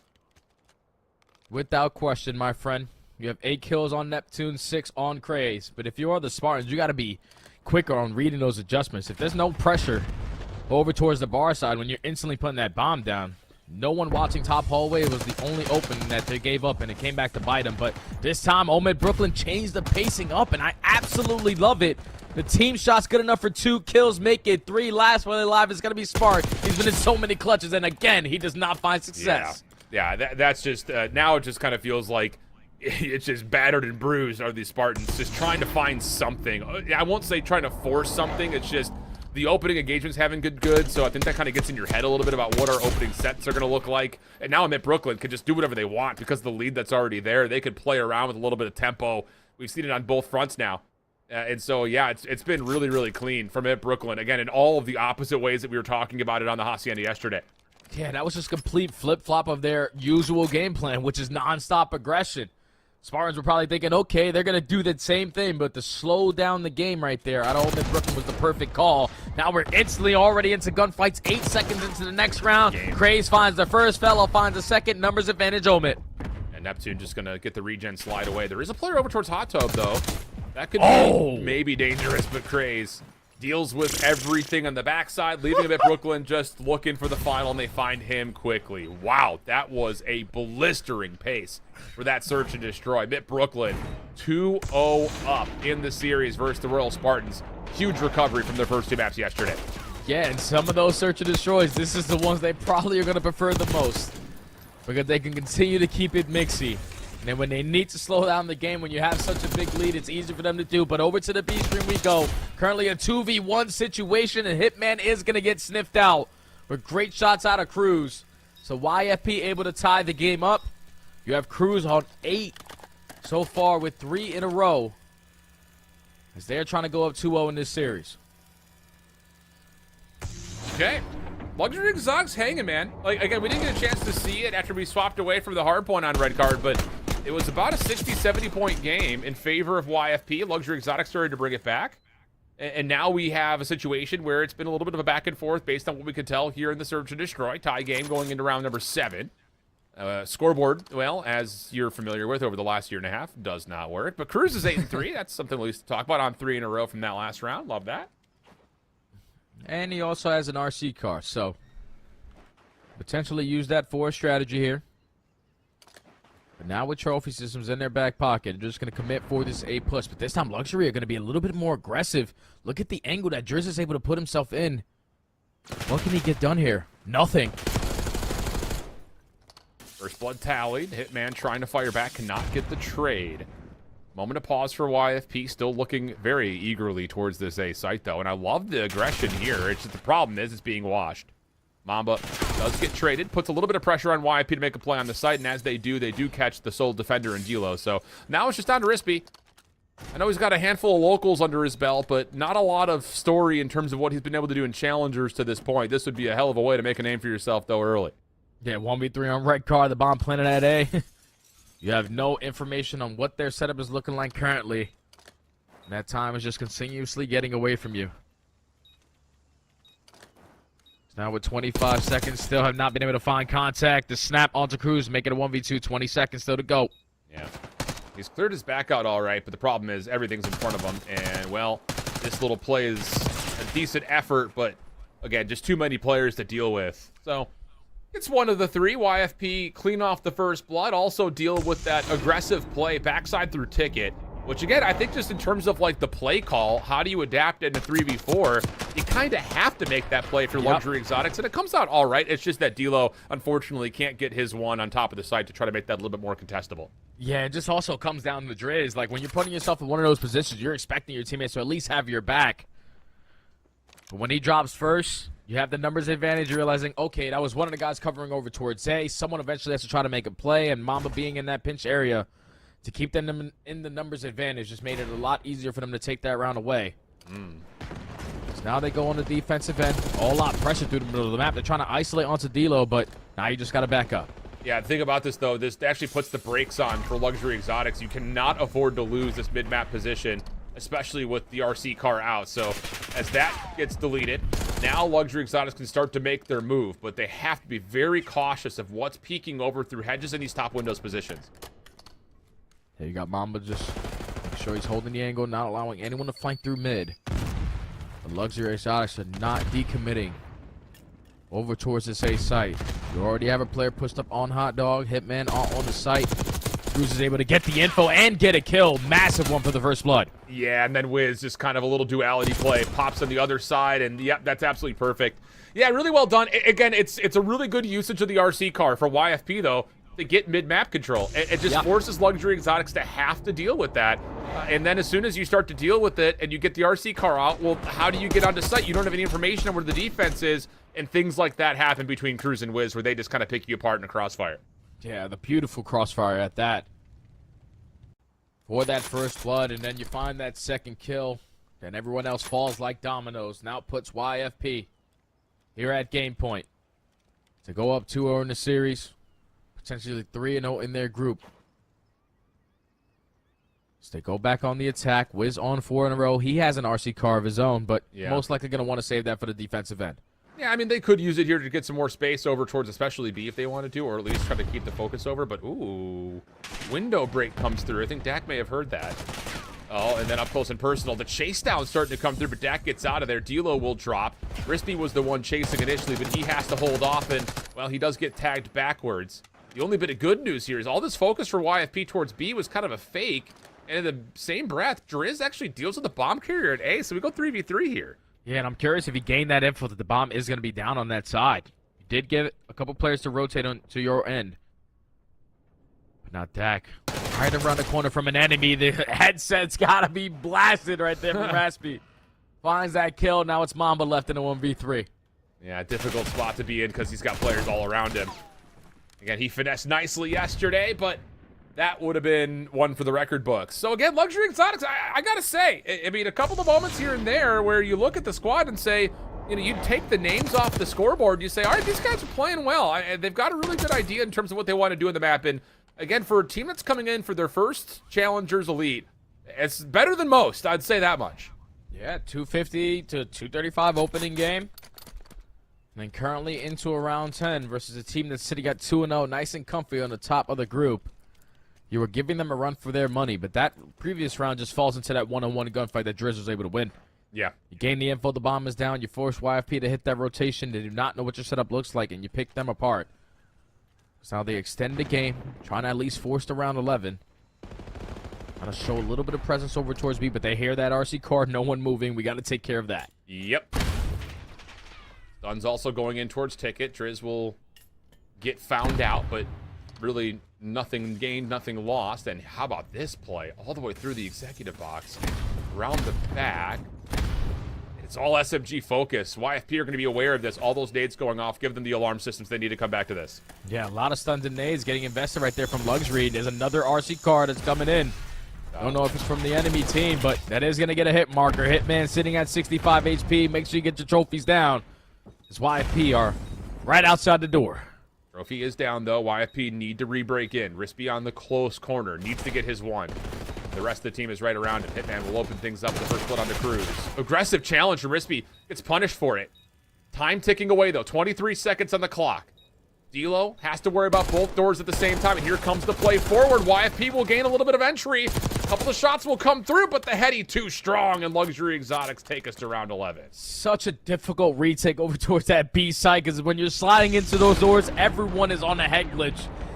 D'Lo did not even have to move to close out this round. That gunfight is a lot more difficult there for Dak, but a perfect game plan right there out of Luxury Exotics to catch them off guard, use a couple attacks around that middle map area to keep them at bay. But once they take control of the site, they do not give it up. And now they force a round 11. But now they're on the attack. Do they make the same exact play call? Well, they might. The only thing that's different is the RC cars are out to the table. Yeah. So this would be interesting to see if they do commit to this. Rispy again, just over the top. Dak playing aggressively, and he does connect. A little bit of wallbang presence, gets the first blood. A massive opener for YFP. That's a fantastic angle right there from Dak for that first kill. Now it's only going to slow down the play for Luxury. Someone's got to try to even up the numbers, go for a one-on-one gunfight. And Hitman is just going to try to send it on himself. He is the bomb carrier. He falls. D'Lo tries to play for a trade. He falls as well. 1v4 for Driz. Yeah, that's so tough, man. It's just the shoulder from Rispy gets punished. And everything after that, you essentially just have to force it. Driz now stuck, having to 1v4 ace to win the round 11. No bomb, not a lot of time. And there's just surely no way that YFP give anything up. Wait a although minute. Wiz gets caught. So there may be an opportunity. There's still a time for him to finesse if he wants to make his way back through tick, and that seems to be the case. But he just has to go. Yeah. They have every single angle covered. Only 20 seconds left. You have to recover this bomb or find both of these kills.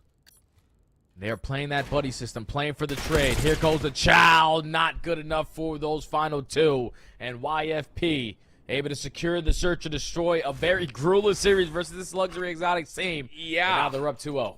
Really, really close so far. Again, you got to give credit where credit is due. But we've told this story a handful of times before with new teams that make it into Challengers Elite. Sure, they're battling, but it's different to battle than it is to win. And that seems to be the issue at the moment. We're going to step away for a break, though, as both of our streams are in between map 2 and map 3. When we come back, the controls and both of our series at 2-0 statuses right at the backside of the break. Don't go far.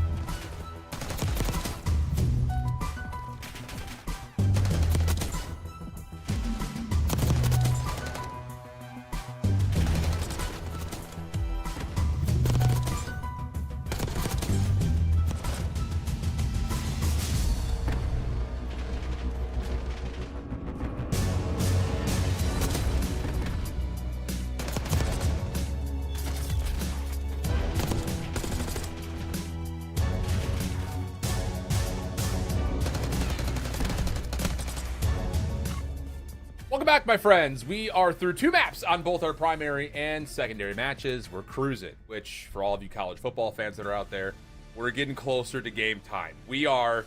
Got it. Well, there it is. There's my Nittany Lions. You got to rap a little bit. I know we're pumped for the game time, but we are pumped because we've got Control up on the way. Vault for the first time here for us, Jay, for really both these 2 teams, and for the first time for us here on broadcast. Oh, yeah, Vault's going to be a fun one. Obviously, we've seen it basically in every single matchup that we had in the CDL. We didn't see it all day yesterday in the Elite first day, but Vault Control is very, very simple. When you're talking about, it's going to be a lot about the AR presence, and we know the way that Lunars and Fellow are shooting.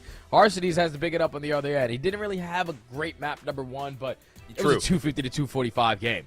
Now on Vault, where you're going to have those long-range gunfights, you need to make sure that your AR presence is there, so we might even see the second submachine gun player switch to a third AR at times. Yep. I think the other thing that's going to be interesting about this, you know, kind of reflecting back to the CDL, who's going to run that kind of more free, rogue, SMG style here? I think especially for Mid Brooklyn. Are they going to trust Craze to do that, or Neptune kind of doing the, you know, difficult job of being everywhere all at once all the time? We'll take a look. Neptune already caught outside Marble, as the Spartans are actually a lot of focus here towards that top balcony position before they jump on into the A zone. Yeah, they eventually are at least finding a couple kills around the hill. Arcitys and Spark combined for 2, so that leads to early 3 dead. But Felony, you could already see it, whips out that SMG because he was expecting a lot of pressure through the middle of the map. Now he's instantly swoops back to that Amos, but the Spartans should be able to secure their first segment here. Indeed the case. First segment will be locked. Stuns, nades all being thrown in. Spartan holding on, and actually holding on to a lot of his health as well off of the 4 streak he's already been able to provide.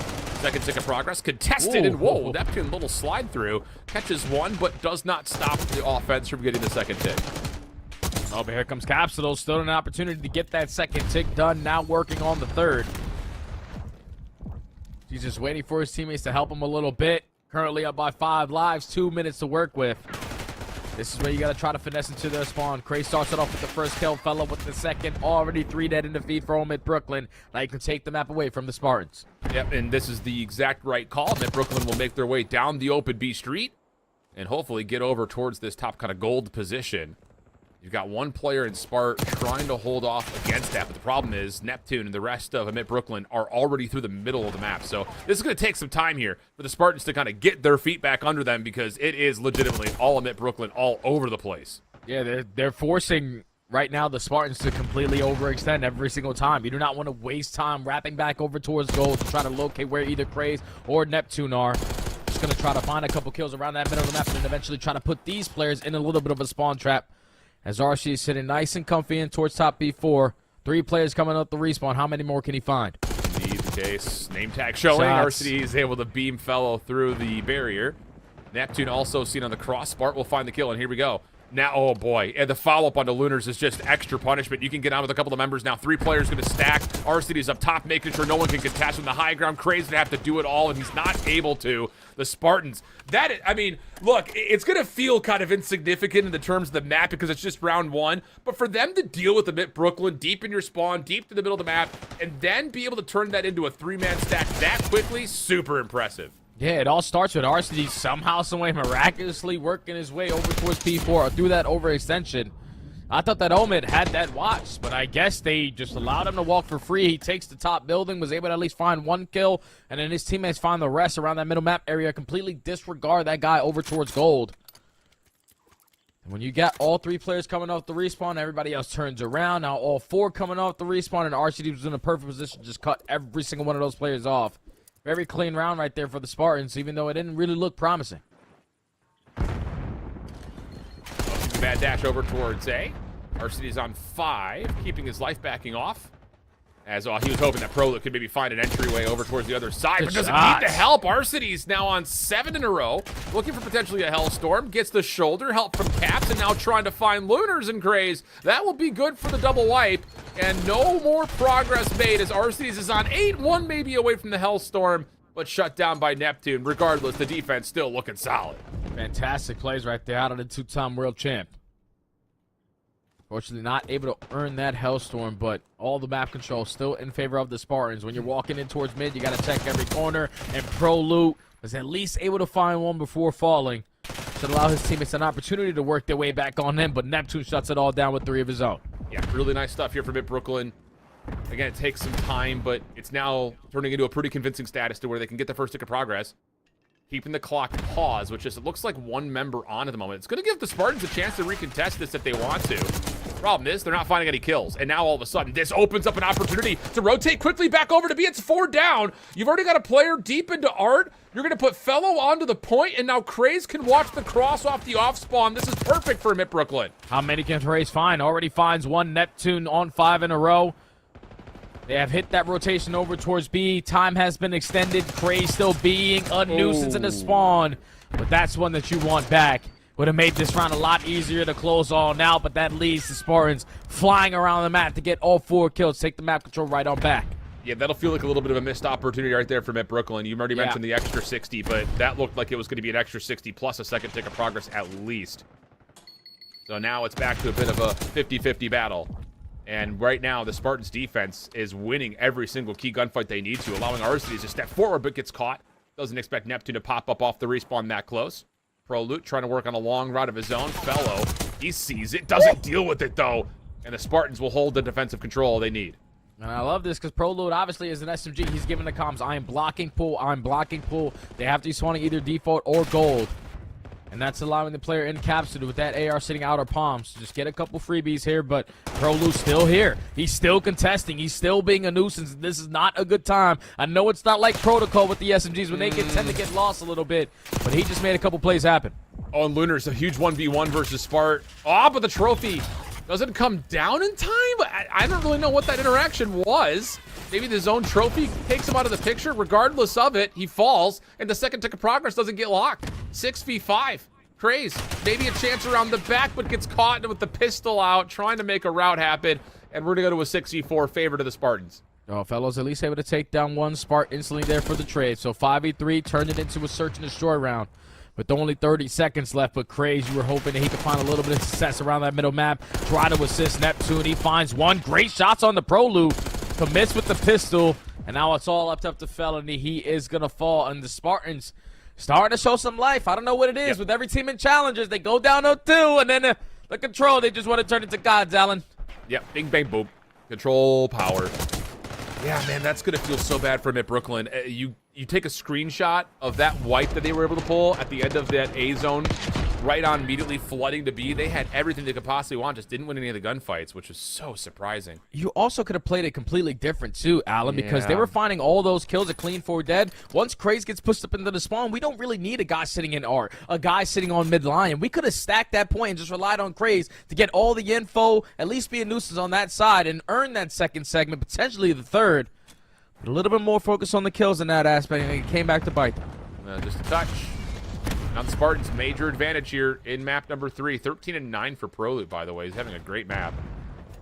He's going to touch the B zone. That will alert the defense that he's here. A couple of tag shots. Forces the gunfight from Neptune. Trades are out, though, for Arcades.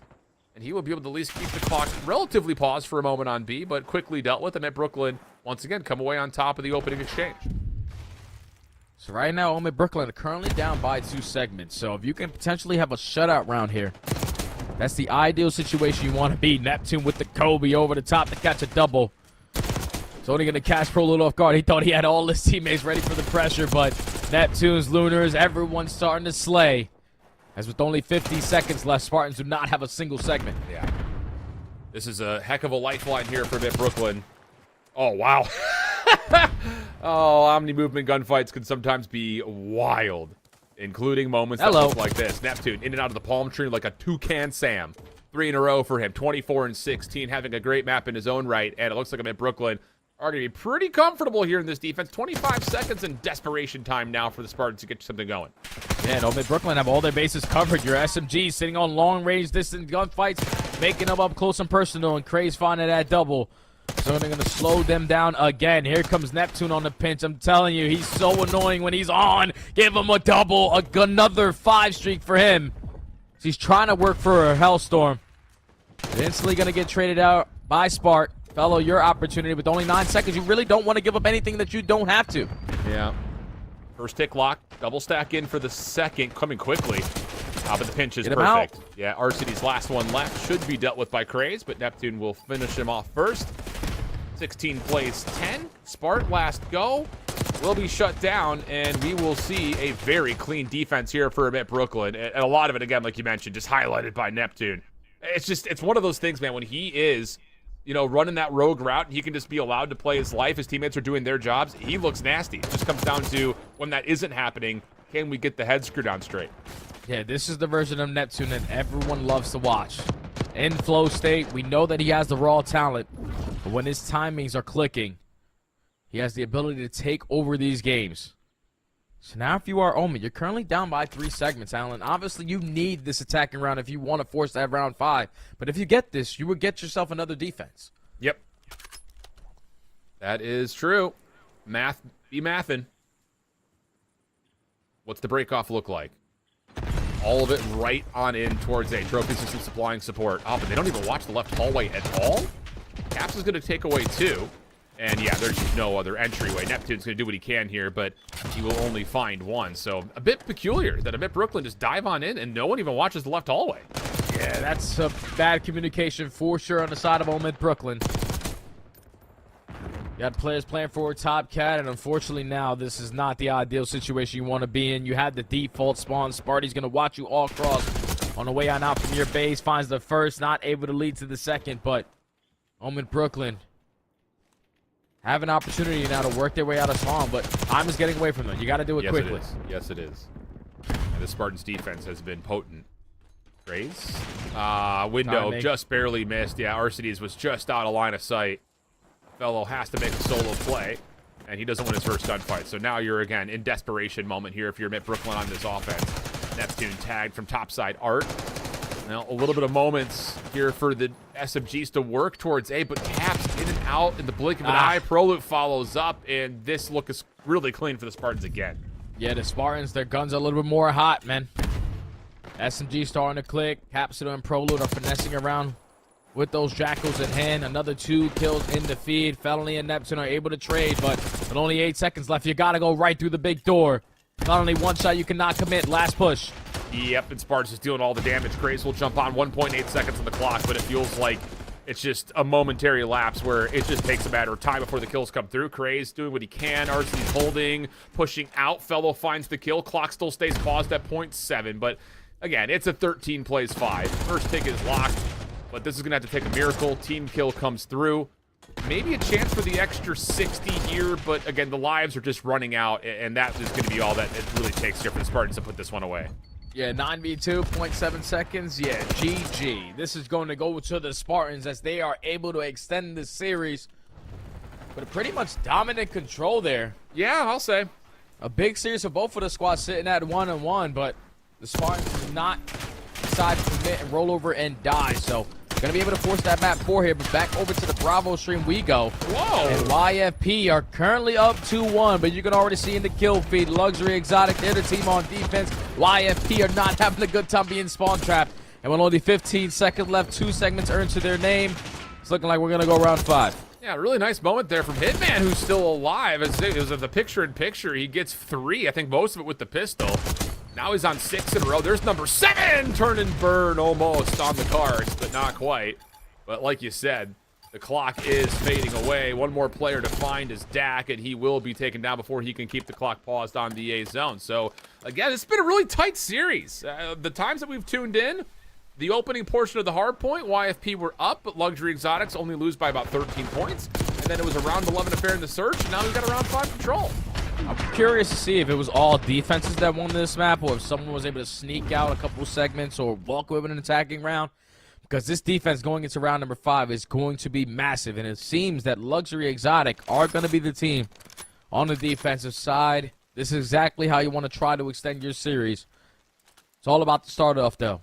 Trying to find at least 2 to 3 dead, already getting to their base and just being a problem.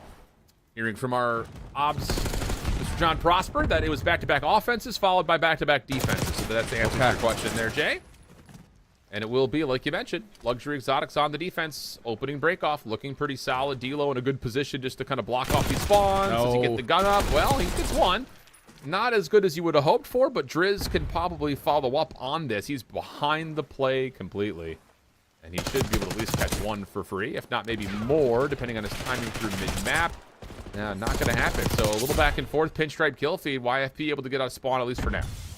There's only one player currently out, but information already gained. He's going to be working towards bottom comms, hoping that he could potentially hit himself a route to open up a lane for his teammates coming off the respawn. But Luxury are doing everything that they need to.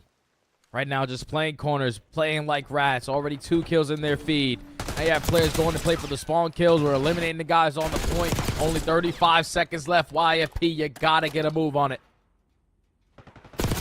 Oh, you got a long route being hit here by Wiz. It needs to get here quicker than this, though.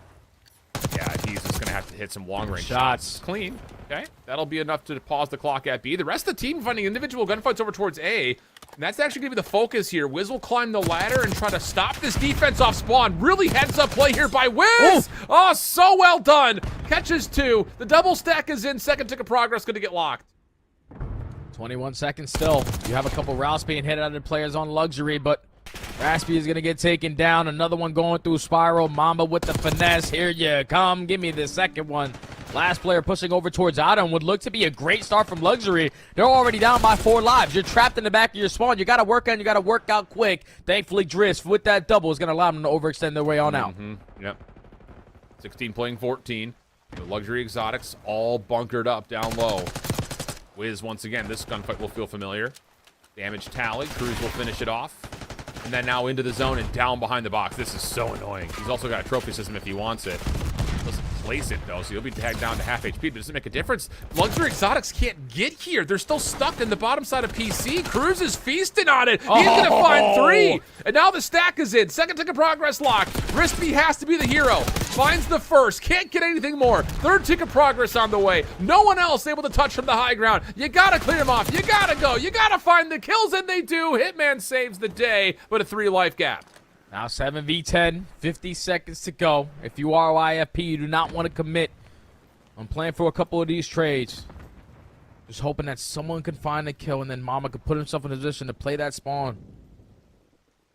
Right now, Luxury aren't giving up anything for free. Looks like they're going to try to isolate this player over towards tower, but he might be in a perfect position to at least find one Driz. Another clutch kill. Problem is, no one focused on the zone, Jay. Huh? We're all sitting there, and YFP just dove onto the zone, and everyone's just like, is someone going to take care of that? What are we looking at, Alan? What are we looking at? You had bottom comms control. They're on the point. Are we just sitting on the head glitch? Like, they're going to win, and they win the game. No. That's unbelievable, man. That's rookie mistakes right there, Alan. That is rookie mistakes, and it came back to bite them. Lights can be bright out here at Challengers Elite, Jay. If you've never been there before, you're prone to make mistakes like that. I was about to say, like, I think even we were sitting there, like, calling the action as if someone was going to be able to contest, and then YFP just dive on and they win the game like that. That's like the COD equivalent of a C9. If you're an Overwatch fan, you know what we're talking about. Don't lose sight of the objective. So in dramatic fare, we get a 3-0 to YFP. The Luxury Exotics battling through all 3 maps as we swap back over to our primary matchup and take a look at where we're going. Again, we already saw that the first 2 maps were pretty nice from the side of Emit Brooklyn, but the Vault Control may have shifted momentum a touch as the Spartans were firmly the superior team on the Vault Control. It usually tends to flip a series on its head whenever we get to the map 2 and a team is down 0-2, because now they have the momentum on their end. They're going into a back-to-back Vault. This time it's going to be on hardpoint, and we saw, at least in map number 1, the Spartans are doing a lot of out-rotating the Omid Brooklyn squad. They were just instantly getting broken on their first attempt, and that cannot happen. Your setups need to be a lot better, and on a map like Vault, it can also be a lot more punishing. So if you are the Spartans, we know that the power hills are going to be P2, but that P3 to P4 chain, you need to make sure you're dominating over towards Art, because you have players like Neptune and Craze who are going to try to flip those spawns with those SMGs. All right, let's see what we get. It will be the Spartans on the right side of the map, taking the high ground control as they often get pretty much for free from this side. Although, good nades will come through. Crazy able to find the first. Hardpoint opens, and we're staying neutral for now. Emit Brooklyn taking their time, finding the kills they need. Spart last one to grab, and as he drops, now all of a sudden, you can take a look for Emit Brooklyn. I don't think they know that they still have players spawning right in front of them, especially with Caps becoming a bit of a nuisance over towards the drop hole. Yeah, they know now. With Lunas coming off spawn and spawning over towards P4 side, they still have to be getting those good spawns over towards P2. It's an all-out mix fest in through the middle of the map. Smarty finds a double. Arcitys with some great shots that at least have Luna's weak. Sets up Proloop for the freebie. Now you just need to make sure someone's blocking these spawns. Whenever you get aggressive up through mid-U without someone blocking, that's how you allow that pinch spawn to happen. But Spartans have all their bases covered. They already have a player off the rotation, and they're also finding the kills in the feed. Stun over the back. Spart just trying to keep himself safe, waiting for help as the rest of his team is still spawning backside palms here. Not what you want, Spart. Yeah, he's got to keep his head in the swivel. Not going to happen. Just gets his bad timing. Hardpoint will stay open for now. Mitt Brooklyn off the close spawns, though. We're going to get the numbers quicker. And Lunars will also tally that the hit is imminent. There are still players from the front. Craze deals with the first. Cannot turn to deal with the pinch on the second, though. But doesn't make much of a difference. Mitt Brooklyn still have numbers, and they find the kills thanks to Fellow's nade. Oh, if I'm Capster right there, you caught the time and to go to the back and block that back spawn, but unfortunately a nade hits him right at the feet, and Omid Brooklyn can consistently spawn in towards the back and soak up this hill time. Still 20 seconds to fight for. The Spartans bombard their way through the front end. This is a good time because you already have the spawns, or at least over towards Heart. Prolus should be a little bit safer on his position and start thinking about that rotation, but Omid Brooklyn, you can take this if you are. If you are the Spartans, you are fine because you need Art to chain these next two hills. Oh, nice shots from Lunars. Keeps Prolute pinned down, backside truck, and then eventually finishes it off. More in the way, and Lunars is disgusting. What? Are you joking? 3 in a row. Snapping, not missing bullets. Trophy's going to be able to keep himself safe while still being in a position to contest the hill. Brilliant moment again from Lunars. Oh, man, that's what happens when you warm up against Optic. You're shooting against Dashy and Shotzzy, some of the best shots that we have in the game and some of the best finesses we see in the game. It gets you ready for any one of your opponents. As he continuously is just showing why he deserves to be one of the top players in Challengers and potentially one of the top players in the CDL. As Old Mid Brooklyn are just now in the heavy driving seat, Alan. They were able to flip the spawn. Yeah. Final 15 potentially going in their favor, and the Spartans now have to haul ass all the way across the map. But they even want to get closer with that P4. Great pinch timing from Craze. Right in the last 15 seconds, we love that. The rest of your team can feel more confident about locking down the back. You know if you're Craze, you're just going to spawn right back up in front of your teammates. And now Neptune will catch the baton and get to work doing the exact same thing. Damn. Amit Brooklyn looking clean. Prolute around the back. Needs to catch this. Needs to block this spawn. Able to finish the kill, but still the time being accrued by Amit Brooklyn. And it's still the spawns there by Omid Brooklyn as well. On the backside of P4, Prolute did everything that he possibly can to try to take that player from R and work his way around the back end. But Craze, Neptune, Felony, everyone joining in on the party. And that's a clean 4 dead. We'll be able to breach that 100-point mark, and the Spartans are going to have a tall ladder to climb if they want to get themselves back into this game. Yeah, this game is getting out of hand quickly. You need something here if you're the Spartans. They're going to get at least some of the scrap time. Fellow working on a bit of a delayed pinch. He may just open this hard point right back up again. Free. And yeah, he's actually going to get it for free, like you said. Craze, try to get aggressive, shut down. So moment here where the Spartans just need to try to control the tempo. That helps. Double from Prolute will keep the Brooklyn team a bit more reserved on this next approach over to P1 again. Man, this is what the Spartans currently down by 60. Only 1 hill difference. Need to try to soak up a lot of this P1 time. It has to start with holding down cap position because all of Omid Brooklyn are just sending it. You're expecting Neptune to flank it? Nope. I'm hitting a double bunny hop to go to another window, and I'm already in your face. That's 3 dead. Last player alive is Arcitys. He's going to fall in Omid Brooklyn's early break. Yeah, but bounce back, decent. Spart Pro, last 2 left, will immediately get the kills and then jump right back into the hard point. Key time here, especially with P2 opening up bottom right side of the map the next 28 seconds that realistically the Spartans have to have. And they're focusing so much on the front, they're going to lose track of Fellow. It's going to come at the cost of some time, though. Mitt Brooklyn need to win these 1v1s if they want to try to mitigate this. But again, the patience and the route from Fellow will see the spawns start to move. Now the Spartans realize they need to play recovery again. Yeah, he didn't even have to get a kill. He just had to stay alive on that side of the map and hope to God that the Spartans got aggressive through the middle. Now that allows Brooklyn to win the rotation over towards New. But now a couple split spawns coming in. Arcitys is like, everyone's falling behind me. This is not a good situation to be in. And Omid Brooklyn are already contesting from the front end. They know that the Spartans are spawning over towards the back. You got to hit a stun and an A to try to open up this one.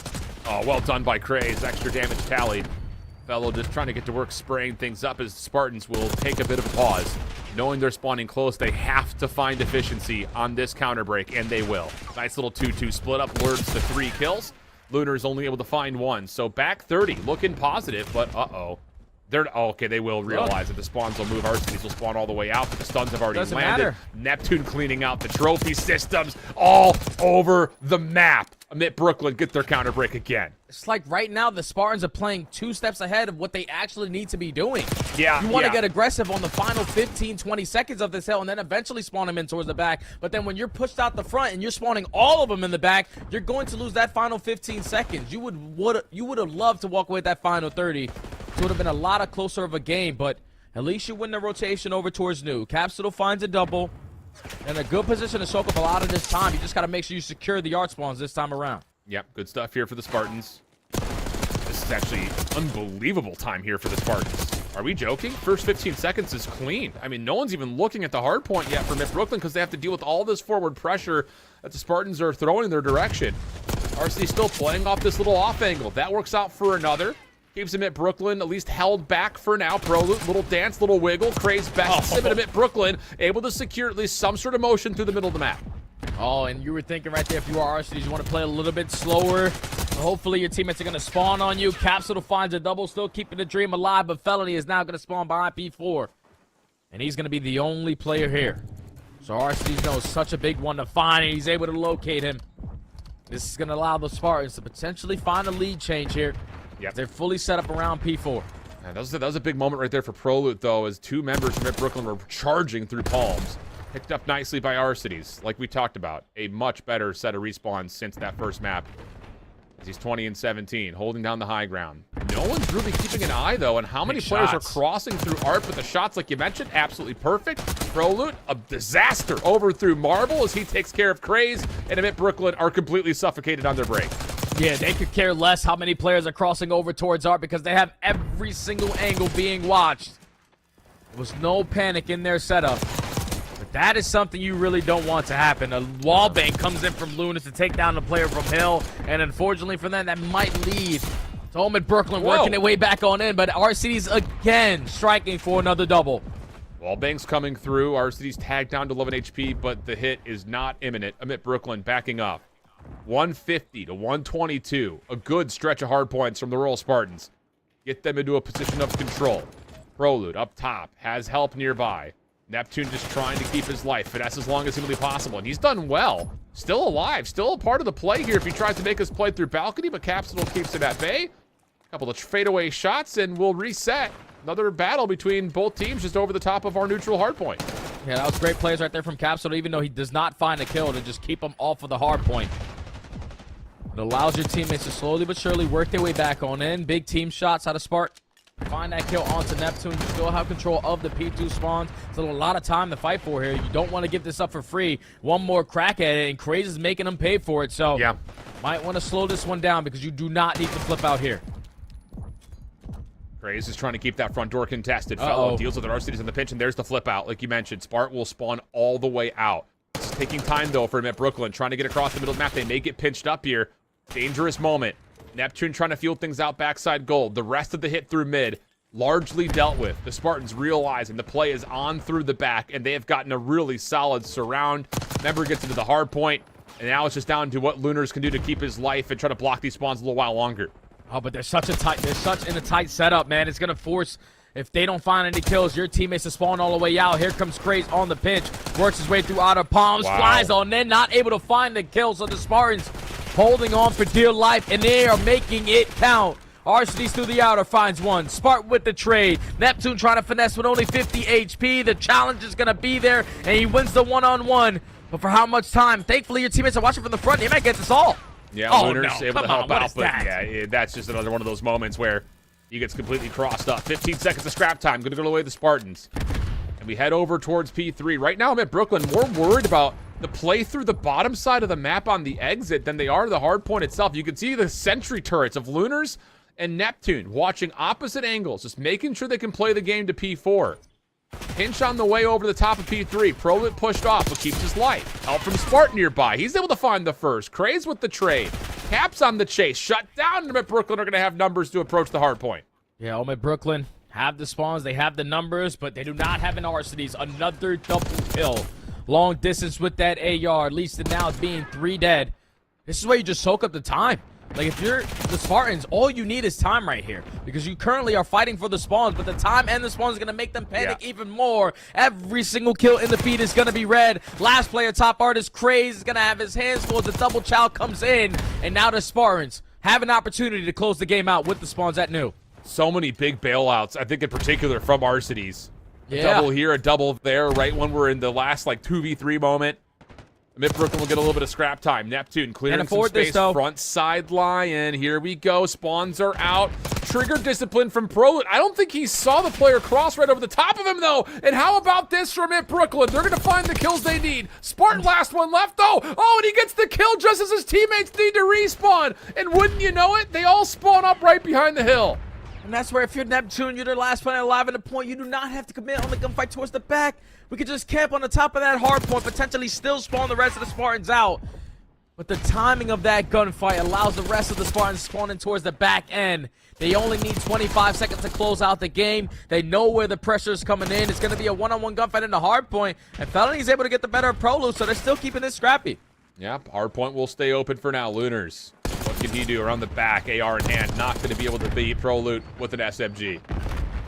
Here we go. Spartans finding extra kills in front of the hard point. Mid Brooklyn need to find a way to contest here, and they're just not finding any ground to work with. Oh my goodness. Neptune, last one left around the back, trying to work his way in, but it's Capsidal and Arcades again to finish things off with the final pistol whip, and the Spartans once again utilizing the map 3 control to reset the momentum. And boys and girls, we've got ourselves 3 straight map 5s, Jay. Woo! Oh, like, who wouldn't like it anything like this, Alan? Like, this is the best possible scenario. It's us, Alan. We know. We always tend to go to a game 5. It's never done until the fat lady sings, and I haven't heard her yet. Thankfully, you got an Arcades who was popping off in that map. Like you said, multiple times. Clutch kill after clutch kill, clutch double after clutch double with that AR. On a map like Vault, you need your ARs to make those kind of plays happen. Absolutely. And even when you're thinking, all right, we're holding from the front, we have to play in such a really tight setup, they were still able to execute it well. And a phenomenal job from that P3 to P4 chain, which is the money hills on a map like Vault, to at least force this game 5. Phenomenal out of the Spartans. Unreal stuff, man. I mean, it's just series after series. We get to these controls and we're like, wow, Team A is dominating Team B. Never mind. Let's go to 5. Let's just get on to the action for it. Oh, wow. It's going to be a fun one.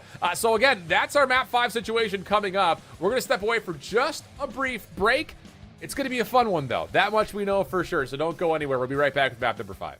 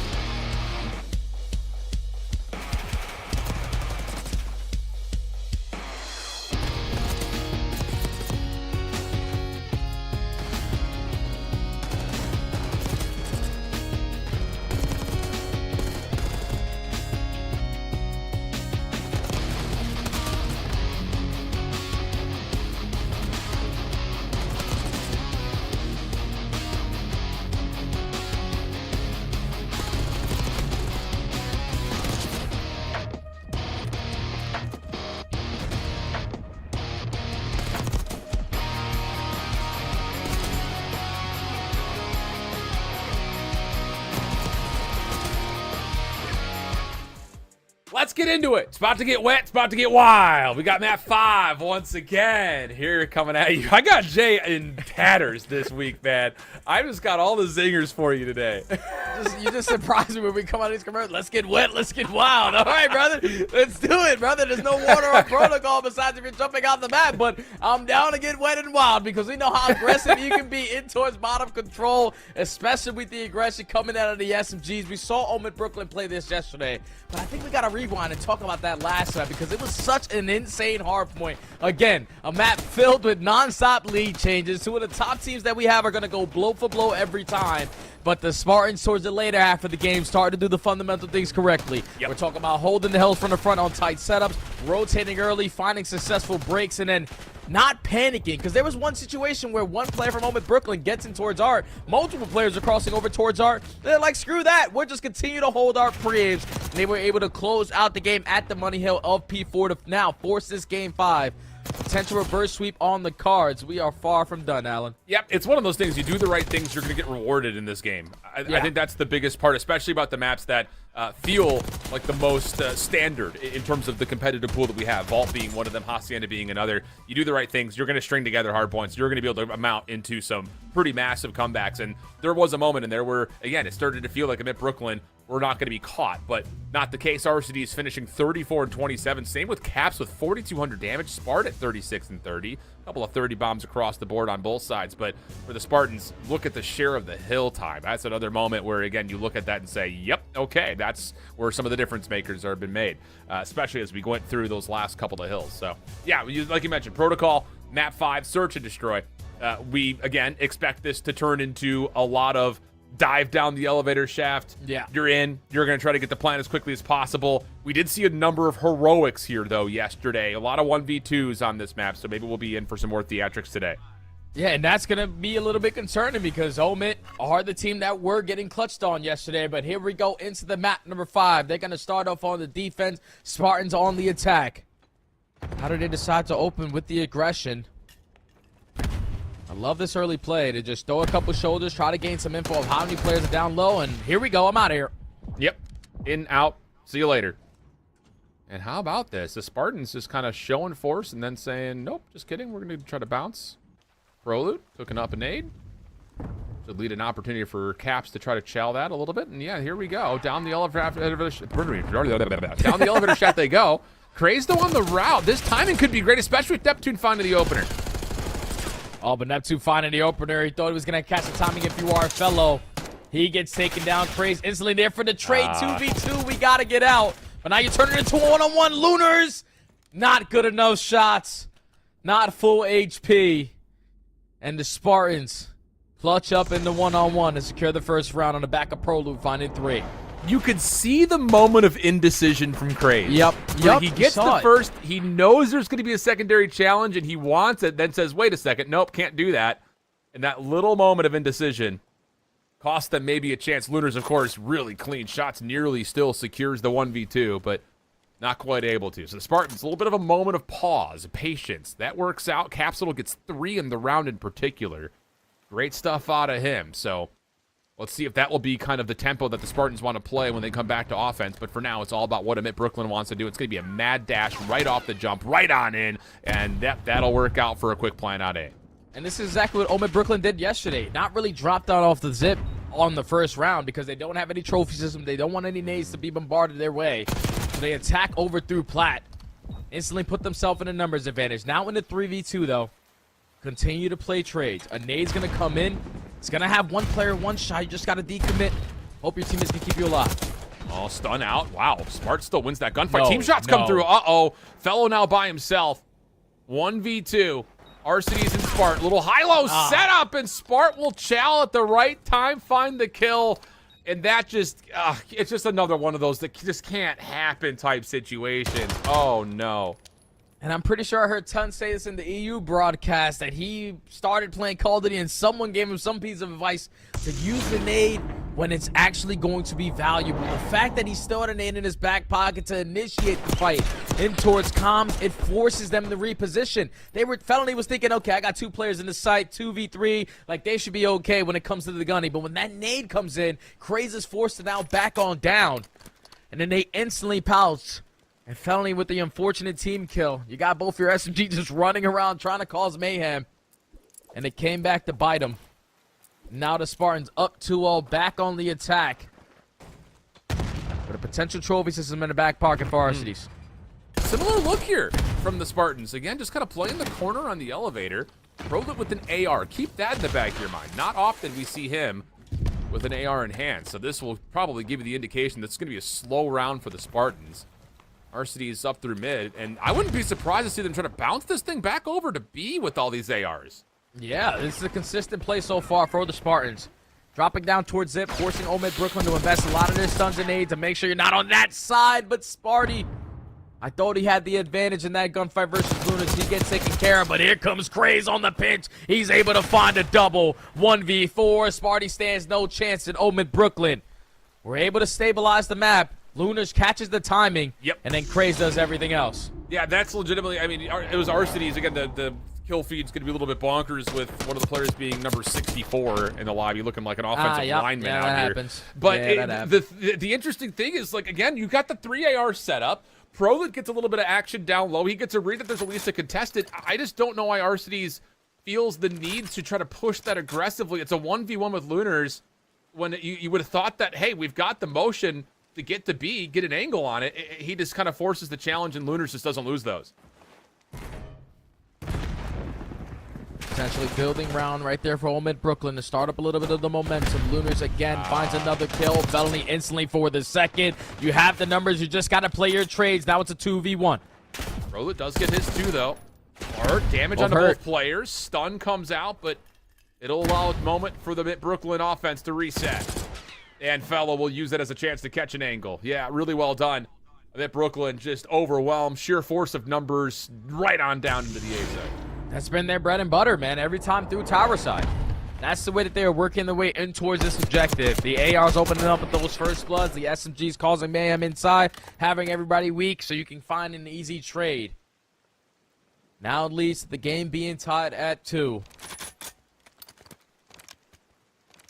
So the Spartans go back on the attack. Let's see if Prolid's going to do the same consistent play. Just try to force attack usage out of Omid Brooklyn through bottom comms at that A site.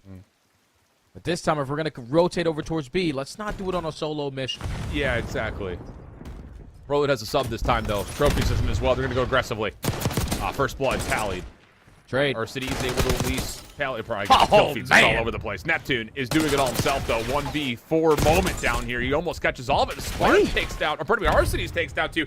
I can't with this kill feed. It's going to drive me bananas. I think Brooklyn win the round.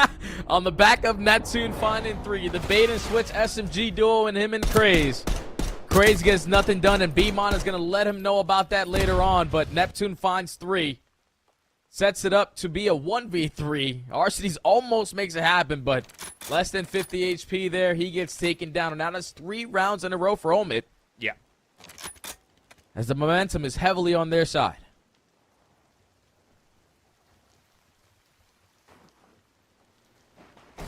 All 4 members right on in through Grandma's.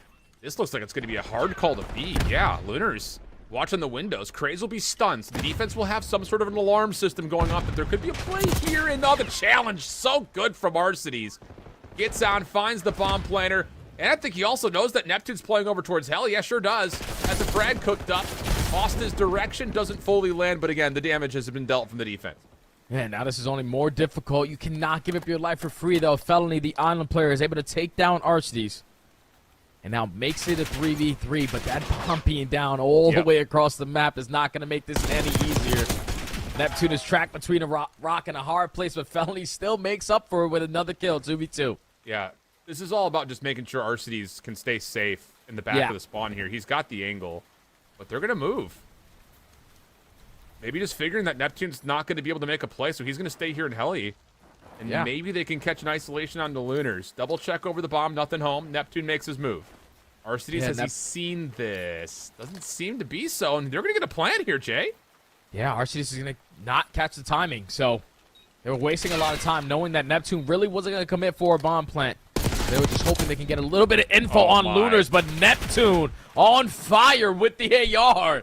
lights up a two-time world champion across the map, and that's Omid Brooklyn. Would look to be an easy Spartans round. You just give up 2 kills to Felony for free across the map with the bomb down on the opposing side. That cannot happen, and Omid Brooklyn take advantage of it. Yeah, I mean, it's one of those things, like, I understand the need and want to not play too slow, because there are routes that can be hit to get around the back, but it did feel a bit bizarre to kind of give up the space that they had. And like you said, 4v3 situation, bomb down, you think the probability in Vegas goes to like minus 1,400, because Yeah. that's a winnable round every day of the week, it feels like. So now you've got a 4-2 situation with Brooklyn on the defense. Lunar's on 5, and they're going to play retake at A. Can be a 4v4 retake. You do have a route being developed out of Felony. Trying to work his pinch over towards the zip area, but the more time that you're wasting, the quicker you're going to have to bombard your way on in. Not a single ounce of information gained so far from Brooklyn, but here come the fights. 8 bounces off the wall, doesn't quite connect for Lunars. Still holding on 5. Nice shots. Takes off the head of 1, but Prolid on the pinch. He's able to find 1. Craze down low, trying to follow up, but the trade still favor that of the Spartans. Post-plant set up now for the 1v2. Tough shots for Fellow. Delayed battle with Capsidal. He's going to have to get the reset. There's just not enough time for him to get back to the bomb. So the Spartans will, again, work out this A hit and find success with it. I think right there, if you're Omid Brooklyn, I don't really understand why they made that adjustment on defense, because every single time the Spartans try to be aggressive through down low, they have gotten the better of them by taking that bolt control. This time they were just relying on that retake.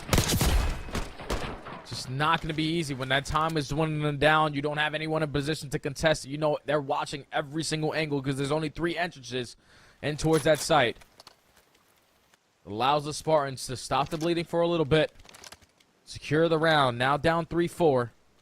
Omid Brooklyn back on the attack. And I remember on their attacks yesterday, Alan, they were showing everything. They either went towards Plat, they either dropped down Boar, or instantly were pushing out towards B. And it looks like this is the B push. Yeah, sure is. They're just going to try to correct on the things that they missed out on from the last time, which is largely just keep Craze alive. And he knows he has to watch to make sure that Arcides is not playing around the backside corner. He's going to have help this time, though. Neptune's already on the helicopter, and whoa, Craze with the bomb trying to get aggressive, and that is the worst possible spot to drop the bomb.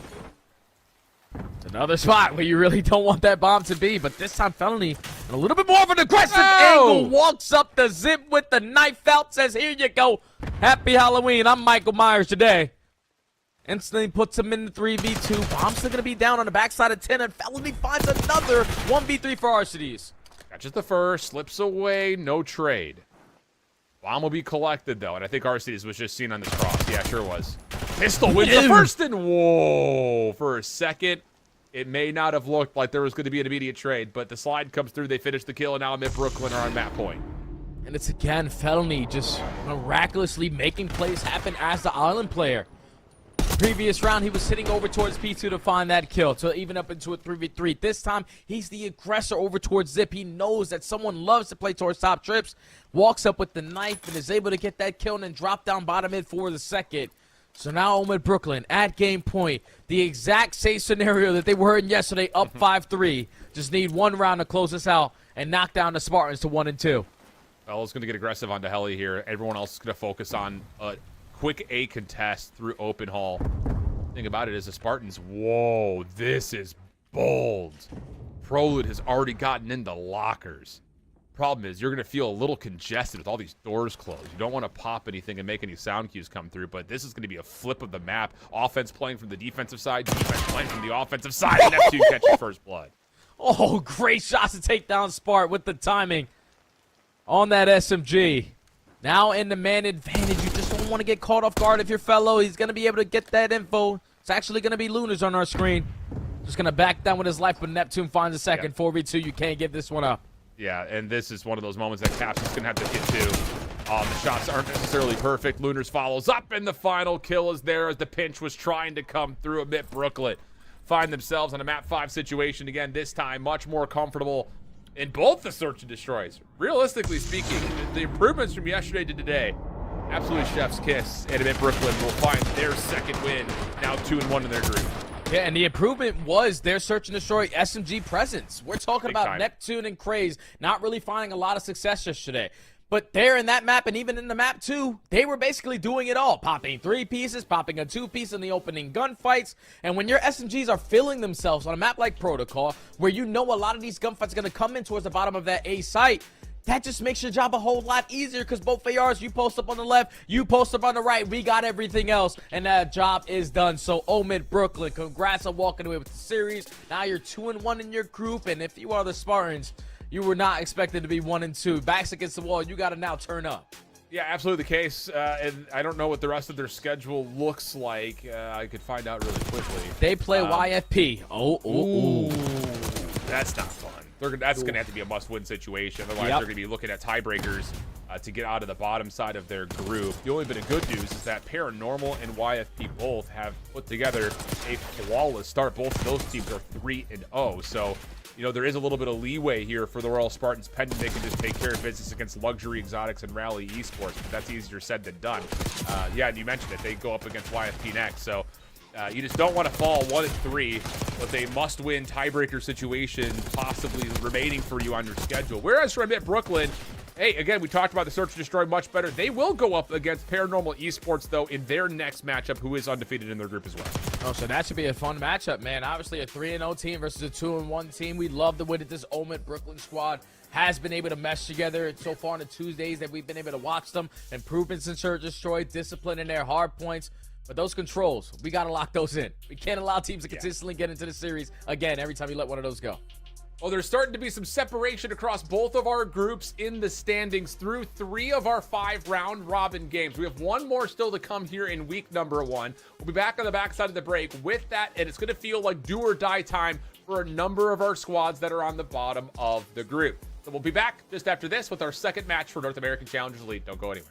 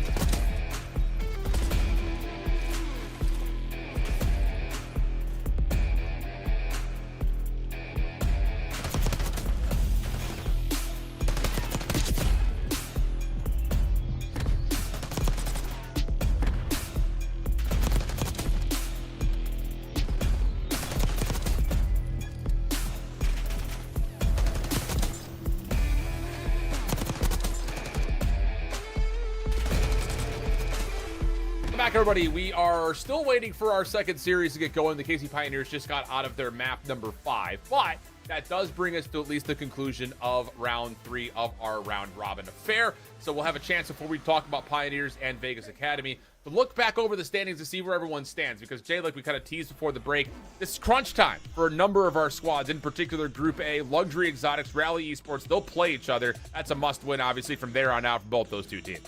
Yeah, both those teams need to try to find a W, man. Because obviously, if you're Rally Esports, you're sitting at 0-3. You probably weren't expecting yourself to be sitting at 0-3 after 3 matches, but you got to be able to turn it up, man. But you can already see Group B is starting to be a little bit tight. I'm pretty sure Pioneers actually just lost their last match, so they're sitting at 1-2 now.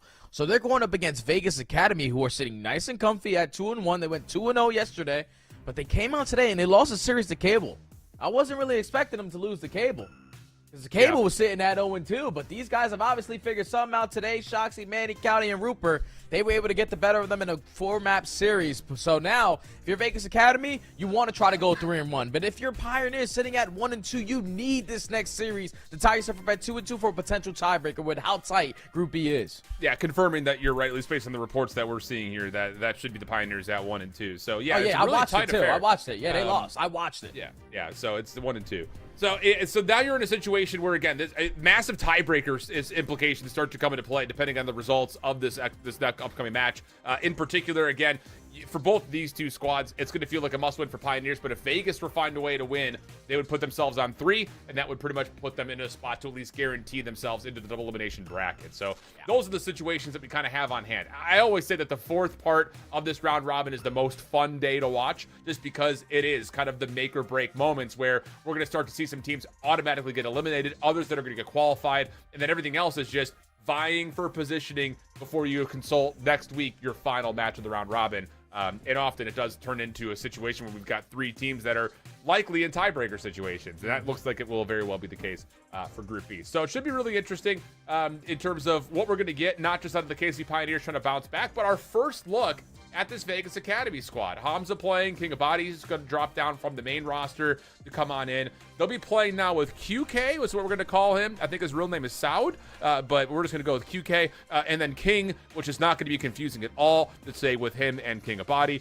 So that's the roster going in as the 4. And I like this for Glowfrosty. He's a player that has been really solid the last couple of years, but this is a roster that I feel like he can really just shine on and really showcase his individual prowess.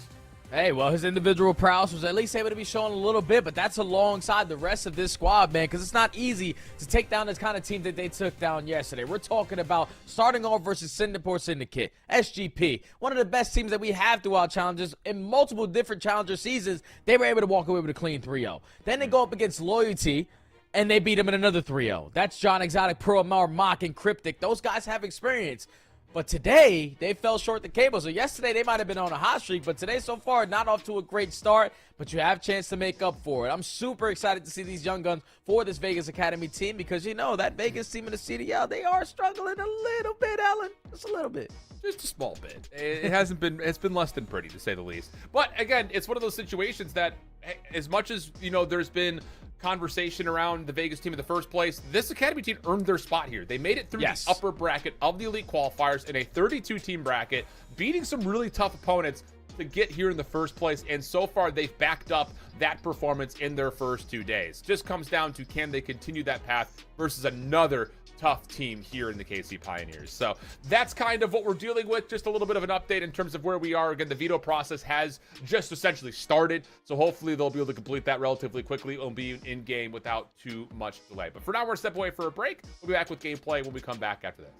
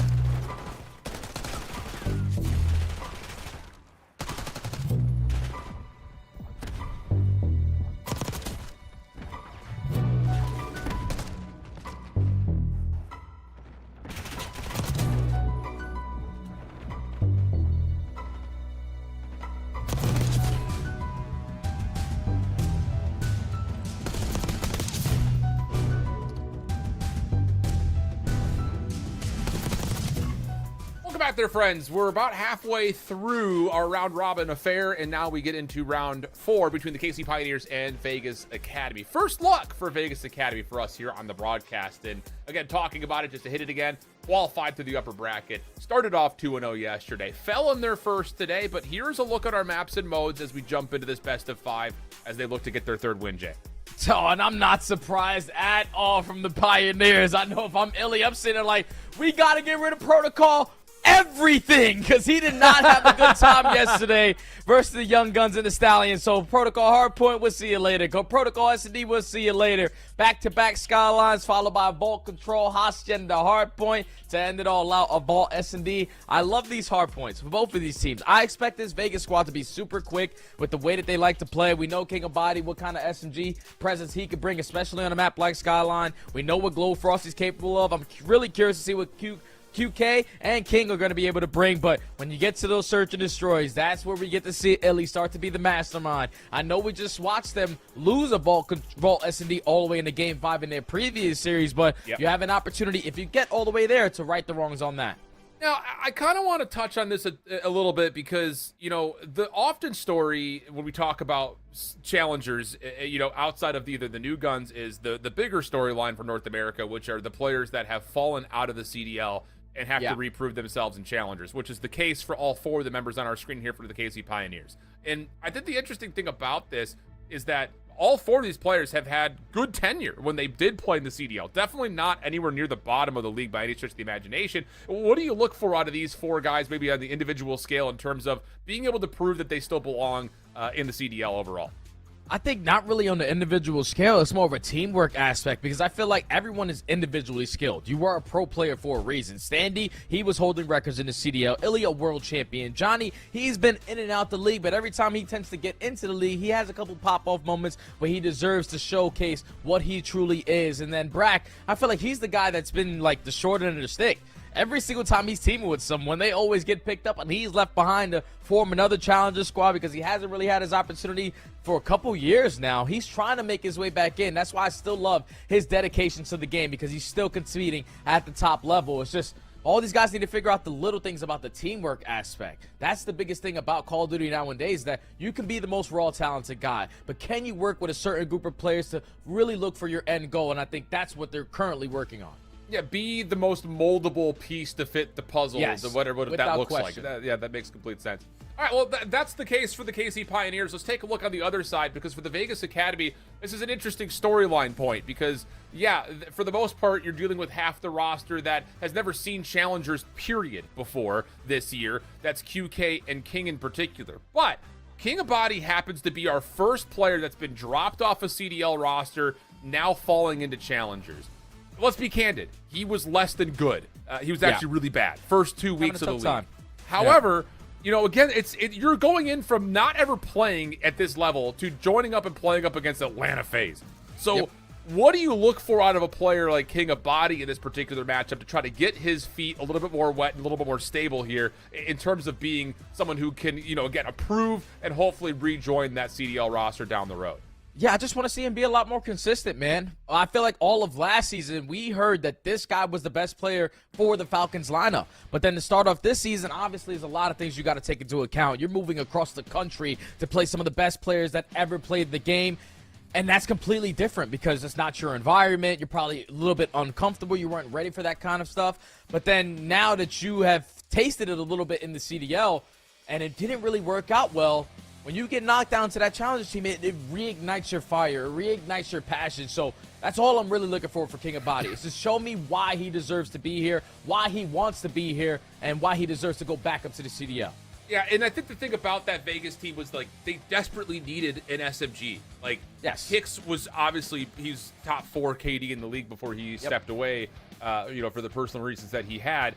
But they were just not able to keep up tempo-wise with how the SMGs on the rest of the CDL teams were playing. So I think I'd be curious to see will King of Body try to own that role, learn it, and really try to master that, especially being here in the challenger space. Not that it's any easier because, again, you're essentially playing against other CDL players. But still, it is one of those situations as, you know, you have to be able to show that you can hang, especially as you go from one level to the other. So that's the reason why I think it's kind of important to bring that conversation point up.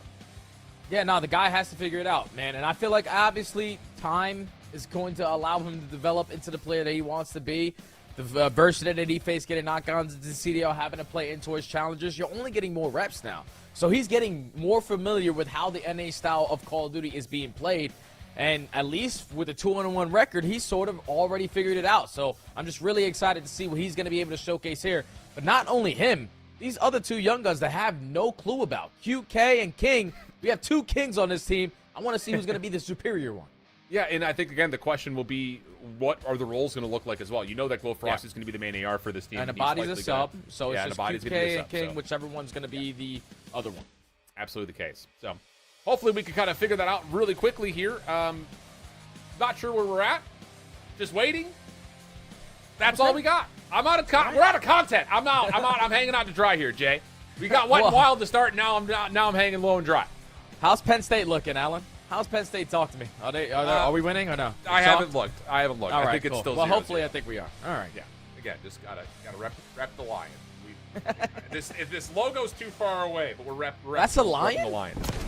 Yes, sir. The Nittany Lions. Here's some highlights from yesterday. Pioneers played COD, and they did pretty well. The problem has been not able to close out tight maps. I think has been the kind of the situation that we saw from yesterday. Yeah, besides, the first two maps weren't even close. But then when we got to Protocol, everything else went in favor of the Stallion. You can see it was all textbook early on into these games. They were just sliding back and forth, but I'm pretty sure this was the game 5 that they ended up falling short in. Yeah. So for Pioneers, a team who we look heavily at of being that icy team in Search and Destroy, they lose a game 5 yesterday, they lose a game 5 today. You got to figure out that SD stuff, man, because that's the only thing realistically holding you guys back if you're at least stealing one respawn in a series. Yep. I mean, hey, it's one of those things, like, we talk about it in the CDL, like, the teams that figure out Search and Destroy first typically have the edge early in the season. It's just like because, Rocker. Yeah, like, exactly. Or, like, Toronto right now has been that way. Yeah. So it is one of those situations where, like, you master Search and Destroy, you're going to have advantages because everyone's still learning how to play Respawn, especially as we continue to add maps into the pool or replace maps into the pool. Search and Destroy is still Search and Destroy, at least in some regard at the end of the day. So here we go. Skyline map number 1. You talked about get Protocol out of here if you're the KC Pioneers. On the other side, though, again, the Falcons Academy team, at least for King of Body in particular, this was a regular map for Vegas when they had played in their first 2 weeks. So we'll see what we're going to get, as QK will be our second AR. So it'll be the King SMG duo between King of Body and King himself. Vegas looking clean, at least so far, with the camos, with the skins. The CDL packs are out, chat. So if you want to go and buy your favorite team skin, you can be dripped out in the hard points. But you can already see Vegas Academy coming out swinging. We got a King, super aggressive up through bedroom. You have Glow Frosty was sitting nice and comfy on the backside, making sure no funky spawns are going to happen. But 17 seconds giving up out of them for that P1 is not ideal. You need to get them off. Yeah, and King just trying to execute on some trigger discipline. Doesn't really do what the intention was. He gets around the back, but doesn't flip the spawns. Yeah. Now he's got long-range gunfights in front of Piano, where he's just going to have to just hit the deck and try to stay alive as long as possible. So missed opportunity on the route there, but at least some time comes through to keep this a level playing field. Now you have to find an early break. It's going to be a gunfight versus Illy. The trade is going to be there. Great shots out of Glow Frosty for the second, but standing in Brack. We're in a position to fight those gunfights immediately and at least stabilize the push for now. But here comes King of Body. He finds 2, allows his teammates to now have the numbers off this rotation to fight this again. And they're going to execute that break. Yeah, nice shots from King as well. 4-1 start for him. Locking down the spawns for the Falcons Academy. Problem is, Brack has kind of slipped through here, and he can just sit and wait for players to get onto the hard point. There's the first.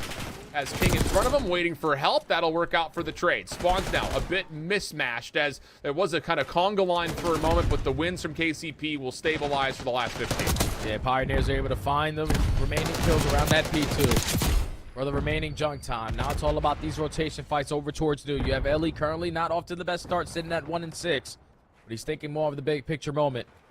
Gonna hit the deep route to work his way around Cobble, locking those spawns, and The information should be gained that someone is pinching a body, and you can see him turn around, gets some bad timing, sets up Illy for the first, puts down shots onto the second, but it's still Vegas holding on to the hard point. Yeah, really nice for now.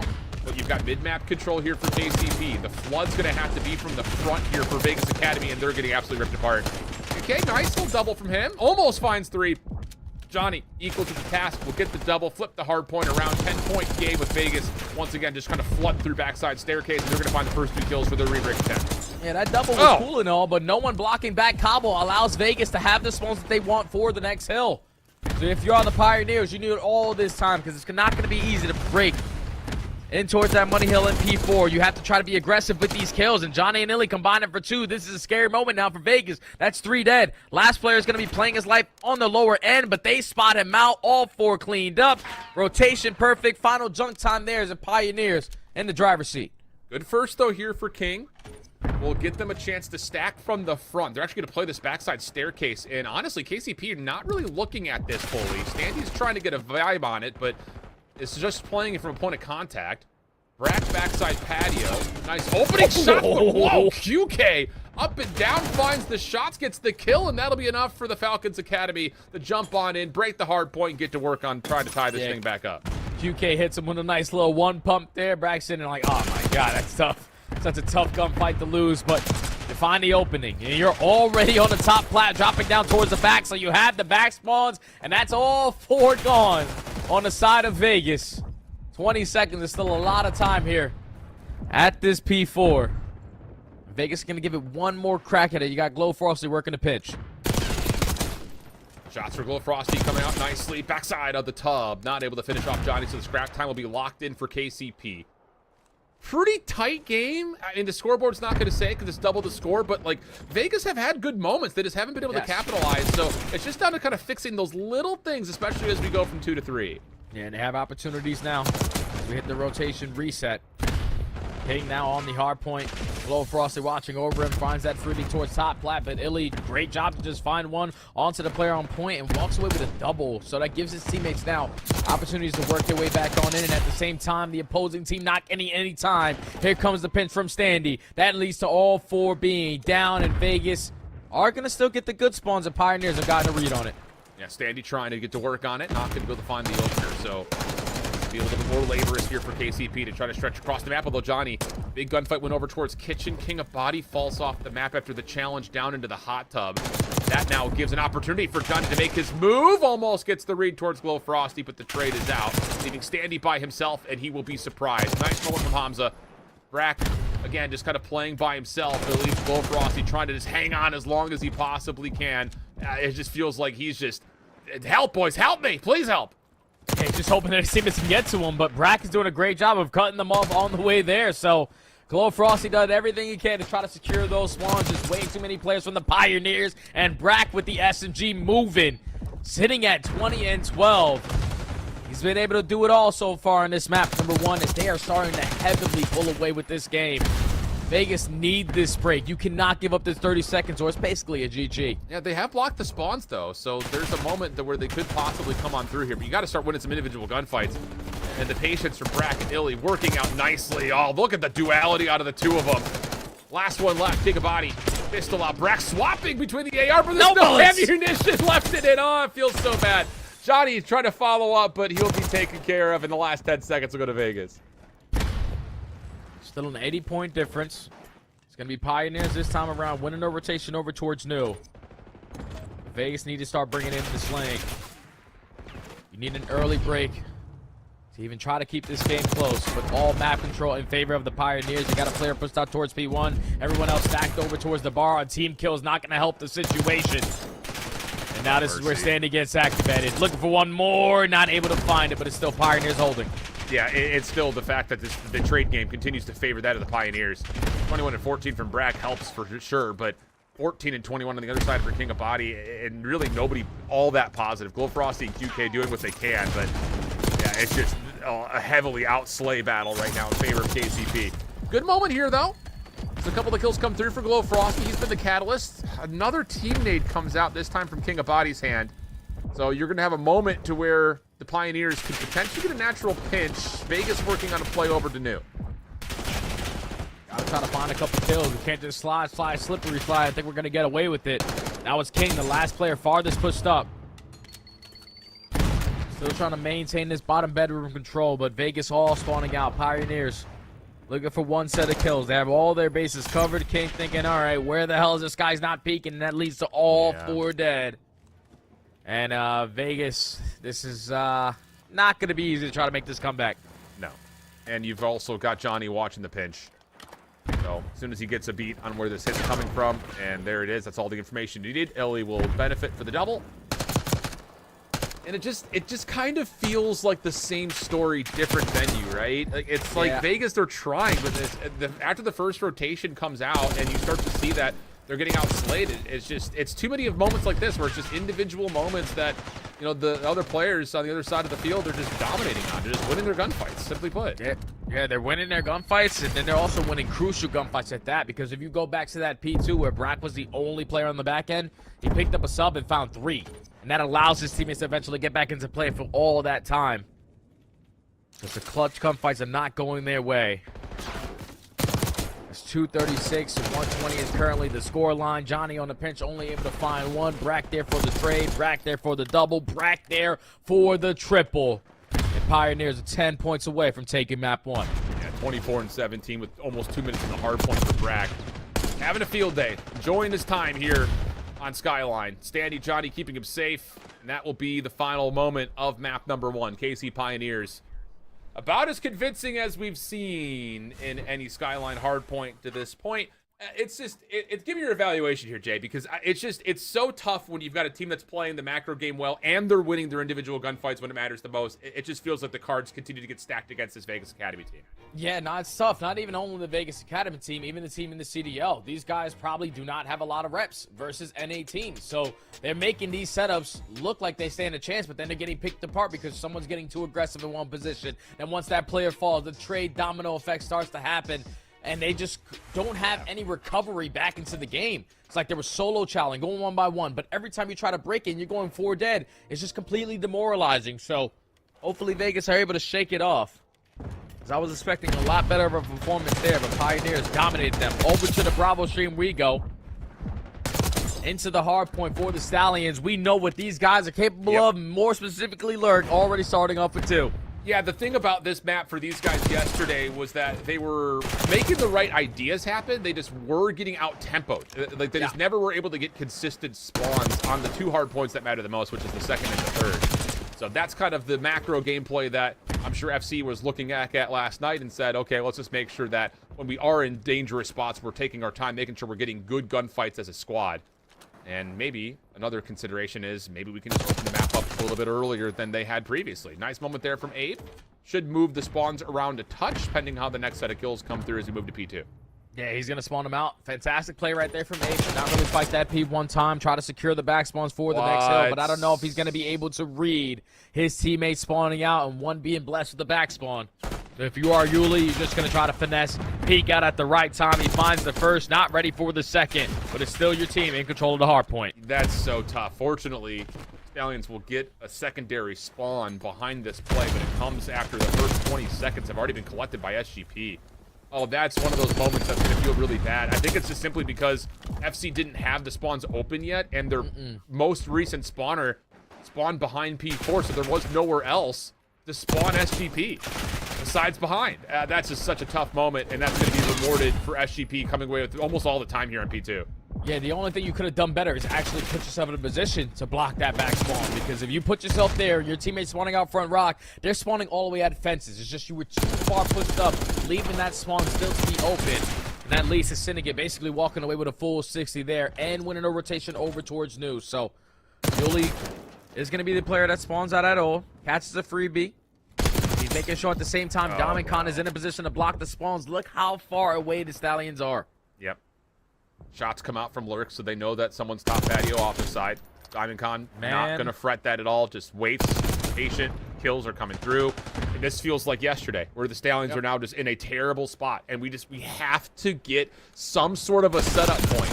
I would love to see them just stack office and just play from the top side at patio, maybe a player off spawn through connector, because then you can at least block spawns a little bit while flooding from the high ground. Problem is, Exceed has stayed safe through it. He's got 2, getting 3, and it's another full wipe for the favor of SGP.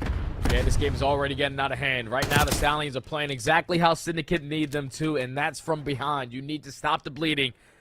Set up over towards New. Because Syndicate have opened up the gates, swinging.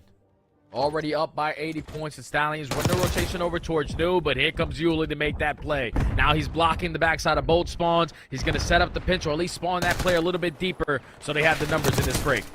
Oh my goodness. Up and over, almost able catching Abe. Not going to quite happen. Trophy system in place will be deactivated. Shots from Rex, decent, but not good enough. Stallions now all in with 4. It's set for the team name. SGP, back up for a moment. Wait for help. Here comes the pinch. Yuli for the first. Exceed dropping, leaving Yuli now by himself, and good kills coming out from FaZe Clan. That'll be enough for them to get some more time here on 4. They encourage with the SMG, starting to hit a couple shots. Great shots onto Dylan, not able to find the kill, but trying to stabilize the map. This much needed hill time here at P4. Only a 50-point difference. They're finding every single kill in the feed, so we always talk about it, how easy it is to chain this P4 over to the P1, especially when you're able to control the spawns, but being a little bit too aggressive on the opposing side is going to allow Syndicate to be blessed with a free pinch. Case. Shots still landing, though, keeping this relatively level. 107 plays 59. Stallions on the point for a little bit of time. Did they need to get a read on where this next hit's coming from? And it's all happening from the open hallway. Encourage, lots of damage. Only finds 1 kill. Mercury shot at from down low at far. But the pinch from Abe, perfectly timed. He'll catch 3. The waterworks are on. And Diamondcon will use that as a way to give himself another kill and stay in the hill. Yeah, it's just that pinch from Abe. It was good that he got 2, but he could have got that 2 a long time ago. He was playing over towards Pat, hoping that his teammates could find a lot of success through the middle of the map, but it does not work out. Thankfully, you got to play it like Lurks, who's a walking highlight reel. Finds himself 3 in the feed. Final 20 is going to go in favor of them, but you need to find a break at this next hard point. Yeah, Lurks is going to see the league this year. Probably sooner rather than later. Tell you that much. Mercury is over the top. Big 1v1 here with Yuli. Just has to hold the heady. Help on the way from Abe. Not going to happen. Diamondcon also pops up, finds Mercury. So now it's just down to Lurks. He's got to finesse. He just has to finesse as best as he can. He finds 1. Not bad. Can't do much more with that, though. Abe follows up, and now you've got numbers for Stallions from the front. Well spawns in place. SGP still spawning backside driveway. Yuli, nice spot here on the cross. And another team nade comes out. Stallions will be reduced to just 1 more member to find. They're able to take care of them. At least the Stallions thought that they would, but this has been a flawless 60 hold again from Syndicate. If you are Stallions, just another P2 where this hill has costed them not only in this series, but at least in that map number 1 versus Pioneers. They have not yet figured it out. Currently down by 90, about to be a 100-point difference, and now with everyone dying off the rotation, you're all going to spawn at hold. This is not the situation you want to be in. Not at all. 100 points down, losing out on the initial time in another money hill. Yeah, not good. Need to find something, and it's going to have to heavy from the front. Lurks is going to try to play up top. He's already taken down. Encourage following up. Exceed in a little bit of trouble here, holding on to a very difficult corner. And Stallions finding every kill that they need right now. It's just down to can they take care of Exceed? And, well, no, they can't. It's a 2v4 from Rex and Exceed against the break of the Stallions. And that may just be game right there. Look how much easier they're making the game. Like, you have players consistently blocking those back spawns, putting solely their focus on the front end. Because they are manipulating the map as well as they possibly could. Still have not been contested at all over towards the fences. Finally, a little bit of presence from the front is going to be the Stallions. But here comes Yuli. He's able to find all 3 with the AR and the pistol. And that's going to be able to allow them to breach that 200-point mark. Wow. Syndicate are just looking like they're going to run away with this one. Sure feels that way. Again, this game is going on to the B stream, though, so if you want to catch the FC Stallions versus SGP game in full, you could do so by heading over to that second link that is on the youtube.com/COD Challengers home page. Our primary matchup, though, for Falcons Academy and KC Pioneers are going into our second iteration of Skyline here on the Search and Destroy. And it will be Vegas on the offense first. Again, a map that they've played a lot. Illy just takes the opening angle for first blood, plus the pistol for more, and this round is already over. That was 3 kills in less than 10 seconds, Alan. All of a sudden, it's a 1v4 for Glow Frosty. He's able to find the first, but now his hands are full. So you're going to get some stellar Search and Destroy players throughout their careers. They're not going to try to give this one up for free. Standy throwing the shoulder. Johnny was there for the trade, and the Pioneers opened up with a very, very quick round on number 1. Yeah, I mean, when you're coming off the opening break-off and Illy can just hit the pre-fire and find 2. One with the pistol, too, Alan. Yeah, one with the pistol, too, yeah. That's one of those situations that you just have to, again, well, chalk it, go next. Okay. Well, that's a wash. We'll go to the next one, see what KC wants to offer for their offense. And again, what does Vegas do here defensively? They really struggled a lot with their SMGs in the Search and Destroy. That was the big key. And again, it's, you know, we're talking about one player now because that's King Abadi who was on that team. But that was a huge problem for them in the league. Has it been any better here in Challengers? We're about to find out. Yeah, I think you just want to avoid these early gunfights because Pioneers are shooting a little bit better. They're prepared for these aggressive plays. So they're now going to allow this round to slow down. Not a single kill in the first 20 seconds. That might be a world record. But here goes the bomb being planted. It's going to be a 4v4 retake. And Vegas can get it done. How do you break this post plan up? You got Illy watching the long flank, so everyone else for KC can just worry about the mid crosses. Yep, yep, and the pistol. Oh, Bracky wants it. Give me that. Yep, there's the shoulder. He's gonna slide this every day. Oh, mercy. Oh, mercy. Oh, mercy. Okay. It's just, I'm starting to find a loss for words here, Jay, because it feels like we're watching the same things happen from when we were casting this team a couple weeks ago. It's just 3 plants, 4v4 post plants, retakes aren't coordinated. Yeah, nah, I was hoping that we would have got the Falcons team from yesterday that went 2-0. Yeah, Right now, nothing is clicking. No early presence over towards A, so you were giving up that bomb plant for free, but at that point, we got to be a little bit quicker. When you're watching a couple players crossing over towards the site, you allow the bomb to get planted, Brack to pick you apart through the middle of the map. Nothing's just going right now for the Falcons, so it ain't broke, don't fix it, and that's exactly what Illy does for another first blood. Yeah, more wall banks coming through, almost with the pistol. Doesn't quite connect. A little Frosty, able to find one through mid-map, so that will keep us at a 3v3. Okay, King Abadi doing some work over to the middle of the map on the follow-up. Standy in and out of danger, though, has given a moment of pause for this 2v2. Oh, able to spot at least one QK. Not the best spot you want to play there, but now in a 1v2 is Glow Frosty. Pretty sure he was just spotted. Information gained. But don't put this past him. He's had a lot of moments throughout his challenging career in clutches. He's got time. Does not have the bomb for now, but this is a nice little moment where he can flip the map. He's going to clear a lot of space, giving him some security, at least for the next 30 seconds, that he can just work his way back to where this bomb had been dropped with his eyes forward the whole way. Problem is, KC's not going to give him any information except for Brack on this slide through. Problem is, where's the second? And now the bomb has been collected, and oh, Glow Frosty, I don't love this play. You probably just want to perk this objective. The longer you wait trying to find these kills and you're not getting any info, the longer they're going to realize, okay, he has to be going over towards A. They dropped down from mid-hall. The other one was dropping down from White Plat. And that's now 3 rounds in a row for Pioneers. As again, these games are just getting out of hand. You're allowing Illy to find early first blood 5 seconds into the round. Standy to play, make it through underground and turn it into a 2v2 and eventually find the second. But then in the 1v2, just the buddy system good enough. Thankfully, Brack did not die on that cross, and that leads to Pioneers 3-0. Yeah, it's tough for Glow Frosty there. Like, I get it. You saw Brack on the slide through. You're anticipating maybe someone jumping down to get the quick kill, so you've committed to playing for the eliminations there. But as soon as the first 4 or 5 seconds of that play leads to no contact, I think you have to commit to trying to get the bomb planted, just running out of time, like you said.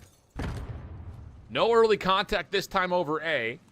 Johnny making sure that no one moves through secret. Illy just waiting to see if there's going to be some sort of a forced engagement outside table, and that nade over the top very well may land. Wait a minute. Doesn't quite fully, and Brack will drop, so numbers advantage now for the first time for Vegas.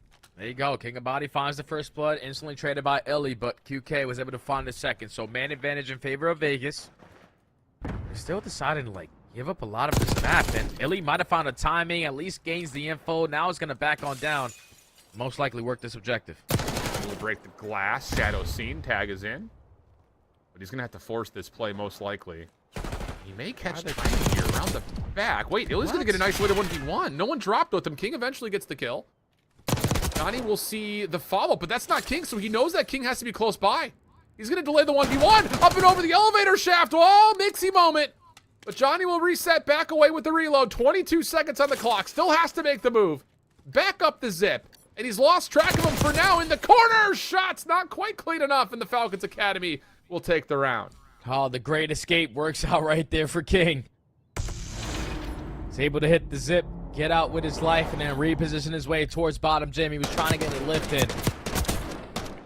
Now, Johnny's been hitting the gym recently. He said, I'm bigger than you, pal. Give me this one-on-one. Finally allows the Falcons Academy team to secure their very first round off the back of that first blood. That's good stuff right there, though, to just slow down the game, because when the game is very fast, so far it hasn't treated them well. Slow down these rounds a little bit and pick them apart one by one. Yeah. All right, here we go. And Vegas on the roping offense shut down just by Illy by himself. This time it's an opening trade against Brack for an early 3v3. Problem is, that doesn't really lead to much opportunity for the offense to move here. And that's the big problem, is how do you clear space? And they think there's someone over towards Hot Tub. Not the case at all. So, again, just not a lot of ground here for Vegas Academy to work with. And now you're down on tax as well. Yeah, we need to play for info right here, because we're over here thinking someone's over towards P1. Let's just throw a shoulder and realize no one's there, and we can take that away. But now with 50 seconds still to work with, King of Body slowly working his way. Might have found a timing for a freebie. There goes one onto Illy. Man advantage Vegas. And I love that. That's just good clinical work, like you said. Just try to isolate, throw shoulders, try to bait out some shots. You got a player up top that can make a move, and it works out. Standy was in a very precarious spot through gym. Now he finds himself open towards halls. Johnny, door pops.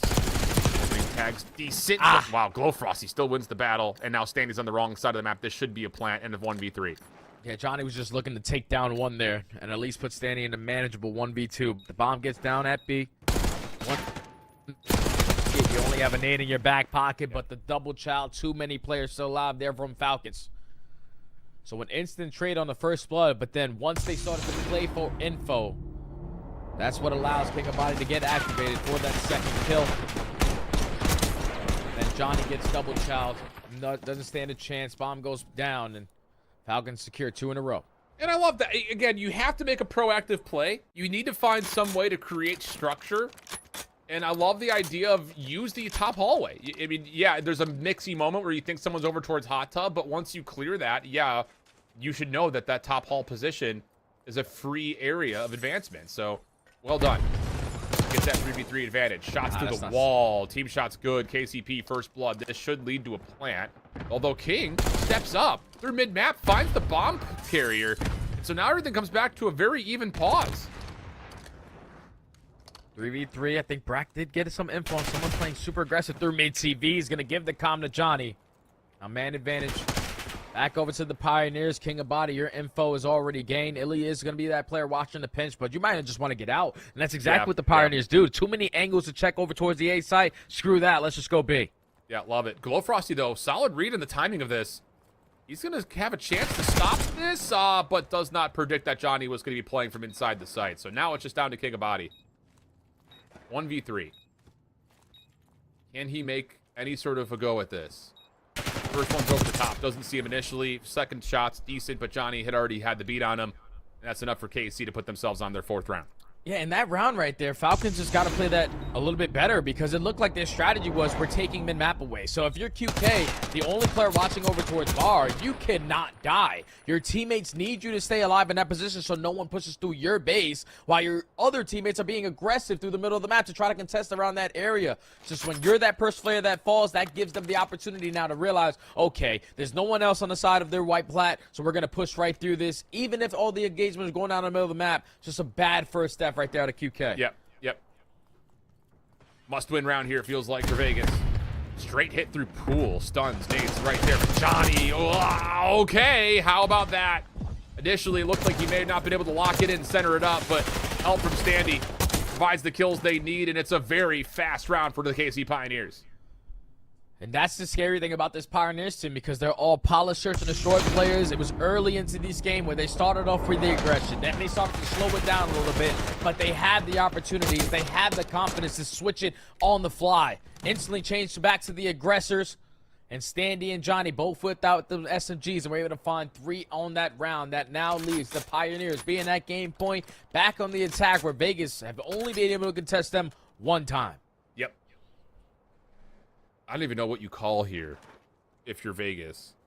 Defensively, it has not looked good over the top of A, and it looks like KC is very aware of that, saying, let's just go ahead and make that same motion. RCXD to help them out. King has one, trying to just block off this A site. Working out nicely for now. Shots go its direction, though. Johnny down low, waiting to maybe try to get activated, and he's got timing, but does not lock the shots and to back away. And that's all Johnny was trying to do, to see if that opening was potentially going to be there for him to try to make a play, but can't tell with his life, and that leads to King of Body finding his first blood. They have a lot of A presence, but Body's going to have his hands full. Have to play your life here. Crossing angle being taken by Johnny. Can't stay there for long. Glowfrosty's in the realm of playing from top bedroom, and that's really good patience from Glowfrosty. Numbers advantage significant now as Vegas get to work just suffocating this Pioneers offense. Here's the play forward. King of Body, good shoulder being thrown. Deals with Brack. First challenge out. Illy tagged up heavily. Easy trade. The SMG's locking it down for Falcons. Yeah, great plays right there from Falcons. Is like I said, just slow down the game. Every time Pioneers decide to switch that tempo, Vegas have made them pay for it. You find an early first blood, you take control of the A side. Glowfrosty knows that Johnny is going to try to hit a route. Was able to catch him on the jump up, instantly put him in the 4v2. Allows them to secure their 3rd round of the map. Still backs against the wall. It has to be picture perfect, but this time, if I'm Vegas, I'm not really allowing Pioneers to get as aggressive as they should. Yeah, Everybody would pull out an AR here. We're all watching over mid. All right, once we do that, okay, then we'll change it up. RC on the floor, it sounded like. Oh, but look at this. King of Body just breaks the timing of the defense completely. Finds 2. Bomb already recollected by King, who takes care of Brack, leaving Illy now for the 1v3. Nice little gut check tempo change here for Vegas Academy. Oh, but Illy, we know what he's capable of in Search and Destroy. He's able to find the first one before the bomb goes down. So it's all about the timing, not full health. And they were both prepared for him to instantly come back up the zip. So Falcons starting to show a little life here. That time they can completely change up the pace. They said hallway worked for us one time when we did it slow. How about let's change it up and do it fast? And that time of Body with the timing, able to open up that round with a double. And that leads to them now going to around 10. I'm actually kind of surprised they didn't try to pull that a little bit earlier because, you know, candidly speaking, KC have not really put many defensive eyes on that top hallway play. No. And maybe it just took some feeling out because Vegas offensively have largely defaulted to just flooding A in some regard. But that kind of works out perfectly. Johnny, little cut route in the middle, and he will find QK tagged up, I believe, by a nade over the top. So that'll lead to a quick plant, and KC will have the advantage in a 4v3 post plant. Yeah, Vegas got to go quick, man. You cannot allow this bomb plant to go down, and that's going to be a Body at least finding one to make it a 3v3. But now you just want to play your life. Try to locate what the setup is looking like. You potentially hop the bomb if you wanted, but now with Standy repositioning himself over towards P1, he's going to have an angle. Oh, but the drop shot works out, leaving Illy again by himself. He has the benefit of the 1v3 this time by having the bomb down. It gives him a little bit more favor. The rewrap over back through Pool. Has to check it. Sees no one's on, but he takes shots, and King will turn around, find the shots to land, and that will send us to a round 11 with King on 5 with an RC to play next round. Yeah, if I'm Illy, I'm thinking the same thing. Like, I'm one shot, someone's got to instantly be sticking to defuse, but Falcons decided, hey, he's probably going to most likely play for 1 kill guaranteed at the split second. Thankfully, King, no one hopping that bomb, gets a sound cue, turns right around. Is able to find that kill onto Illy. Even after getting first blood, King of Body has really turned it around in this S&D to give them a chance at taking this one away. Yeah. What do you call here? Oh, it's Vegas on the offense. Do you get greedy? Do you try to make that same route somewhat happen up top? Do you try to isolate that again? Because you know KC has to put an eye on it. You can't just let them run through top halls again.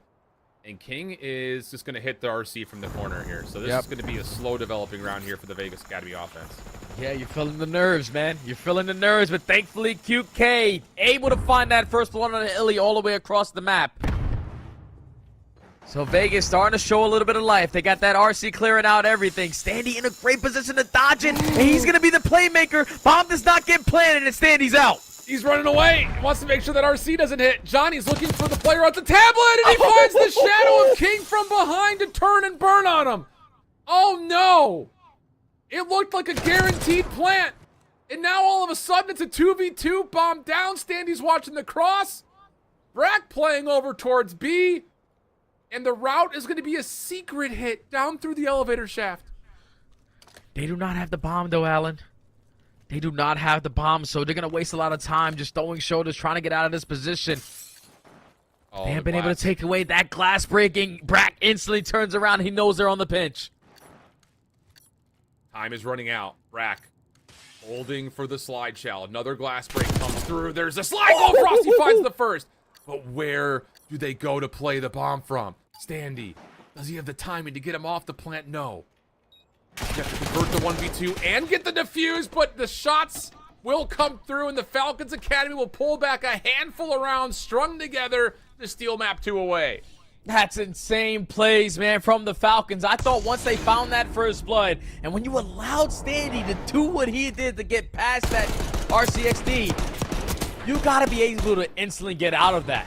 That's all it comes down to. Like, you cannot commit on that RC trying to chase someone down for a kill. Just blow it up because you don't know what everybody else was doing on the map. But thankfully, Falcons backs against the wall. Needed 4 rounds in a row to take that search and destroy. And they get it done versus probably one of the most polished teams that we have in Challengers. That's unbelievable work out of them. They tied the series up at 1. Huge recovery for Vegas Academy. A lot of it coming from King himself. Go Frosty, of course, in that last round. Very pivotal as well. So 1-1 the count here in our 4th round robin matchup. A key one for both these two squads. Vegas win it. They likely get to the double elimination bracket. KC wins it. They give themselves a little bit of leverage to stay away from a tiebreaker situation. We'll see how things unfold as we head into map number 3 in the backside of the break. Don't go anywhere.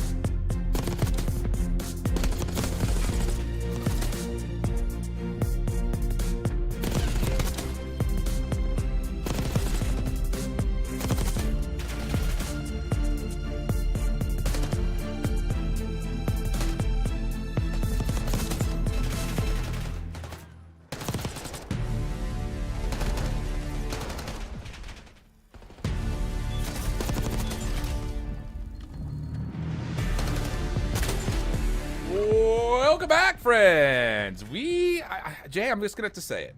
Okay, hold on to your chair. I just have to say it. I'm waiting. We have had 3 series that have started off 2-0 beatdowns, leading into reverse sweep potentials map 5s. This is the first one that we've had that has been tied 1-1, and I have to say it feels like we're probably due for another 5th map, just in a different way. It feels like we're going that way. That's how it's looking, man. It's just what we do, Alan. We push it all the way to the very end that we possibly can. A couple restarts come in. No, don't worry about it. We're right back into the game. But let's take a look at the highlights of the insane search and destroy from Falcons Academy. Being down 2-5, like, sometimes the best strategy is to say, screw it. Like, nothing's been working for us. Let's just go do something completely different. And that's exactly what they were able to do. Obviously, a bunch of clutches being involved at the end, but then when you get to the round 11 2v2 situation, it all starts with King, man. He was the guy that was taking over alongside his other King teammate and King of Body. The SMGs just started to make plays, and they made them count. Yeah, it looked like for a moment that Standy and Johnny had won the map right here with the initial of avoiding the RC, getting the bomb planter, and the player who was controlling the RC. But like you mentioned, the follow-up from Falcons Academy, absolutely picture perfect. They pick apart the KC defense, get the bomb planted, and hold off that 1v2. So we go into a vault control level at 1 apiece. Hacienda Hardpoint, of course, still guaranteed. And then a vault search and destroy awaiting us if we do continue to get map 5s here in North American Challengers Elite, which we often feel like we often do. So vault control coming up. It's so bizarre, Jay, because I keep looking at the rosters and I keep thinking about King of Body and I keep thinking about what his performances have been like on these first 3 maps because we've seen him play a lot. So again, it's just one of those things you want to get the 1-for-1. Is he going to be able to improve in Challengers? These are the exact spots you would want to be able to make that evaluation on. We need to see the SMGs continue to play well for Vegas Academy if they want to try to get a level ahead here on what has been a very close game so far. Oh, yeah, without question, man. The SMGs need to make sure they're showing their presence. And the good thing for King of Body is this is a map that he was at least one of the maps he was able to take into CDO versus the team in Atlanta FaZe. So he sort of has a feeling of how he needs to play. He just needs his Slayers to be able to slay. Your ARs need to hold down lanes. You cannot let people get lost because you know you're going up against Standy. You know you're going up against Johnny. And both of those guys can tend to get lost with those SMGs. Indeed the case. We're hearing there's a round 11 affair, though, going on in the Bravo stream. Okay. So we're going to head over there and see how things are going with round 11. Was that it? Was that the final kill? Or do we still have round 11? Let's see. No, here it is. Coming up. All right. Stallions Go ahead. don't want to go down 0-2, Alan. They do not want to go down 0-2. Now, I was about to say, after the beatdown that they had on the Hacienda Hardpoint, this feels like a must-win situation for the Young Guns. But it will be SGP on the offense. Oh, and it's a 4-man defensive play up high. I don't think anyone saw it for SGP. Uh-oh. Lurix is still making sure no one's pushed through, but he's going to try to isolate down to the backside. Wait a second. FC not going to contest the plant. Post plant's going to be here. They do isolate on the Diamond Con, but you got to break apart this post plant. Yeah, I thought they were going to completely disregard those players in the back. You had the numbers to instantly bombard your way in towards the site. But now you're giving Syndicate opportunity after opportunity. Thankfully, Lurk and Encourage combined for 2. Now Yuli left in a 1v3. Stands no chance. The Stallions, with the aggression, are able to tie this series up at 1. Wow. I thought for a second the Stallions just beefed that by not trying to contest that bomb plant. Yeah. But it works out for them. The isolation turns into numbers advantages over the top of the bomb, and that's how map 2 will end. So a 1-1 affair there on our Bravo stream as we're back into the primary matchup and this vault control. Will be the Falcons Academy on offense first. SMGs for KCP already stepping through the A zone, and we're down to under 50 seconds immediately. Yeah, no second turn yet from Vegas. Just going 1 by 1, getting farmed. Other players already pushed up into their spawn. Johnny already finds himself on 2 in a row. You have Ellie pushed out towards gold, so he's forcing them all to spawn either default or over towards the water side. And he's just not allowing them to have a good time off the respawn. Oh, boy. Okay. King will drop. Clock will continue to tick. Low Frosty, the furthest one forward. So Johnny... I was going to say Johnny on the spot here, just making sure no one plays over towards top halls, but that's wordplay that's way too easy. Still makes good on this position, though. Shot at from behind. Doesn't know which challenge he wants. Instead, goes back over to King of Body, where he will eventually fall. But Vegas Academy is just too far away from anything besides this A zone. They have to commit, and KCP is all over this. Yes, please, play for the damn hard point. Play for the hill. Play for the control point. Like King of Body, we still saying over the top. bridge and we not doing nothing. We just wasted 45 seconds to work over towards pool for 1 kill, and then we're still playing for kills after that. That does not make sense. You don't get a single segment earned there on the side of Falcons when they had a lot of map control to go with it. But instead of playing for the kills, we got to think about that objective. And when they decided to do that, Brack was sitting in a nice little comfortable corner, catches a double, and that play instantly gets shut down. Falcons just could not catch their footing off of the respawn for any segments on that round, and that puts them in a heavy deficit.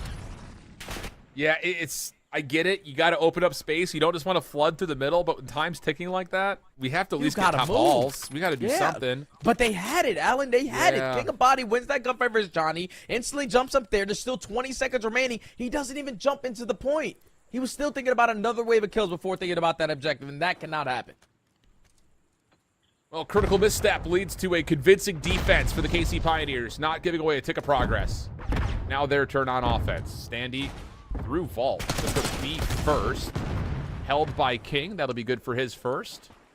Illy, nade to Glow Frosty. He's gonna, wow, last bullet onto King. Find a double, and now he's over towards backside Art, and he knows there's a player up top already. Timing is going to be everything here. There's a player from behind, and that'll be enough for Falcons to respond perfectly with the full wipe, and they will deplete that little bit of progress on B at the same time. Yeah, and King of Body was already pushed out towards gold, so he's influencing the spawns for every single one of the players on KCP. Spawn over towards water. But you should be prepared for this when you're knowing where they're coming from. They only find 2, Johnny and Brack and Brian for 3, so they're instantly back on the 8 point. But they are just getting too aggressive there, Johnny. That's simply unnecessary. Now you put your team in a man disadvantage on this attempt break from Vegas. First tick in, second quickly on the way with a multiple player stack on. Second's going to get locked here. Illy, oh, he steps off just before it gets locked. Doesn't make a difference. Johnny finds the kill. King of Body from behind. Tries to predict a second challenger, and he wasn't wrong, but doesn't win it versus Brack. And as King will drop that, it'll be the full 60 on the A zone being completed. Yeah, now you got to give this one up. You have one more player who could potentially contest it, but time is going to be extended. Now King of Body just trying to play King up. He's clean up. He's able to catch a double. Currently up by 3 lives is Vegas. You've got to continuously apply that pressure. You know, there's 2 players at least over towards this gold streak. Great shots, not able to lead to the kill. But Lily able to keep his team alive. Now it's King's opportunity to get some done.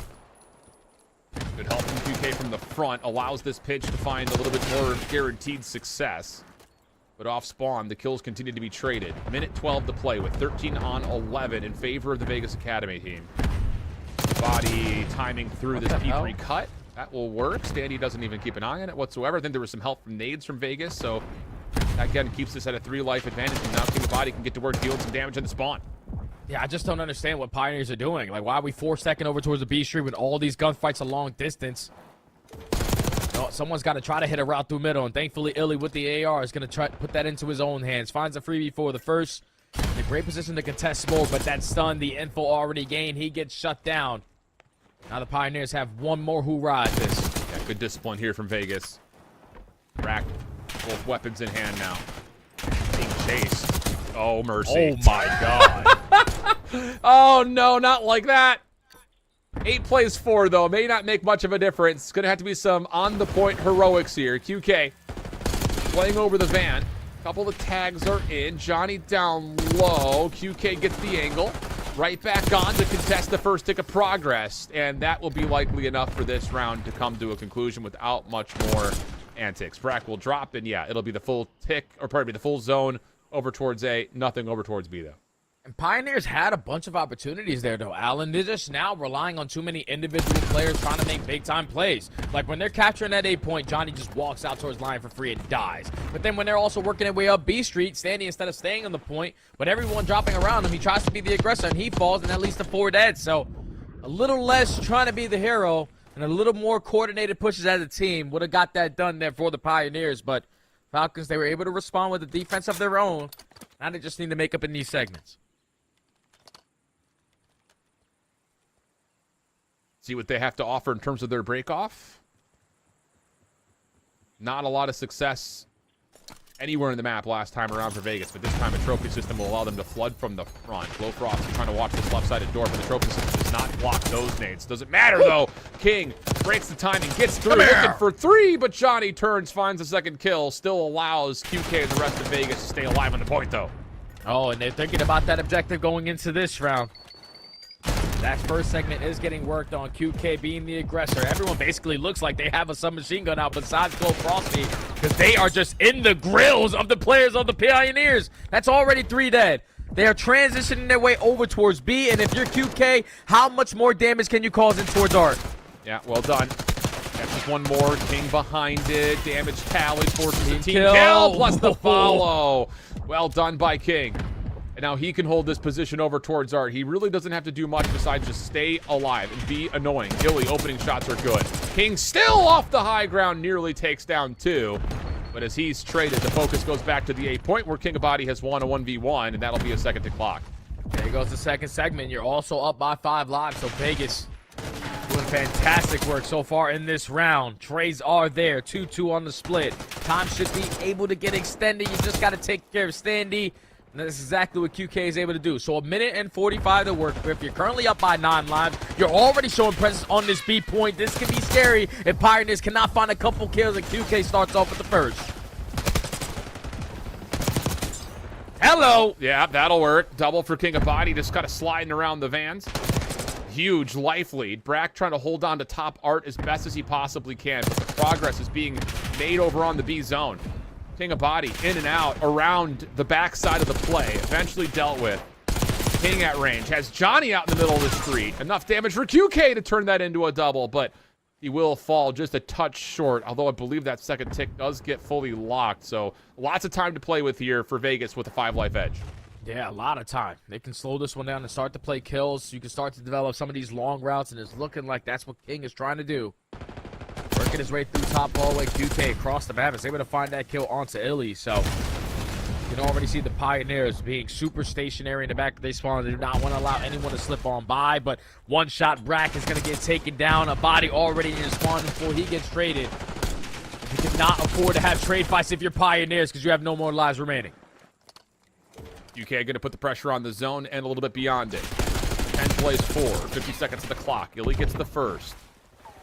But as Brack drops, now we're dealing with no more respawns available, and this is the right play for the Falcons. Just jump on, force the defense to have to come to you.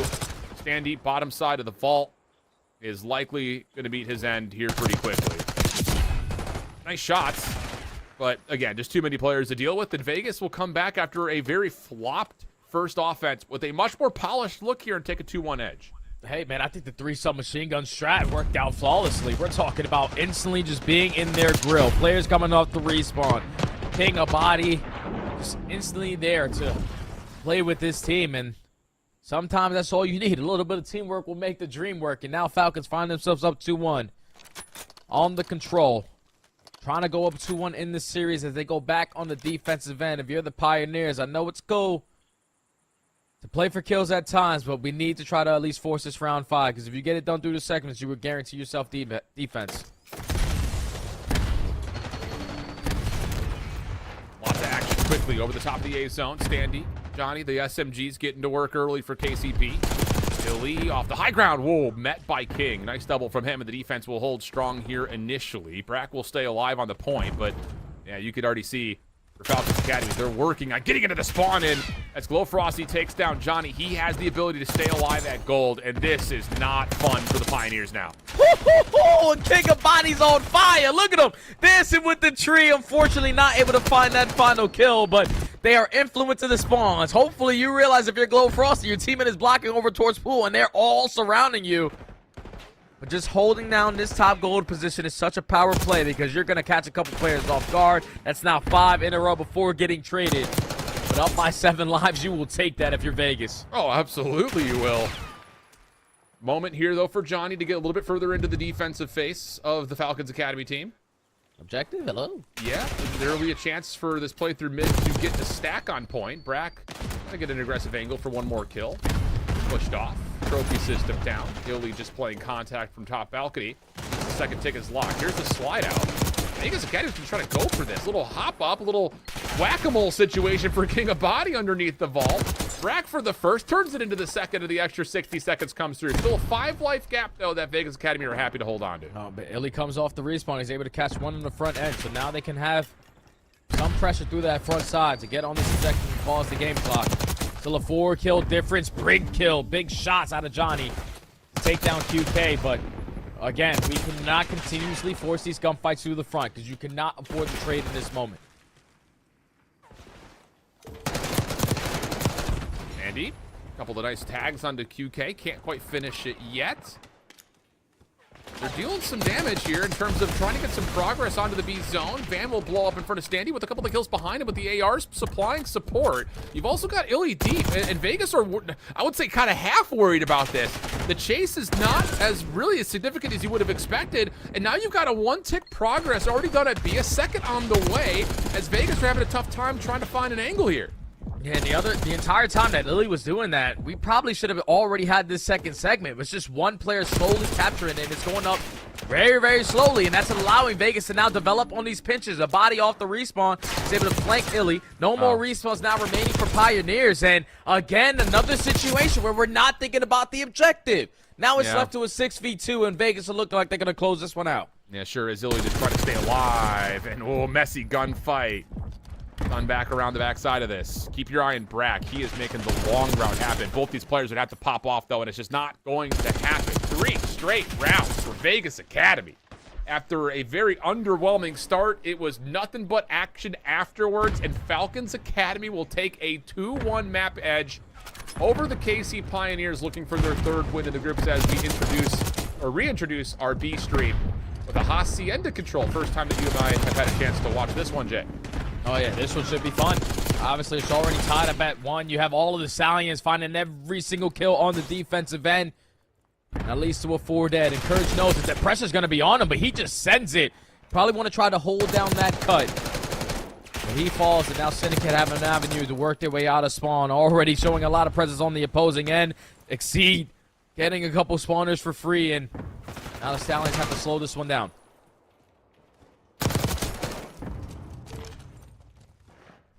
Well, the difficulty here is finishing these zones. That's at least what I've been able to find to this point, kind of watching over the scrimmages of nature. And, well, that's one way to go about it, at least if you're FC clearing off that B zone.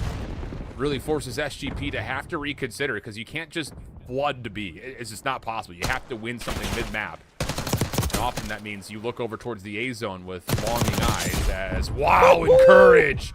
Tough gunfights, wins both cleanly, and with a 17 playing 21, with more action still in the offensive spawn, the time is looking like it might run out in SGP here. Yeah, they're spawning so damn far away from both of these points that you can't really commit your way over towards A, because that one's dead center. Very difficult point to capture, so you have to work your way over towards B.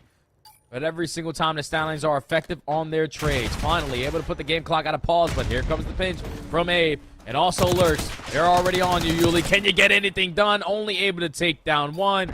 5, 4, 3, 2, 1. The round should be over. And that's going to be Stallions holding strong on the defensive end, only allowing 2 segments to get away from you. Okay. I mean, I don't know if you have any evaluations, Jay. I just like this map on the control. I think just based on where the zones are placed, it really does force you to have to, like, I always say, like, you have to get someone into office patio. If you want to have a chance at winning these zones, like, you have to have control of office and patio. And it can't just be with one player. Usually I feel like it needs to be at least 2. Yeah, and for the objective team, the team that's on the attack, when you're spawning over towards that Lambo area, you're realizing, okay, we have no presence over towards B Street, nothing over towards mid, but you have to fight your way back through that mid map. If you get a couple kills, then play for spawners before even thinking about that objective. It's usually how we tend to see a couple offensive rounds being won. Now with the Stallions up 2-1, it's time for them to show us a little bit of attack pressure. Already finding the initial 2 kills. Domicon effective on the trade, and now Mercules, last player up. Gotta play your life. Doing well for now. Keep that life in play. And he's going to get a 1v1 with Rex. Nice shots. That will lead to an opportunity to get onto the A zone. Merc now on 5. And, ooh, for a second, I thought he was just going to push into bar. I would have loved that, considering that Lurks is trying to play from up top, but not quite the play call. Encourage, dancing around the rocks, able to lock over to Yuli, who was low. But the offense has been pushed off the zone, short of the first tick of progress on A. Yeah, the better play right there for sure. You hit it on the head, Alan, was Merc to push through the bottom line and play for those spawners. To allow his teammates an easier opportunity or an easier route to try to work their way back through middle map. But SGP, they've reinforced their way up through every single hallway. They're already showing a lot of presence over towards Spiral. You got a player all the way pushed out towards B Street as well. So Stallions have to work their way through Rock. And with only 25 seconds left, basically your last hurrah, they find the initial 2, though. Okay. Chance to possibly get a couple members on. And Merc, ooh, I like this. Yeah, Lurks finds 2 up top, so now you can actually put focus onto both zones kind of at the same time. In fact, they kind of just bail on A. That second tick didn't get locked. So now you're stacking to try to get the full 60 on B. They're going to get the second tick of progress. Here comes the last-ditch effort for SGP to try to challenge this, and they line up. A team shot comes through. Rex jumps in for the contest, and he gets himself a second. Oh, and the clock continues to tick. Lurks trying to finish off the B's. What? He's not going to jump to B. He's still trying to play for the kills. His teammates are going to stop the clock at A. It's a bold call, and he gets punished for it. It looks like SGP should clean up this defense. I don't know about that. It was the hesitant moment right there. If Lurks was just fully going to commit towards the backside of Bolt the first go around, he would have found the timing through bottom wine. But when you're going back and forth, knowing that they're spawning right to our right, the better play probably is to go over towards B side. They're spawning all the way over towards Bolt. You had an opportunity to extend the game clock with how far those spawns are coming in. But the timing not good enough there for Lurks. Now that leads to them being the team on the defensive end. And if you're Syndicate, it's all about this break-off. You cannot afford to go 4 dead. Then you're spawning in West Bumba. And then you got to check every corner on your way on out. West Bumba is crazy. Oh, mercy. That nade's going to bounce back. God. Yeah. Whoops. Exposed beams are a feature in 2025 architecture. The stun gets credit for the kill. Stallions will still find the defensive wins, though, that they need to stay forward on the map. And, yeah, that will really put this out of question, at least for a B approach. And SGP, you have to take your time here. You don't want to, but you have to take your time. You need to clear out some space. Oh, Abel's at least able to catch this player off of the respawn, get the info. Not able to find the kill, though. So now for the rest of the Stallions player, just stay pushed up on their side. You were able to take care of Exceed, who was the farthest player pushed up, but now you have no open presence. Lurk able to find at least one before getting traded. Mercury's in a bottom middle secret doorway, able to get that one instantly. You have one player in Diamond Con just keeping that game clock at a pause at B. And for the moment, Stallions, yeah, they're not sure if they want to just let him live here and play for the kills or come back to it, and it leads to a moment of concern. Although, okay, Mercules is having himself a miraculous map. 35 and 17, 5 in a row. 25 seconds to fight. And he can just watch to see players crossing. There's Exceed, and they know, yep, this is going to be an A play, just with that little bit of information. And the timing here may have Mercules just winning the round flat out. It might not even be needed. The rest of his team's doing the work for him. 10 seconds to play. This map is hell on offense. Holy cow. Yeah, no, it's not easy, especially when you don't find yourself with any map control. But with 3 seconds, the game clock is going to be paused. You just have to watch so many different angles. And here comes Mercules from a different angle of approach. Able to put down shots for his teammate to close out the kill. And the Stallions, the youngest team that we have in the Elite, some of their first opportunities in professional Call of Duty. And they are up 2-1 versus one of the more polished teams that we have in Challengers, looking for a clean 4-0 to the beginning starts of their lead. Wow. I mean, let that just marinate touch, because crazy, that would be crazy, especially against the caliber of teams that they have in their group in the first place. So Tommy must be one hell of a coach, Alan. Like, Zuma must be one hell of a coach, because he's got these guys locked in. We got to give Ronan the shout, though. Zuma's just he's like the assistant coach. He's the guy that's he's like the best. Shout out Ronan. Sorry, shout out Ronan. Man. He's got these guys locked. Let's take a look back over at our main series, though, and our maps and modes, because like we already mentioned, it was a blowout map number 1, a tight affair map number 2, but then it's just been nothing but Falcons. Really, I mean, excuse me, the last 3 rounds of the search and the last 3 rounds of the control all go the way of Vegas Academy, leading into a Hacienda hardpoint. And now it's the curiosity point. We talked about it a lot, and I don't mean to just keep floating this same storyline. It's going to get tired and repeated, but KC Pioneers have no excuses. All 4 of these guys have played this map in 2019. Vegas have not. They were not a part of the at least competitive ecosystem back during Black Ops 4, maybe except for Glowfrosty. So let's see what these guys have to offer in terms of learning this map and getting a first go at it. Yeah, the good thing for Pioneers is this is one of the maps that they played in this series yesterday. Going up against the Stallions, and they were able to dominate. So you're going up against another team who probably is not going to have a lot of experience here. And based off of what we saw on map number 1, you were able to outclass them when you talk about the rotations, when you talk about the teamwork aspect in these trade scenarios. But Vegas have looked completely different after that map number 1. Gunnies are hot. Teamwork is on point. Now they're just one map away from sending Pioneers to be 1-3. Yeah. That would be unbelievable in its own right as well. But heading on into the hard point, it is a great opener here for KCP. Not a lot of action needed to get out of the hard point for them initially. Nades will follow up. Falcons trying to fight back here as quickly as possible. And it's not going to work out all that well. AR's just locking down the high ground, allowing Standy to get back into the point. Okay, and now with 25 seconds left, we have to start thinking about that next hard point. King dying in that position. Thankfully, his teammates off the respawn, holding down that backside, find that kill, because you would have potentially spawned all the way across the map, but now it's Brack's turn to get something done in towards P2. Early shots in towards Ziggs, early shots onto Glowfrosty, not able to find one, but 31 seconds off P1, you will absolutely take that. Yep, Standy, water route. This is why Get me players up! don't go that way. Oh, no. Oh, that feels terrible. Johnny in the backside, though, will block the spawns out. Where does Vegas spawn here? Well? Probably They're spawn out. well. They're out. Yeah, they're well. And Illy is making a mess of this play through Zig, trying to hold on his Glowfrosty. Again, Glowfrosty's done well, but not well enough to hold on to the hard point, and Pioneers will get a read that Vegas will be coming quickly through Zig. Yeah, that's just way too easy right there, Alan. Like, you had everything you wanted. You got the first kill on the opening of pool, of the water side, but then you're just not watching the full deep pinch. And Johnny executes on that route for that kill, blocks the spawns, and now they're right back into the hill. And this is not the ideal situation you want to be in. On a map like Hacienda, you have to make sure you're playing ahead. You're still spawning out, but thankfully Vegas have cut their losses. They're thinking about that Roto to New. Yeah, the problem is they're not winning any gunfights. Nope. Doesn't this feel like Skyline all over again, but worse? Yep. Ngabati? Probably going to be a worse score, too. Because this map is very punishing.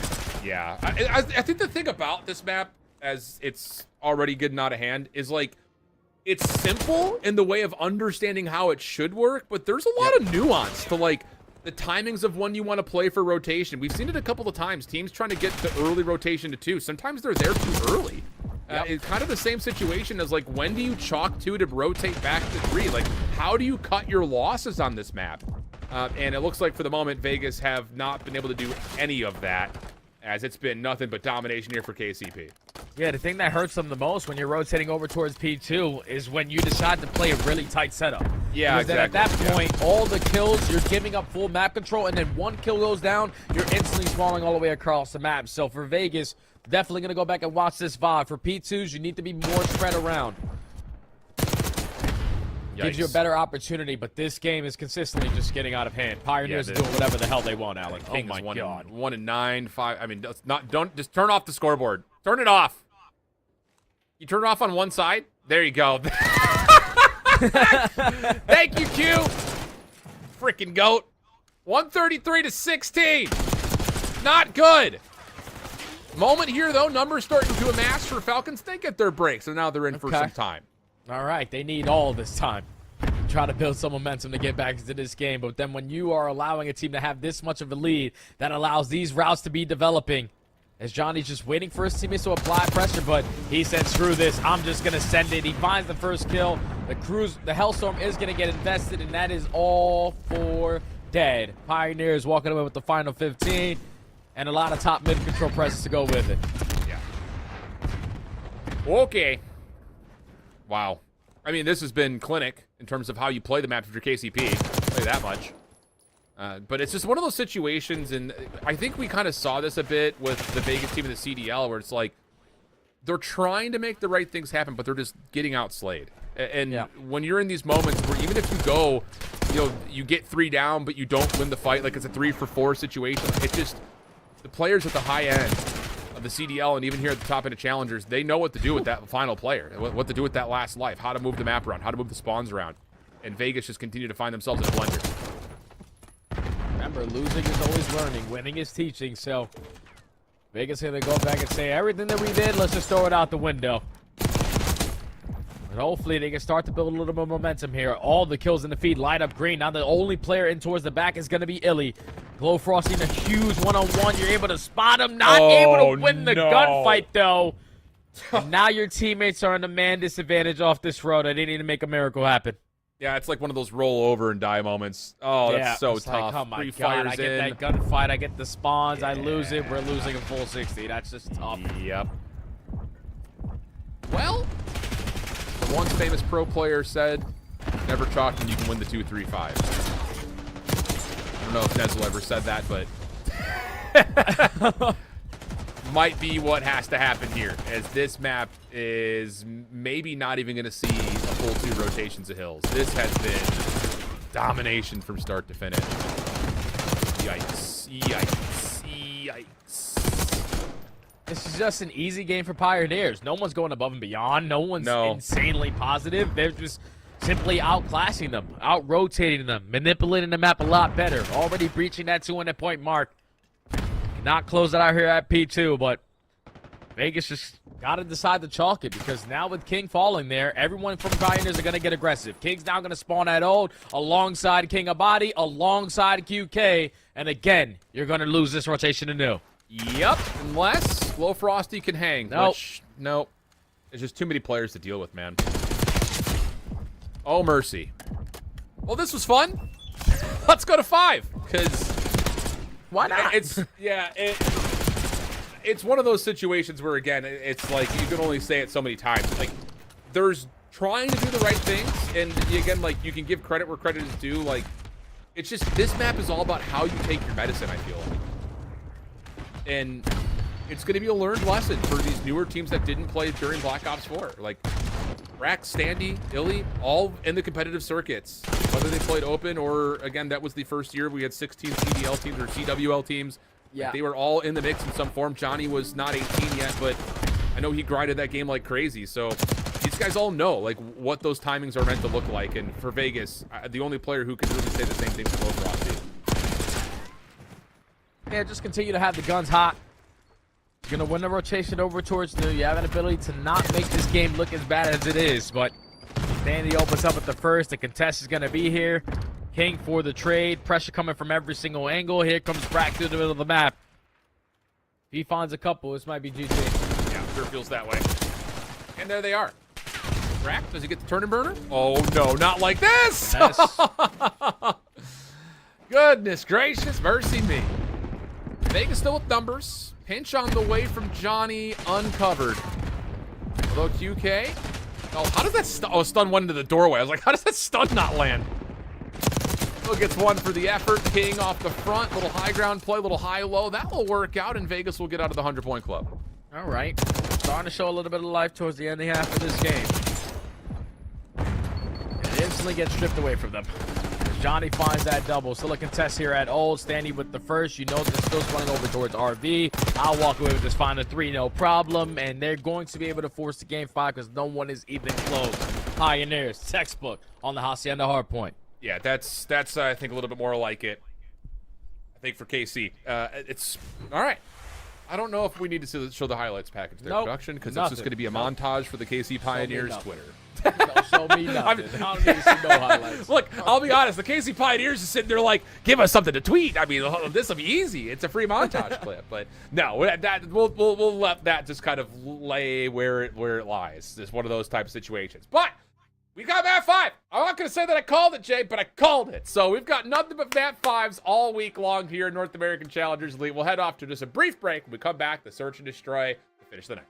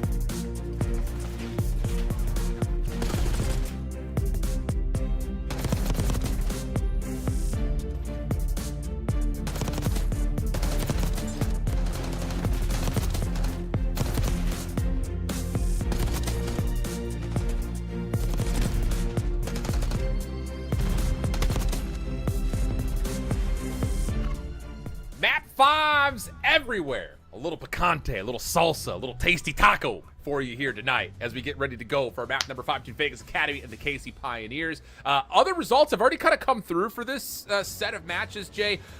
Rally did beat Luxury Exotics, so we can at least say that Luxury Exotics have been eliminated from the chance of making playoffs. Okay. YFP have beaten the Riddle Spartans. Amit Brooklyn 2-1 up over Paranormal. FC Stallions 2-1 up over Syndicate, as we know that's our Bravo matchup. And then Cabal Gaming have beat Loyalty Inc., which I believe also eliminates Loyalty. So those are some of the updates around the season at the moment. But for this one, a big one. Vegas trying to get their 3rd win, should get them into the double elimination playoff. Pioneers need to survive and try to stay away from any tiebreaker situation. Yeah, you don't want to go 1-3, and now you're relying on another Search and Destroy, another Game 5 where you fell short yesterday. You were up 5-2 in the second Search and Destroy on Skyline, and you threw that one away.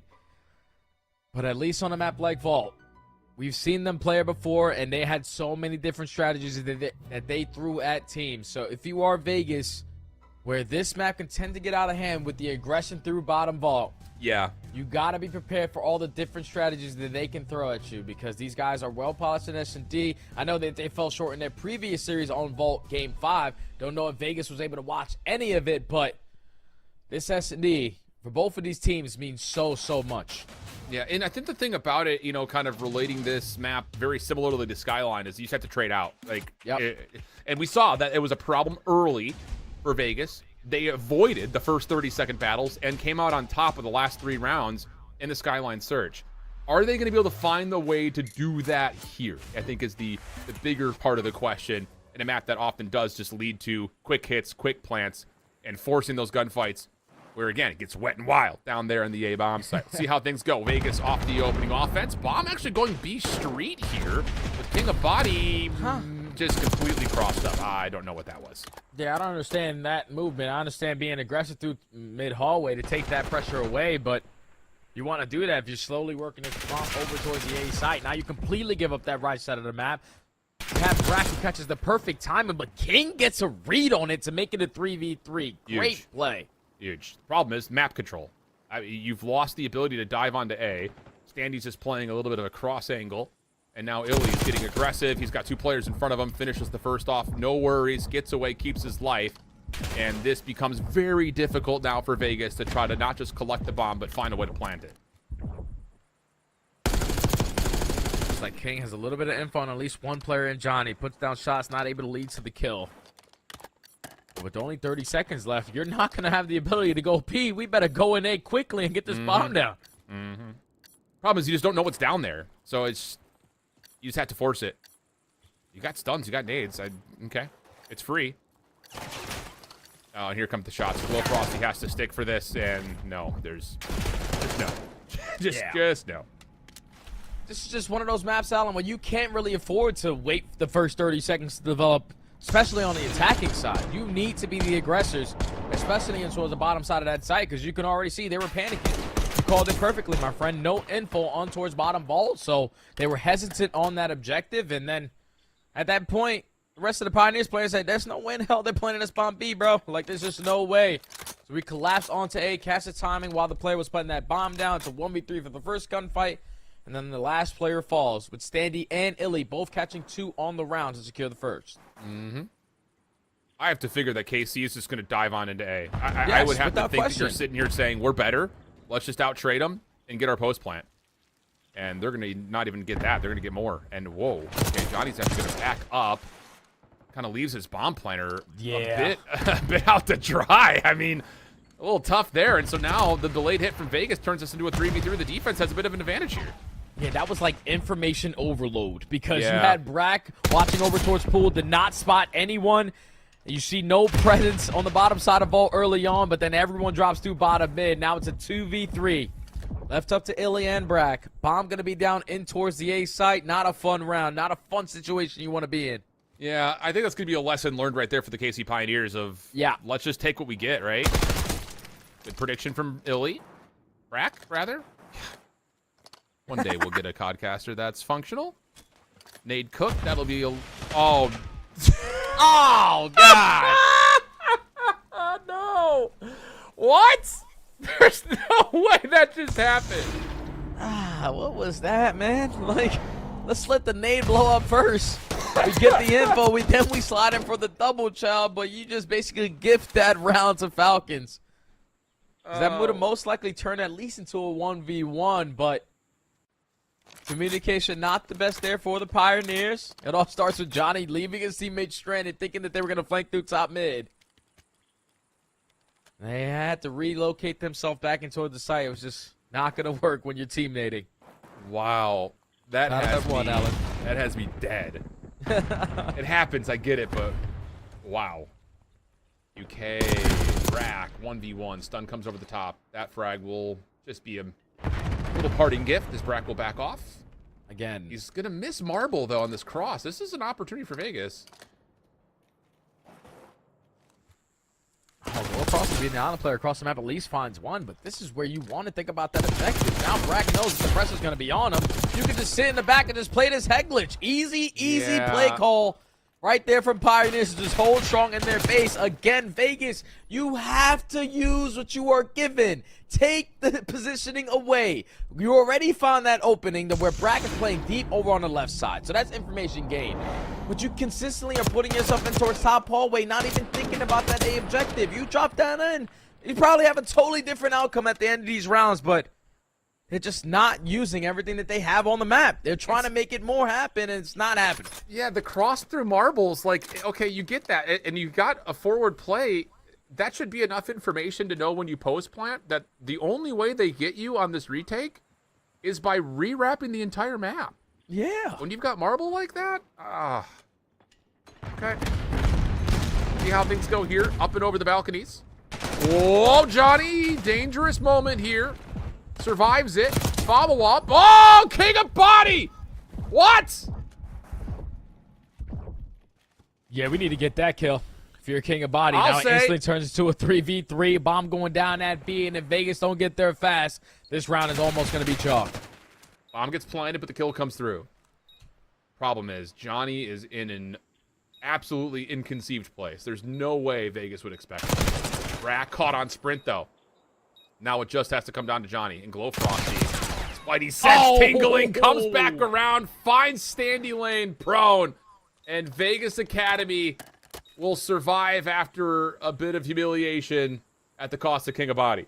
And that all came down to one-on-one gunfight after one-on-one gunfight after one-on-one gunfight. It all starts by taking off the bomb planted through bottom vault. Then you turn it into a 2v3. And I love how patient Glow Frosty played that. Because he knows, if you're planning B, there's got to be someone at least in one of these buildings. They just came from P4 side, so he has to be playing over towards Art.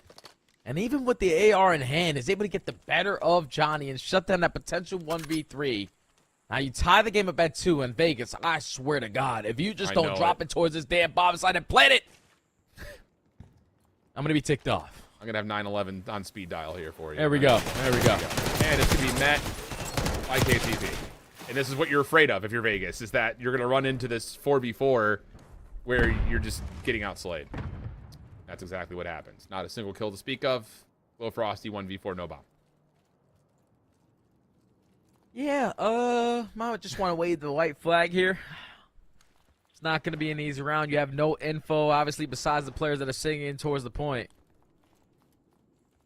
But 50 seconds to work with. Glow Frosty wrapping the entirety of the map. At least able to spot one information gain and a very clean round right there from the Pioneers. A perfect blind counter because that's the first time they actually played the round like that. They were just playing very stationary towards top mid. Eventually were dropped out in vault late, but that time they sent all 3 players to drop down instantly. They would every single fight. It's tough, man, because that's what you're afraid of with that whole roll of the dice type of play. Yep. You know, it kind of, you know, we talk about the first 2 offensive attempts for Vegas, too cute. And then you say, okay, let's just go back to what the orthodox play is. You don't win there either, and just kind of has you hitting your head against a wall. So let's see how things unfold now for KCP on their next offensive effort. It's been a lot of this. Stun over, get in, plant the bomb. Although, to be fair, they haven't actually planted. They've all been looking for kills right here, just trying to force the gunfights. Bottom side vault, 1 for 1. Nade cooked. This should be a plant. We should be planting this. Yeah, we 100% should be planning this, but Vegas could not leave their teammate out to dry like that. I'm pretty sure once they found that first kill, both players tried to jump up back through the whole door. And now it's going to be a 2v2 with that bomb being planted. Brack has to assist his teammate, but he's able to get out towards pool. He's got to worry about the flank, though, at the same time. Stun doesn't quite land. King making the route around the back. Standy, I think, caught information. Yeah, sure has now. Glow Frosty's already on the bomb. They have to double check this. And, well, Glow Frosty stays concealed. This could work out depending on the timing of the challenge. Yeah, King will drop. Brack on the rewrap. This is bold. He's going to have to check. He has to check it now, actually. And he may just catch timing on this perfectly. Oh, diving board. First one to drop, and Brack will clutch it up. Oh, it works out beautifully. The timing was perfect right there out of Brack to hit that rotation. He was the player that gave the info early on, forced Andy to play his life, then doesn't commit on holding over towards the palms area. He wraps his way back over towards Catwalk. Realized that the time is on my side, and all I have to do is play for one kill. And thankfully, Glow Frosty was caught with his pants down, not looking at the right angle. And Pioneer's now 2 rounds away. And you know what's even more scary now, Alan, that Vegas got shut down on their previous attack through bottom A? Is that they're probably not going to go back to it. They're definitely not going to go back to it expecting that blind counter. And now if you're Pioneers, you can do whatever the hell you want. Yeah, that's absolutely the case. And, in fact, looks like Vegas will just go right back to it. No aggression this time, though, from KCT to try to contest and pick up the RC car instead. That's deleted immediately. This should lead to a quick plan opportunity, especially with a King of Body getting some marble presence. Second RC coming out. That will be deleted as well. Bomb planted already in the meantime, though, and this is an advantage for Vegas. Oh, yeah, but restacked in towards the site is not the ideal setup you want to be in. You're just hoping that Glow Frosty can develop on this flank for the first blood, and he's able to get one and get out with his life. So now with only 25 seconds left, the rest of the Pioneers players need to get a move on it. You got a couple stuns, you got a couple nades to potentially find an opening. Standy makes it a 3v3. Now, Johnny also still holding in the back there. Where did Glow Frosty go? Wait, Glow Frosty. Man, what? He falls on this. There's no way. He had cleaned up the bottom side of Vault. And if you're Vegas, you have to know that the only play they could be hitting from is from the pool side. And I kind of felt like Glow Frosty bailed on his route a little bit too soon. He gets caught, and then the rest of the members inside the site just have nowhere to go. Yeah, that can't happen right there if you're the Falcons, man. Like, you have everything cut off. Glow Frosty on his pinch, gives up his angle, and I guess the communication did not come in. Because then you allowed, I'm pretty sure it was actually Johnny, not Standy, to walk his way right back through Vault, find the initial kill to make it a 3v3, and then somehow, somebody find a second before Glow Frosty was even in the play. So now Vegas backs against the wall. We saw them in map 2 come back down from 2-5, but this map's a lot more difficult to do so. Okay. Here we go. Are you surprised?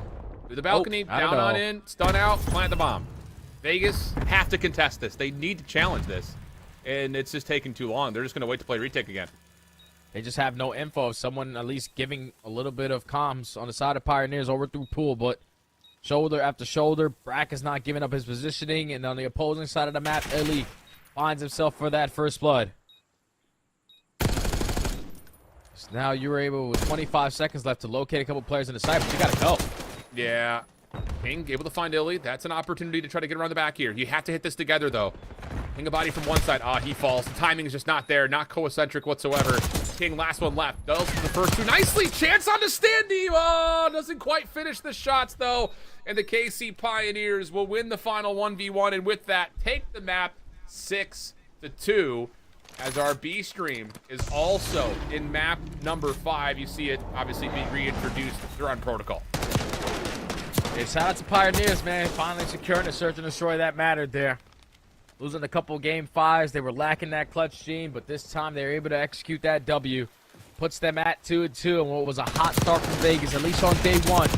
They lose both their matches today.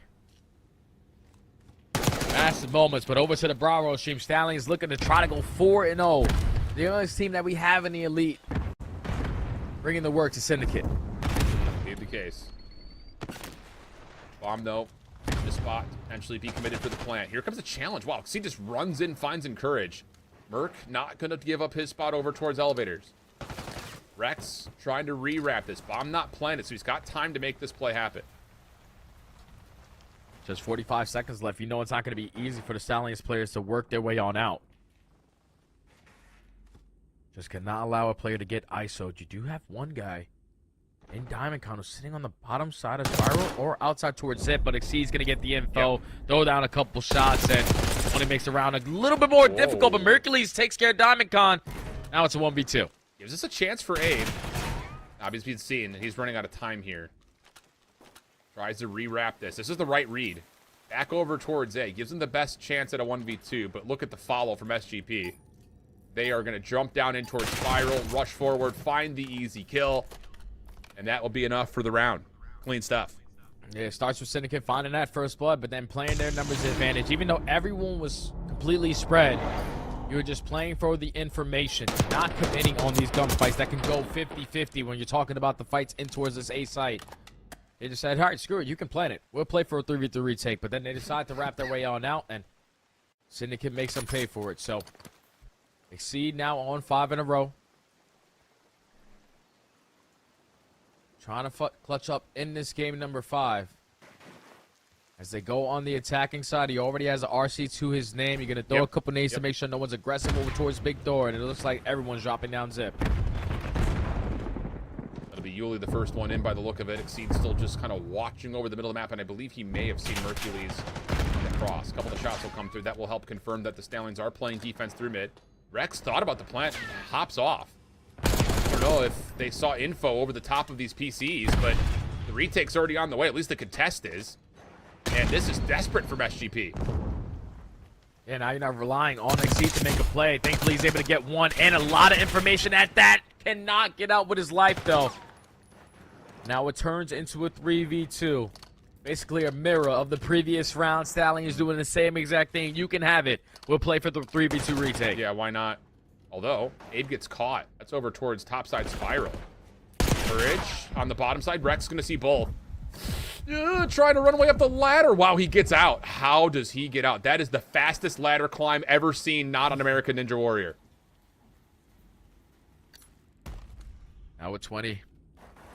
The rewrap to work his way back in towards A. You have Encourage, who's watching that cross. Might have got some bad timing there, so Dylan could potentially get the bomb down, but Encourage is going to check at the right time. And that was literally the same exact round that we just saw in the previous. And the Stallions are able to take it to tie the game up at 2. Okay. I mean, that was a fast ladder climb. I don't climb ladders that fast. Hell no, especially when you know they're on your ass. You got to get out of there. You cannot mess up your movement. And he was able to do so, just not able to clutch up the round. Wow, that's hilarious. 2-2 the count. The Stallions want to continue to try to play with this little bit of extra aggression. Mercules is having a great start, 6-3 through 4. Lurks designated to be the bomb carrier here. Encourage looking for some window action.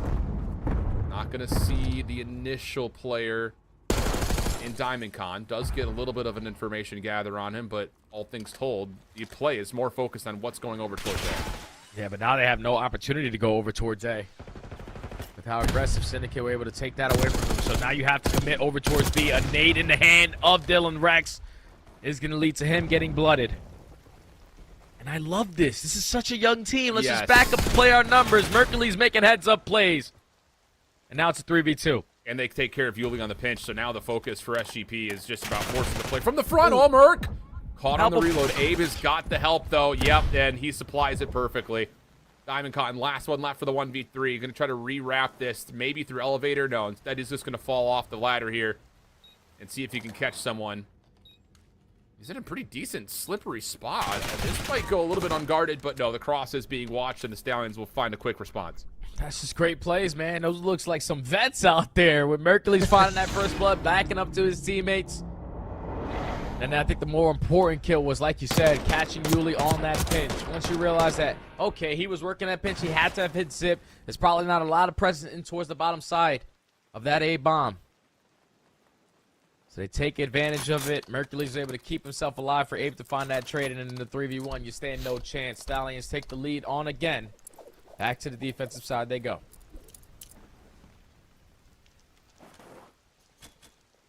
SGP looking to play aggressively again over through both sides. They've been doing this quite often. Bomb carrier just going to drop into elevator. The rest of the team focused on winning the outsides of the map, but this leaves a lot of space for Lurks to work with. Mercules also finding first blood, and yeah, I mean, Stallions are all over the map. They're going to get a full surround here. Pardon me? Hello? Door open for a reason. This guy is glitching it. He's sitting there with a knife in his hand. Hercules just gonna throw his nade and Exceed somehow, some way is able to stay alive in that positioning. But with only 25 seconds left, Merc says, screw that one-on-one, Chow. I just want to help my team. Abe finds the first. Now it's a 1v4. Exceed at least finds the first kill, but there's too many players to account for, and the Stallions again use their numbers, play for the first blood, trap them in towards the site, and retake as a complete unit. It's now 3 rounds in a row for the Young Guns as they're starting to pull away. I'm wondering if Merc maybe saw a name tag kind of pop through the door, maybe got a little bit of aim assist or something, because I don't think the door was open initially. I think he just took a pot shot, which kind of cracked it. I don't know. But regardless you of can't see a name. Can't see a name through that door, Allen. He just took a pop shot because you know SMGs like to play in rat corners, but I thought he would have got the indication that the door's not completely open. Potentially someone's going to sit back there, but when he put down that second wave of gunshots and nothing connects, he just decommits and plays with his team. Fantastic decision. Yeah, good decision indeed. 4 in a row now for Abe. Again, we talk a lot about lurks, but Abe, Encourage, Merc, all have had great moments. Abe and Merc in particular on this map. Rotation back away after nades were thrown over towards field side, and Exceed breaks the timing, finds first blood. Trade on the way. Mercules finds his 9th. 3v3 now. And now that potentially gives you a little bit of ounce of information that you know that Exceed liked to be one of those SMGs that showed a lot of presence towards the bottom of the site, but they get the read that they were going to get aggressive on the left end, and thankfully they trade out effectively. Yuli left in a 1v2, make it a 1v1. A good spot, though, can reset. Up and down off the zip, gets back to full health. And Encourage is waiting, seeing if he can catch Yuli getting aggressive, but both players going to completely just sit and wait for this one out. 30 seconds on the clock. Yeah, headsets are cranked. If I'm Encourage here in this 1v1, it's very difficult to try to shut them down on B, but Yuli with the timing predicts it perfectly. Keeps the hopes alive for Syndicate. To not allow this SNE to get away from them. Such a massive round, a swing round. Put them down 4-3 with the 1v2 clutch. Love it. Man. The chess game between these two teams on this is going to be really interesting. Because as much as we've seen success happen over towards this A site with Floods, Syndicate, they've done it largely through field side. Stallions more so through elevator. When do you try to flex the muscles towards the B site? Try to open up some space in a different way. This time not going to happen. It's just a straight drop down with the trophy system.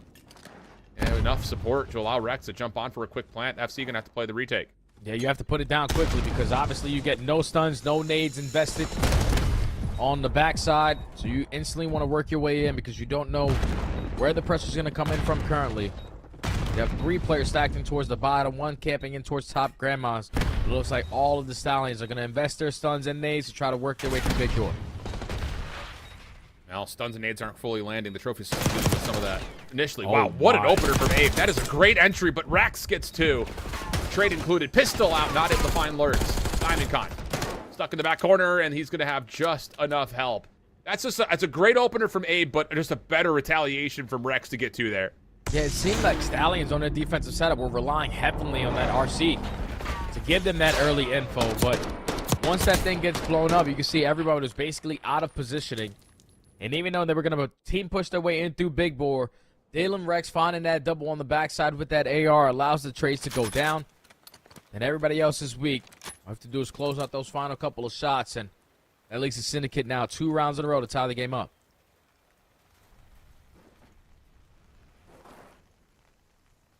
This is different from Syndicate. Yeah. Watching for the cross. Semtex at the top of the door? I don't know if that was intentional or not, but Stallions still win out in the gunfights, and that's the round. Okay. That's literally it. Yep. I think the nade that was intended to throw it at the top of the door because you're expecting these players to be a lot faster on their exit on the way on out. Because if you throw it inside, it's a potential trophy system that would block that, and it has no impact at that point. But when that nade goes in, the rest of all of the Stallions just fly on through. And we're able to find every single kill with ease. Now they're at game point. A chance to start flawless in your first Challengers Elite. Insane, man. versus some vets too, Alan. Yes. Versus some guys who have put on in challenges for years. They are getting it done. Potentially one more round on the cards for a flawless start. Yes. Here we go. Courage. Wow, the pre-fire shots are perfect. The slide over from Abe even better. And that will force the play back. And likely that will put this thing pretty much out of reach. Although Exceed's going to get a freebie here. Should get a freebie here. Okay. Can he get a second before the troops retaliate? Doesn't look like it. He's just going to back up towards mid and try to reset the timer. Man, I wish the Syndicate would be more aggressive over towards B side because we know how difficult it is to try to retake, especially when you control over towards Heli. But now Diamond Con slowly working his way up now. Pretty sure he is going to get spotted, but the timing from Exceed makes it a manageable play, 2v2. Doesn't quite lock down onto Lurix, but Diamond Con's going to have the freedom to plant. 1v2 for DC. He's going to just leave himself over towards the helicopter. This is a one-and-done spot. He's got to hold this and try to finesse as best as humanly possible. Catches info onto Abe. Lurix taking the quick corner. Finds him underneath the reticle. And how about FaZe Clan Stallions? Map 5 winner in their opener. Follow up with a Map 5 winner versus KC, and then a 3-0 against Loyalty to start the day today. And then you survive against SGP in another Map 5 thriller, 4-0, top in their group. These kids are for real, Jay. I wasn't lying to you. Oh my God, Alan, you've been telling me the truth for so damn long. You were telling me even last year that these guys are so young. Finally, they're able to turn 18 and compete this season. And they are showing us what they're all about, man. Everyone has something on this team that has a shining light. We're talking about Encourage with the AR. Multiple situations where he needs to be in a clutch, he's getting it done. Or popping a two-piece with that AR, he's getting it done. Yesterday was all about Lurks with that SG, but Abe was making plays today, man. That entire young roster has a lot of promise for their career, especially if they're starting off like this, taking down top dog after top dog. Their confidence, everything is just continuously going up and up. Congratulations to them on a phenomenal start. Unreal stuff, man. These guys are nasty. Nasty, Yes, nasty. So, wow, that puts us into a position where we're going to have at least some indication on the teams that are out of contention. Loyalty Inc. 0-4, Luxury Exotics 0-4. They will be eliminated. Rally Esports, I believe, will still be in the hunt with their win versus Luxury Exotics, but they would have to win their next matchup and win a tiebreaker situation. So they're on death's door, so to speak. Whereas on the other side of things, Paranormal, how about those guys? A 3-0 start. They finished 3-1. YFP 4-0 in their group, and the FC Stallions 4-0 in their group. So looking really tight. Here is the overall leaderboards and standings. Again, with the Vegas Pioneers game ending the way it did. We've actually got a four-way tie at 2-2. Again, Loyalty is 0-4, I'm pretty positive. So yeah, they will be fully eliminated, and that makes sense for the four-way tiebreaker in the middle there. Oh, man, that's going to be a mixy one. Obviously, next week, it's basically a one and done. You win and you're in. If you want to control your own destiny, you don't really rely on someone else to allow you to get into the playoffs. But I was not expecting the standings to look at this at all, Alan. Like, YFP, Wiz, and Dak, that duo has been causing mayhem, clutching up on Game 5 after Game 5. On Group B, we got the Young Guns taking out all the big dogs. Man, what a start to the Elite, brother. This is awesome. It's going to be fun, man. The really exciting part about this is we've got a couple of star players across the board now where it's like, yes, give them another shot, or I think in particular, their time is very soon coming based on what we've seen. Now, again, let's not jump the horse here when it comes down to it because it is still the group stage. Anything can happen when it comes to playoffs, and that's where the temperature really heats up. So that's what we're going to be looking forward to next week. We've got one more match that'll be happening in the round robin phase. That'll be on the first day of action, and then we'll be back the second day to start our playoff kickoff, where I think we'll have 3 slots of games to get that double elimination matches underway. It's going to be a lot of fun. Any final thoughts, though, for you, Jay, before we say farewell and look forward to the CDL weekend? I wish I was 18 again because those guys are twisted. You can just tell these guys are phenomenal. And that's the good thing about them is they're coming into their first career pro Call of Duty game where you have Omni movement, where you could just be an absolute turnt young kid and it's working out for them. So it's fun to watch, man. It's fun to watch. Well, it's going to be a heck of a weekend for us as well because it's our first minor tournament happening. Single elimination throughout the 3 days in the CDL, seeded by where the team stood before we went to the holiday break. So make sure you tune in on the main YouTube channel. Make sure you subscribe on the way out so you can come back and watch more challengers next week. Until that point, we'll see you later. Bye-bye.